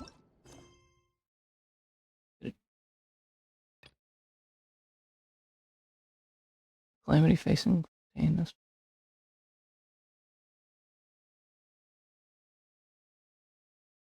Other rich people do this.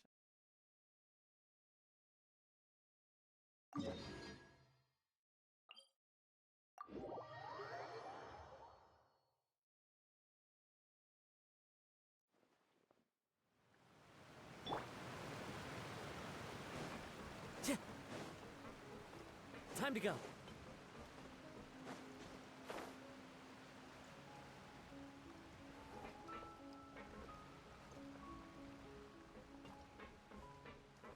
This place definitely isn't as bustling as it once was.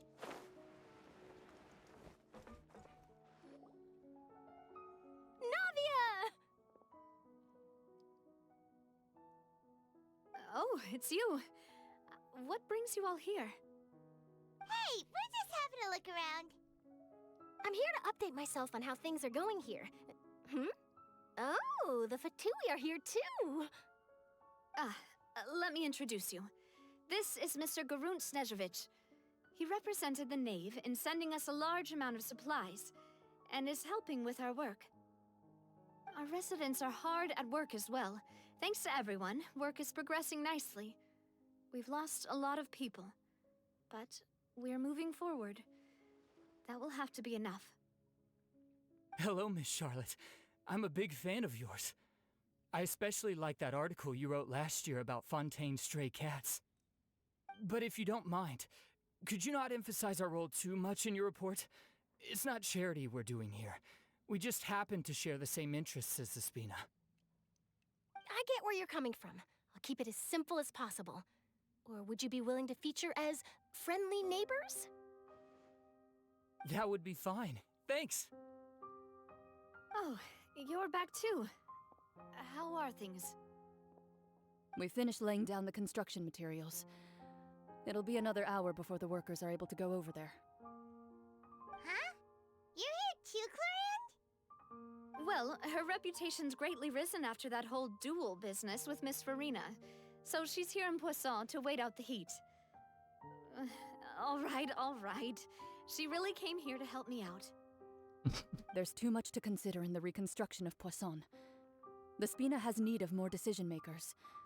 And, well, I do already happen to be connected to Mr. Callis. Oh, wait just a moment. Do you mind me asking a few questions? You know, about how you felt before the duel, about what it was like facing down a god. There's lots of exciting material there, I bet.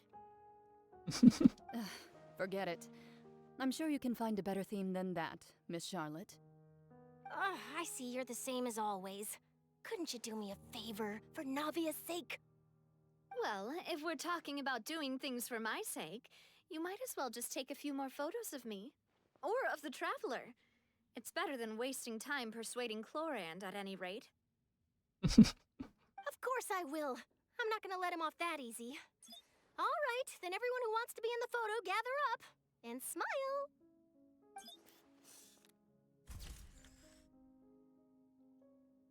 How did it go? Was it a good shot? Did Paimon look cute in it? Not bad. Your addition really helped the composition of the picture.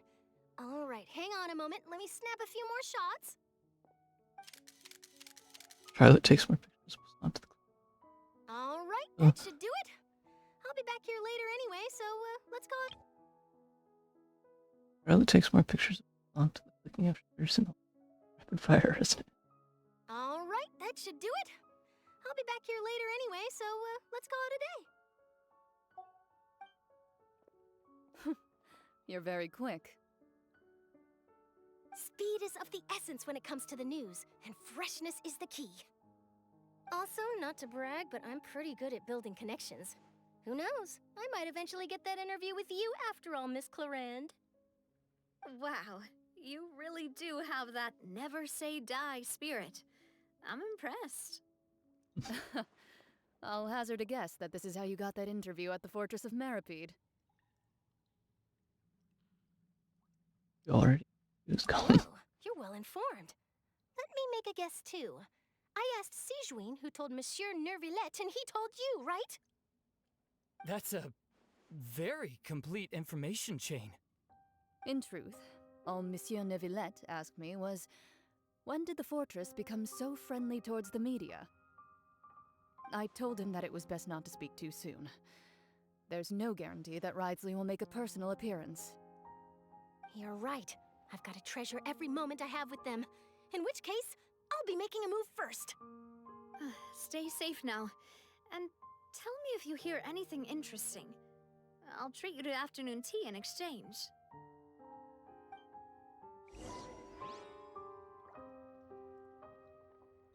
You seem curious about the fortress. Of course. That Risley. I still remember going down to the fortress to grill him for information on my father's case.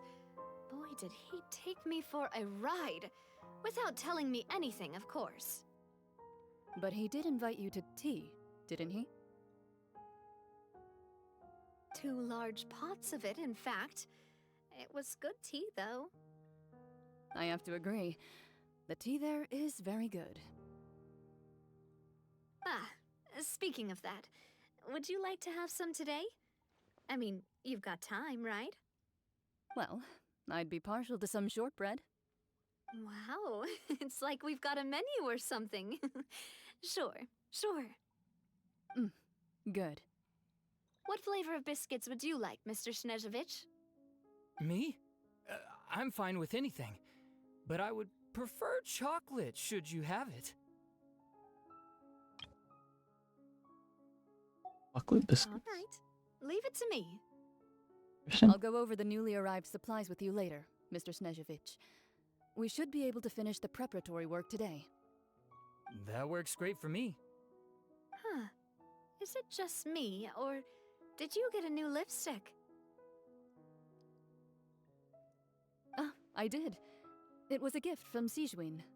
Want to give it a try? I think the color would suit you, too.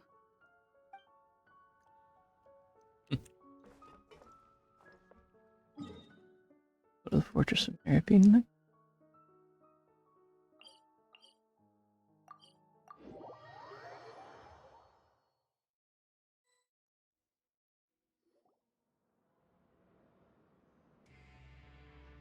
Wow, guess we're here again, huh? There's a real nostalgic feeling to this place. Looks like you've been missing us. Duke! Did you come all the way to the entrance to greet us? Of course. I'm here to welcome you and our dear Miss Charlotte, whom our good head nurse recommended to me. It's an honor to finally meet the much-rumored Duke. Thank you for consenting to my visit to the fortress, sir. No need to thank me. But that said, I shouldn't be the focus of your interview. I trust you recall our agreement? Of course, of course. All right then, this way.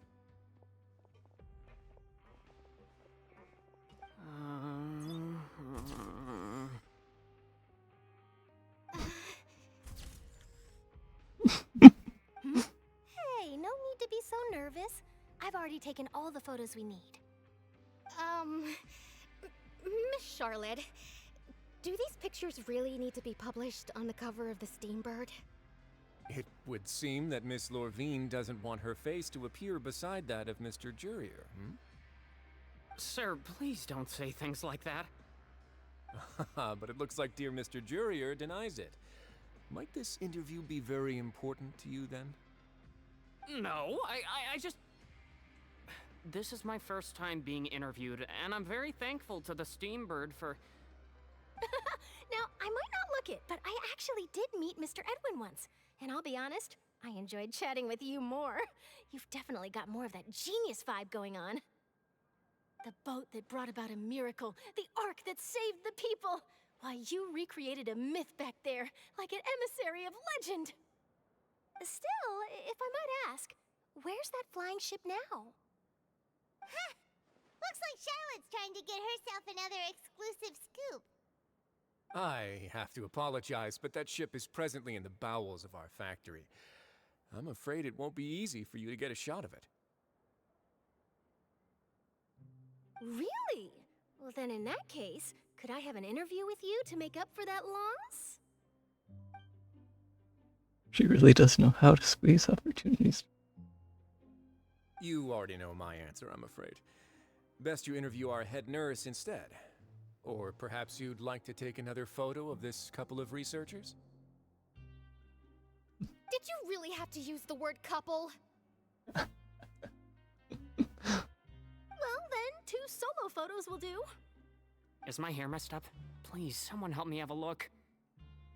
Things sure are getting pretty lively here. We've seen this kind of thing before. Oh, seems like everyone's here. Would any of you like to try this new drink I came up with? Ah, Siegeween. Hey, Miss Charlotte. Why don't you, take some pretty photos of our head nurse? Sure. Come on, Miss Siegeween. Over this way. Let's find a brighter spot. Huh? Sure. Do I have to smile? So, how have things been at the fortress? Same old, as you can see. Fontaine's undergone some changes, but this place is still more or less the same. Other than that flying ship, it got a tad too much attention, I think. That's why I decided to let the interview go through. We should direct more public opinions toward the behind-the-scenes heroes. Am I right, Mr. Jurrier? Miss Lurvine? You're too kind, sir. I believe that you too should have your day in the sun. Not that you would want that, which is a pity. I'll just leave the spotlight to you two. Walk with Ricely. I see. Lots of things happened that day, huh? Anyway, regarding that Harbinger, I'm not sure you remember, but his 3 young followers are still waiting for his return.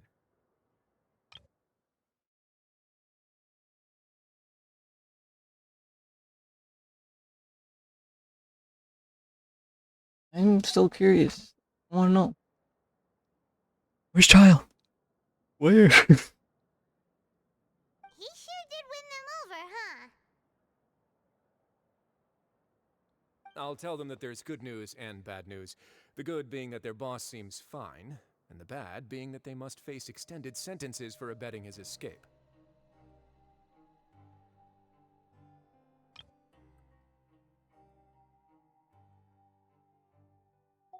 Oh, actually, what about you?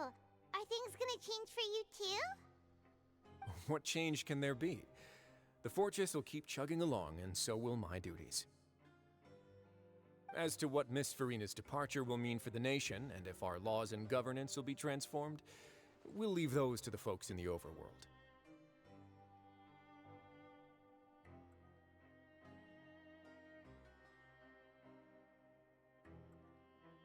Hey, everyone. The photo shoot's done.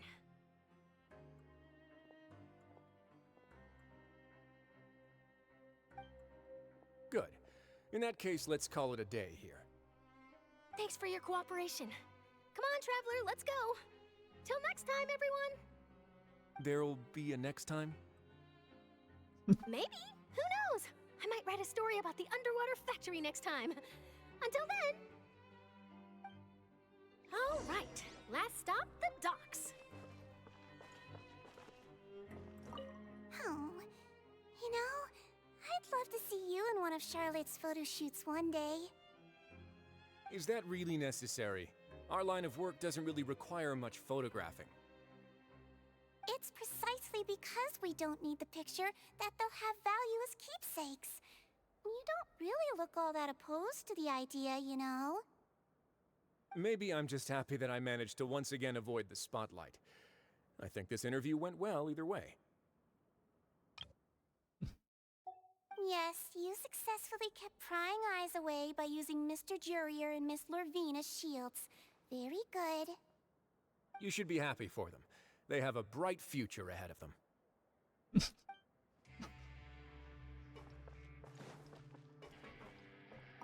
Here are the interview notes. They mentioned that the flying ship may have many uses in the future, and the journalist asked me what I thought of them. Seriously, how would I know anything about that? Flight is just flight. Whether people want to use a flying ship to broadcast good news or organize weddings is none of my beeswax.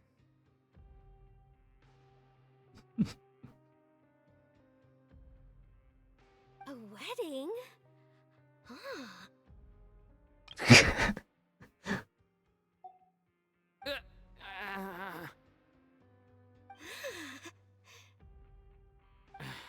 Why are you looking at me like that? So the flying ship can be used for weddings? I didn't say that. That journalist mentioned it, and what does that have to do with us anyway? True. What does that have to do with us?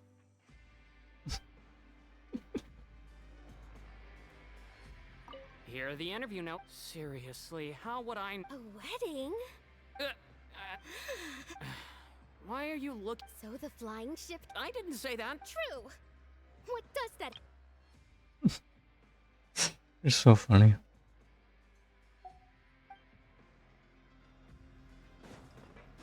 Anyway, head to Roma time. Maybe.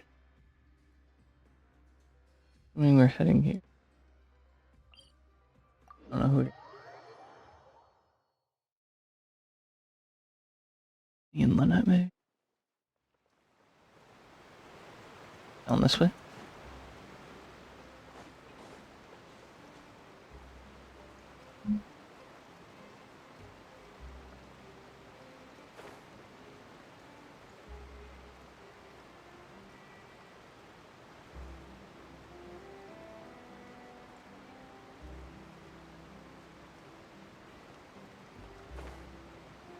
And Lynette and Fremine.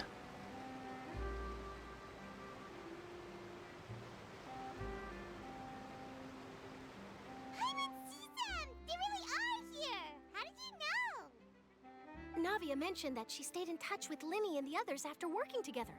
Apparently, they've been at the docks distributing these strange pockets the whole time since.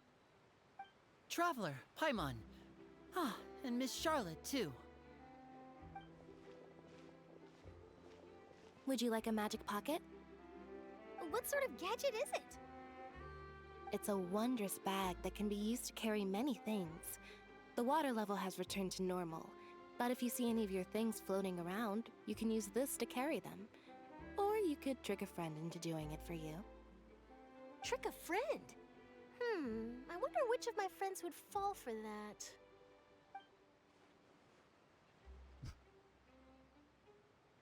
You could just make a friend like Fremine here. Isn't that right, Fremine?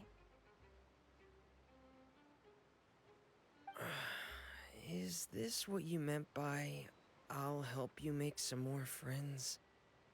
To be honest, that sounds pretty sweet. Could I have your contact, please? Sure. Please, write down my address. Lynette sure is working hard to help Fremine socialize. He was the one who proposed doing this. He even wants to assist in our magic shows. Sounds like Yes, I was planning to first introduce Pear as an assistant, and later Fremine himself. In the future, I think we can leave underwater escape magic to him too. That said, would anyone want to see a diver escape underwater? Oh, it'll work out. Every journey begins with the first step. He'll become a part of our show eventually. Lynette, could you come over? Miss Charlotte says she wants to take a picture of us. Got it.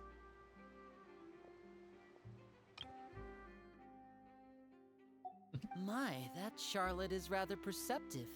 She got rid of everyone the moment she realized I had something to say to you. So, how have things been, Traveler?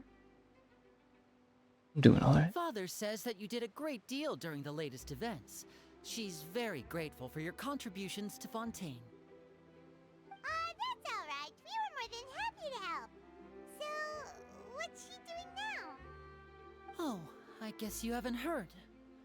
Well, after Lady Farina left, Father and Monsieur Neuvillette opened negotiations, during which he gave Fontaine's gnosis to her as a diplomatic gift. A diplomatic gift? A gnosis? Yes, I was quite surprised at first myself. But when I thought it over, there were actually a number of things going for it.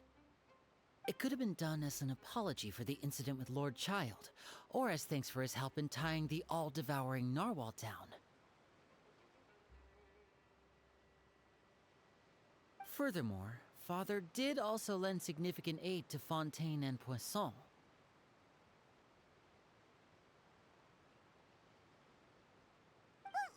That's true, but this is a gnosis we're talking about. Doesn't this seem a bit irresponsible? I would agree, but I've also heard that it seems that Monsieur Neuvillette has had a significant change of heart regarding the matter. So there's some reason for this that only Neuvillette knows about? I suspect you'll have to ask him about that yourself. Ah, yes, speaking of which, I did see him strolling around the entrance to the Fortress of Meripede a while back. Isn't he real busy and stuff? Paimon didn't think he'd have the time for that. But back to the topic. The gnosis was given to the knave, right? What about Child? They say that he's returned to Snezhnaya to recover from his wounds. I hear that the recent disaster really did a number on his health. Like a... What about this? That's true. When you think about it, we've had loads of run-ins with the Fatui. To think we'd be allied with them this time.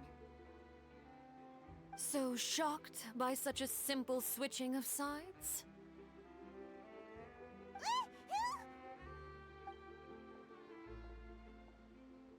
Father! Well, what do you know? Come to the docks to see how my children are doing and meet the Traveler by chance. Please do not pay my accomplishments in Fontaine too much mind. I would have done them regardless. Not much accomplishments to speak of. Are you going to take the gnosis back to Snezhnaya? That is our duty as harbingers, yes. Don't be too preoccupied with sides. The goal of the Fatui concerns not a single place or person, but the entire world. With such a grand goal in mind, it is inevitable that we must wear many masks. Well, and if that plan is an evil one, he's gotta be there to stop it. Switching my masks is something I've always done. Will you keep to your position? Well, that depends on many things. No one truly knows what the future holds. What good is honesty if you can't rely on it forever? As for you, I very much look forward to our next collaboration. Good things cannot be achieved alone, and you've proved yourselves to be great partners. I just remembered something. Please help us deliver this. A vision? All right. I'll remember to return it. Thank you for keeping it safe for him this entire time. And that's a wrap for me. Huh? You're... Greetings, Miss Journalist. Hello. If I'm not mistaken, there are diplomatic channels I'll need to report to take a photo of you. That is correct. So forgive me, but I will not be able to serve as a subject in your article. However, feel free to write as much as you'd like about our dear magicians and our upcoming rookie talent. I will. The sea breeze is quite pleasant. I shall continue my walk while the weather remains so agreeable. Farewell.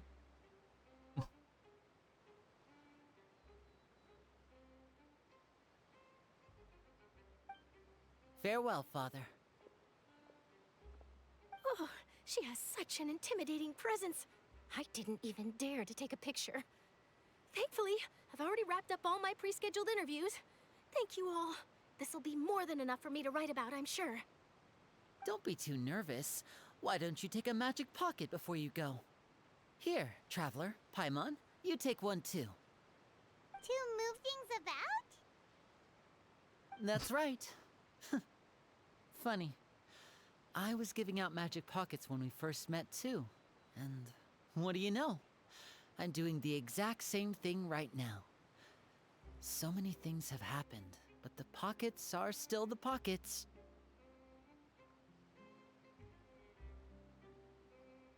Yeah.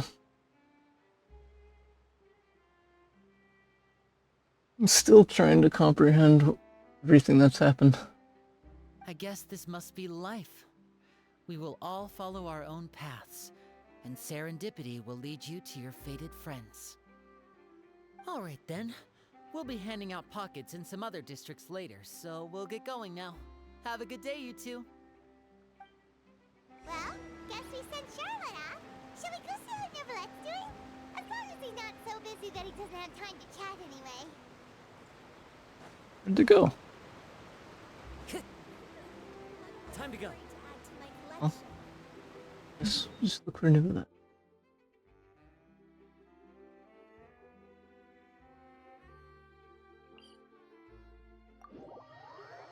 Cutscenes are absolutely incredible. There's a lot of cutscenes, so I was not expecting like 5 or 6 cutscenes in this whole quest.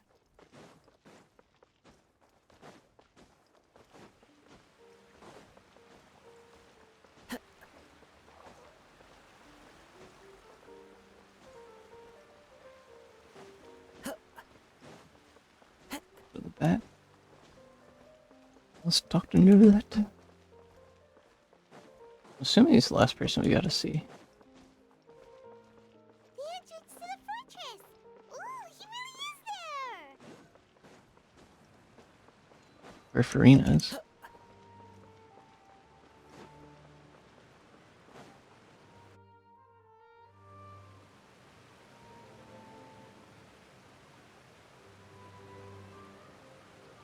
you really are here, Neverlette!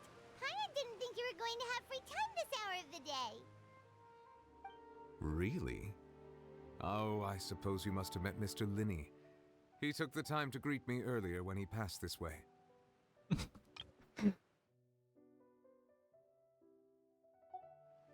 In any case, you came at a good time. I was just considering reaching out to you to set up a meeting, so I may explain some things that I haven't had the time to before. Aw, Paimon's glad that you remembered. Thank you for keeping us on your mind, what with you being busy and all. Alright, let's have it then. How was Fontaine actually saved? The whole business is still quite the mystery to us. He drops some bombs. Water bombs. They just explode with lore. It's strange how words can often leave a bitter taste in the mouth when it finally comes time to say them out loud. Let sigh softly before telling you. Close to see the Heavenly Prince. Safe. Whoa. So that's what happened? Only saw Farina's part. Fossilor destroyed the divine throne of the Hydro Archon and restored your power to you, transforming you into a fully fledged elemental dragon sovereign. But Paimon still doesn't quite get what you did to save the Fontainians from dissolving. For me, the authority of the ancient dragons refers to absolute control over the hydro element. Fontainians were incomplete humans born of Egeria's use of the power of the primordial sea, with constitutions similar to that of mimics. But so long as those primordial energies remain within them, I could use the ancient dragon's authority to grant them true blood, after the fashion in which life was first brought into being on this planet. What? How? That is insane. In other words, when I gave my verdict, Fontainians became true humans, and thus would naturally no longer be dissolved by water from the primordial sea. How is that even possible? Crazy. Counted on you to make that decision as well. Your verdict was the key to making the prophecy appear to have come true while saving everyone. That's it. What? Yeah, and in a manner of speaking, Focalor finally managed to fulfill the original Hydro Archon's wish to turn Oceanids into real people too. It seems from your expressions that you still have more things you wish to ask. Ask away. I will tell you the truth as I know it. Questions about that initial verdict? I have investigated his case along many avenues, and I have learned that he once fell into an unknown chasm when he was young. There, by chance, he awakened the all-devouring narwhal. But whether it be by sentiment or reason, that should not have been enough to consider him the root cause of the disaster. At most, he would have had tangential liability. As for the judgment passed by the oratrice during the trial, whether it was due to that liability by association, or Focalor deliberately using him to buy time for us on the assumption that he would be able to hold the creature off, I cannot say.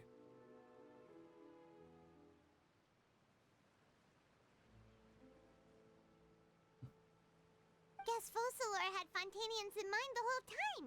In the end, it was thanks to her that they finally became real humans. Hang on a second. Paimon suddenly got another question. Back when Fontainians hadn't yet become real humans, were the children they had also transformed Oceanids? Life has always flowed like water. Do you recall how Fontainians would often come to the Fountain of Lucine to pray for children? Yeah, Lynette said the fountain is where all the waters in Fontaine converge. In truth, even those couples did not know that such prayers were no mere custom, but instead a form of ritual. Those Oceanids who were blessed within the spring water would later descend as new humans in the coming months. Paimon sorta gets it now. Either way, seems like this ritual won't be of any further use, but it'll probably live on as a local custom. Ask away. I will tell you the truth as I know it. I'm gonna say that every time. Oh, Fontaine's future. Yeah, about that. Risley said Farina has already left. What's that all about? Ah, Lady Farina. The people are only aware that her death sentence has not been carried out. She abdicated the post of Hydro Archon and left affairs related to that title to me, before leaving the Opera House. Where'd she go? I related Focalor's words to her faithfully and completely. After hearing them, she seemed neither saddened nor comforted. She simply said that she was tired and needed to rest. That sounds exactly what she would say. Having said that, she then packed her things and moved out of the Opera House, not unlike how an ordinary person might. But she's still got a place to stay, right? You need not worry. I will make arrangements to ensure that she will not want for food, clothing, board, or travel. In truth, I am somewhat happy for her. The wear and tear on her spirit will, of course, take time to heal. But now that she no longer has to play the role of Focalor the Hydro Archon, she can finally lay down her burdens and lead a normal life. So she's still cursed? Also, Nuvla can grant visions now. So does he grant her the vision now? I don't know. She didn't have a vision before, right? I don't know. Was her vision fake? Not cursed anymore? That's good. For the most part, at least. What about you then? What are your plans now that you've regained your full powers as the Hydro Dragon? You'll judge the other Archons. After Focalor passed on, The oratrice also ceased to function. Yeah, the quarters could definitely work different now. This matter will directly affect our trials. After much careful consideration, I've decided to take over its role in our courts. From now on, I shall hear cases and pass verdicts by myself. No more judgment of the Oratrice Mécanique de l'Elise Cardinal. Looks like you're still considering stuff from the perspective of the Udex, huh? As an elemental dragon, there are indeed many things that I must do. But this power and this duty, in a manner of speaking, you could say that both were granted to me. As such, before I attend to my other responsibilities, I must first and foremost continue to serve Fontaine as its highest judge. The duty of the Hydro Sovereign and the duty of the Udex shall coexist within my person. Additionally, the Hydro Archon's departure has brought about another problem, which is that the Opera House shall no longer produce indemnitium. That's true. That power was derived from the people's faith in the Hydro Archon, wasn't it? Wait, but the various mechs and machines in the city are all still okay. Where are they getting their energy from? Getting their energy from As I am Neuvillette. now, I have full command over New Musia, and it can serve as a complete substitute. Another reason why I cannot quite leave Fontaine immediately. Wow. This ancient dragon's authority stuff is really quite useful, huh? Ask away. I will tell you the truth as I know it. Oh, Fontaine's enough. Oh, that's right! They say you've given it to the knave as a diplomatic gift or something! Leaving aside their intentionality, the two Fatui Harbingers have indeed done much for us during this crisis. Their sole remaining goal in Fontaine, at least at this point, would seem to be the Gnosis. The Oratrice has ceased to function. The Hydro Archon's divine throne is now no more, and I do not need the Gnosis's power. As such, it has lost all meaning for Fontaine. If the Fatui have impure designs, then we might as well accede to their request now, and avoid unnecessary conflict. What complicated considerations! Paimon thought you were just giving it to them out of gratitude to the knave and as an apology to Child. Ask away. I will tell you the truth as I know it. About the next stop. You will soon be heading to Natlan, I presume. I'm afraid that I have little talent as a travel guide, so all I can do is tell you what I know about that land. Do you like that one? Yeah, that's what I'm saying. No one does, but, like, so much people complain about it, but is it really that bad? Like, the characters, even though, like, they're different, not what you would expect it to be, and they're still good, and I like the characters. Yeah, it is very lore heavy. I've heard that. And what else was I gonna say? It doesn't, like, Natlan definitely doesn't look like what I expected it to. But it's not entirely bad. Like, just because it's not what it was expected to be doesn't mean it's horrible region. Story's still pretty good, I'd assume. I'm probably going to do that in a couple months, probably, because I'm going to do some story quests. So, yeah, I'm excited for Natlan.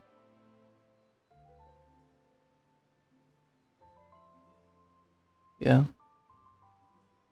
The Nation of War.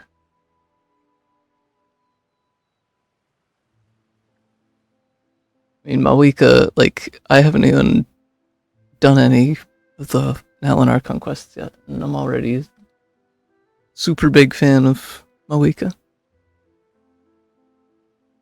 Well, the 500 Primos is gone now, unfortunately.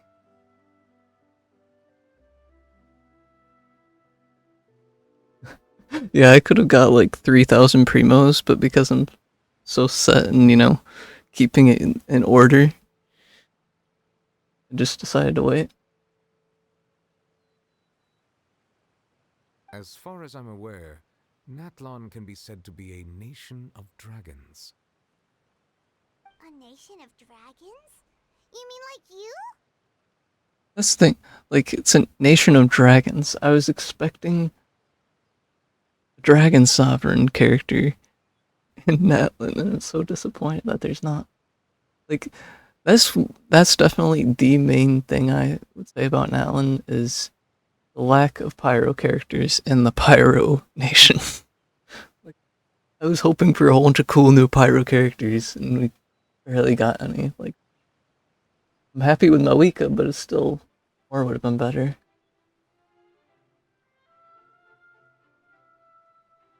I mean, I think we are gonna get like, I think Aoife might be pyro. So, but yeah, Malika is definitely enough for now. I'm sure there's gonna be other cool pyro characters. I mean, you have Arlecchino, so like you have enough cool pyro characters now. No, I suspect that I would not find myself welcome there. You mean like, oh, I didn't even realize what Paimon said. A nation of dragons? You mean like you? Unlike ancient dragons such as myself, the dragons of Natlan have undergone long years of development and evolution. Large numbers of them have entered a form of coexistence with humanity. Natlan is also the nation of war. War ravages those lands like an undying flame. There is one other piece of information I got incidentally from my negotiations with the Knave that I believe may be useful to you. The Harbinger known as the Captain has thrown his hat into the endless ring of war. War. I'm excited for war. The captain. Sounds like a real tough customer. Seriously, everywhere you look, there's a Fatui Harbinger doing their thing. Captain. Yeah, I've heard about that. I suggest that you fully prepare yourself before going to Natlan. In the meantime, Fontaine's doors will always be open to you. Ask away. I will tell you the truth as I know it. I have no more questions. Hang on a sec. Paimon's still got a question about the Gnosis. When we spoke to Linny earlier, he mentioned that your attitude towards giving away the Gnosis had clearly changed. We guessed that there might be some reason for it that only you were aware of. Very selfless. No wonder the House of the Hearth is the Fatui's intelligence division. They are certainly sharp. So regarding this specific issue, I was just getting ready to share something with you. What is it? In truth, I exchanged some further words with that lady named Skirk after sending you two back to the surface. It went something like this. You get in contact with Skirk again.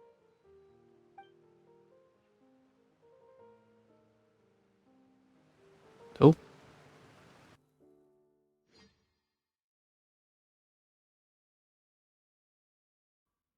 Very long.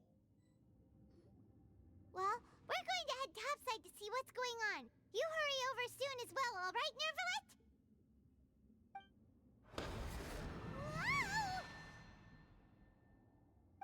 What next? The all-devouring narwhal isn't here, so I'm no longer getting any interference. I can finally catch the scent of your power, what it's made of.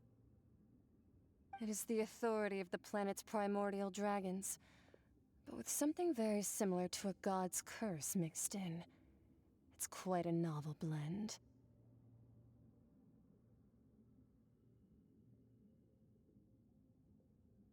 I'm sure I've encountered something like this before. What was it again? I do not know what you speak of.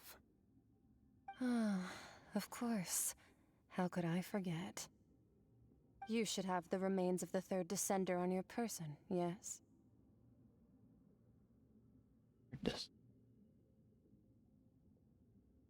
Forget which Descender are we?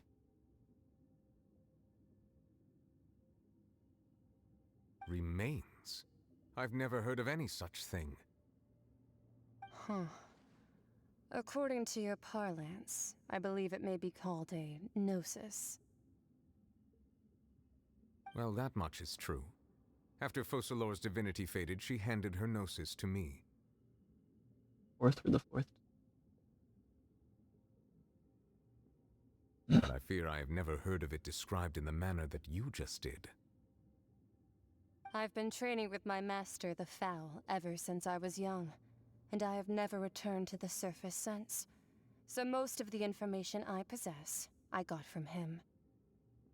Ow, dude. How come I have never heard of it? It is only natural for those who are greater than humanity to possess a different sort of common sense, which is why there are so many problems in our attempts to communicate with humans. Regardless, you should probably get rid of objects of misfortune to prevent any disasters from befalling you.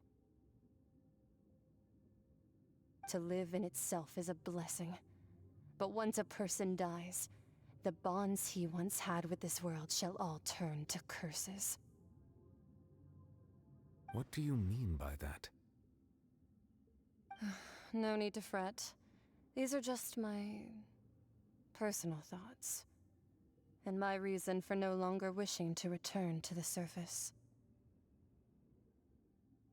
This third descender you refer to, who are they?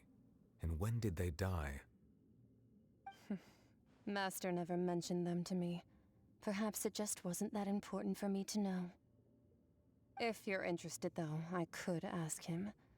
I'll be sure to pass the answer on to you next time. Next time? You believe we will meet again? I do. Wait. I have a disciple of my own, don't I?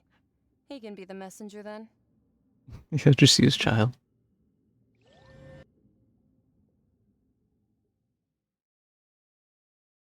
That was very vague lore. Whether it would prove useful or not, I wanted to pass that information on to you. Means the third Descenders, man. So little is known about the Descenders, but how was the third Descender killed? The remains of the third Descender? So that's what the Gnosis actually are. Paimon just thought they looked like chess pieces. How could they be a person's remains?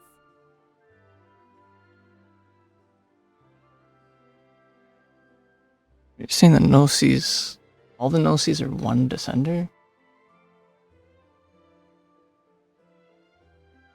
So does each Descender, is the remains one Gnosis? Or is multiple Gnosis the remains of one Descender?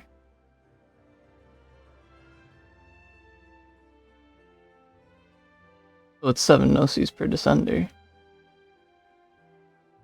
So if there's 4 Descenders, and there's only 7 Gnosis, that means only 1 Descender was killed.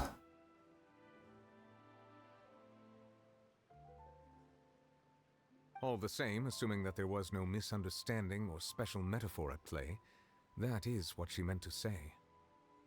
If the Fatui...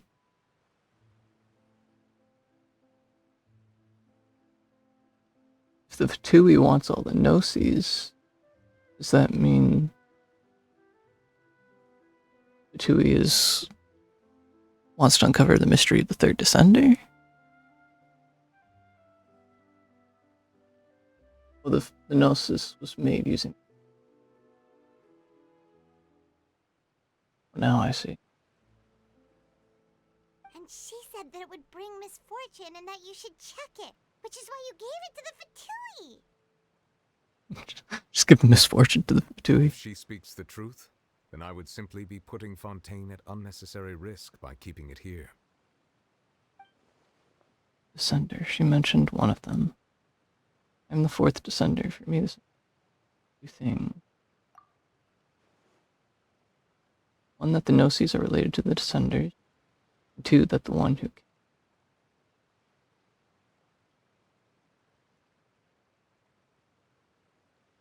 I guessed that you might already be familiar with this concept, but I did not expect you to be one of them. That means that the Gnosis, which are exceedingly element compatible and can even enhance elemental abilities, do indeed come from the third descender. I wonder, does your body also possess similar properties? Like being able to use elemental powers without a vision. That does sort of count as special compatibility, right? No, let's not think about this stuff right now. It just feels creepy. Comparing the Traveler to the dead third descender and all. Don't worry, I won't die so easily. That's what you say, but this topic still feels like bad luck. Don't worry, Paimon. Once Child recovers, let's get some more answers out of him. Or go look for his master and get the answers that way. I too believe it unwise to make too many blind guesses when information is lacking. The same is true of being at court. Alright. Whatever the case, it seems like the crisis here in Fontaine's over for now. Yes. All of Focalor's efforts were for this moment as well. But she sacrificed herself in the end as a god, and she suffered through all those years as a human. Was that really what she wanted? A good chance. Third descent. Interesting. I suppose that would be the mystery of a god's will. Understand the will of the... I suspect not. But once in a while I too would guess that if wishes were like the clouds in the sky, they will one day return to the earth as raindrops. Life flows like water, and rain is the final answer. The water levels may sometimes tilt one way or another, but the rain falls fairly upon all. And what, ultimately, is the difference between the rains that fall upon all of us?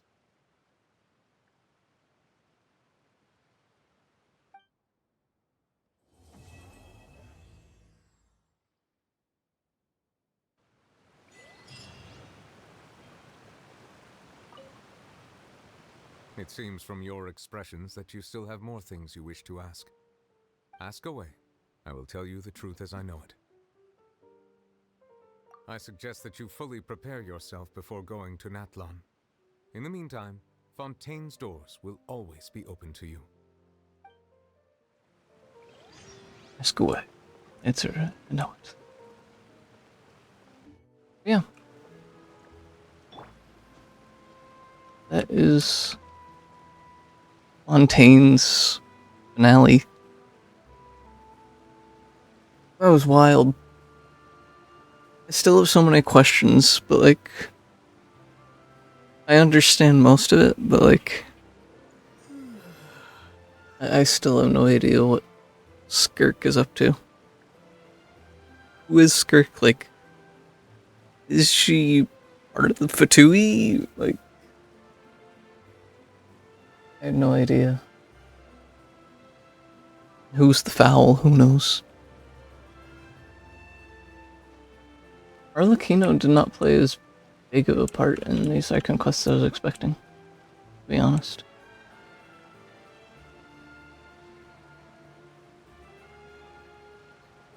Yeah, it was definitely an emotional roller coaster. I could barely contain it watching Arena.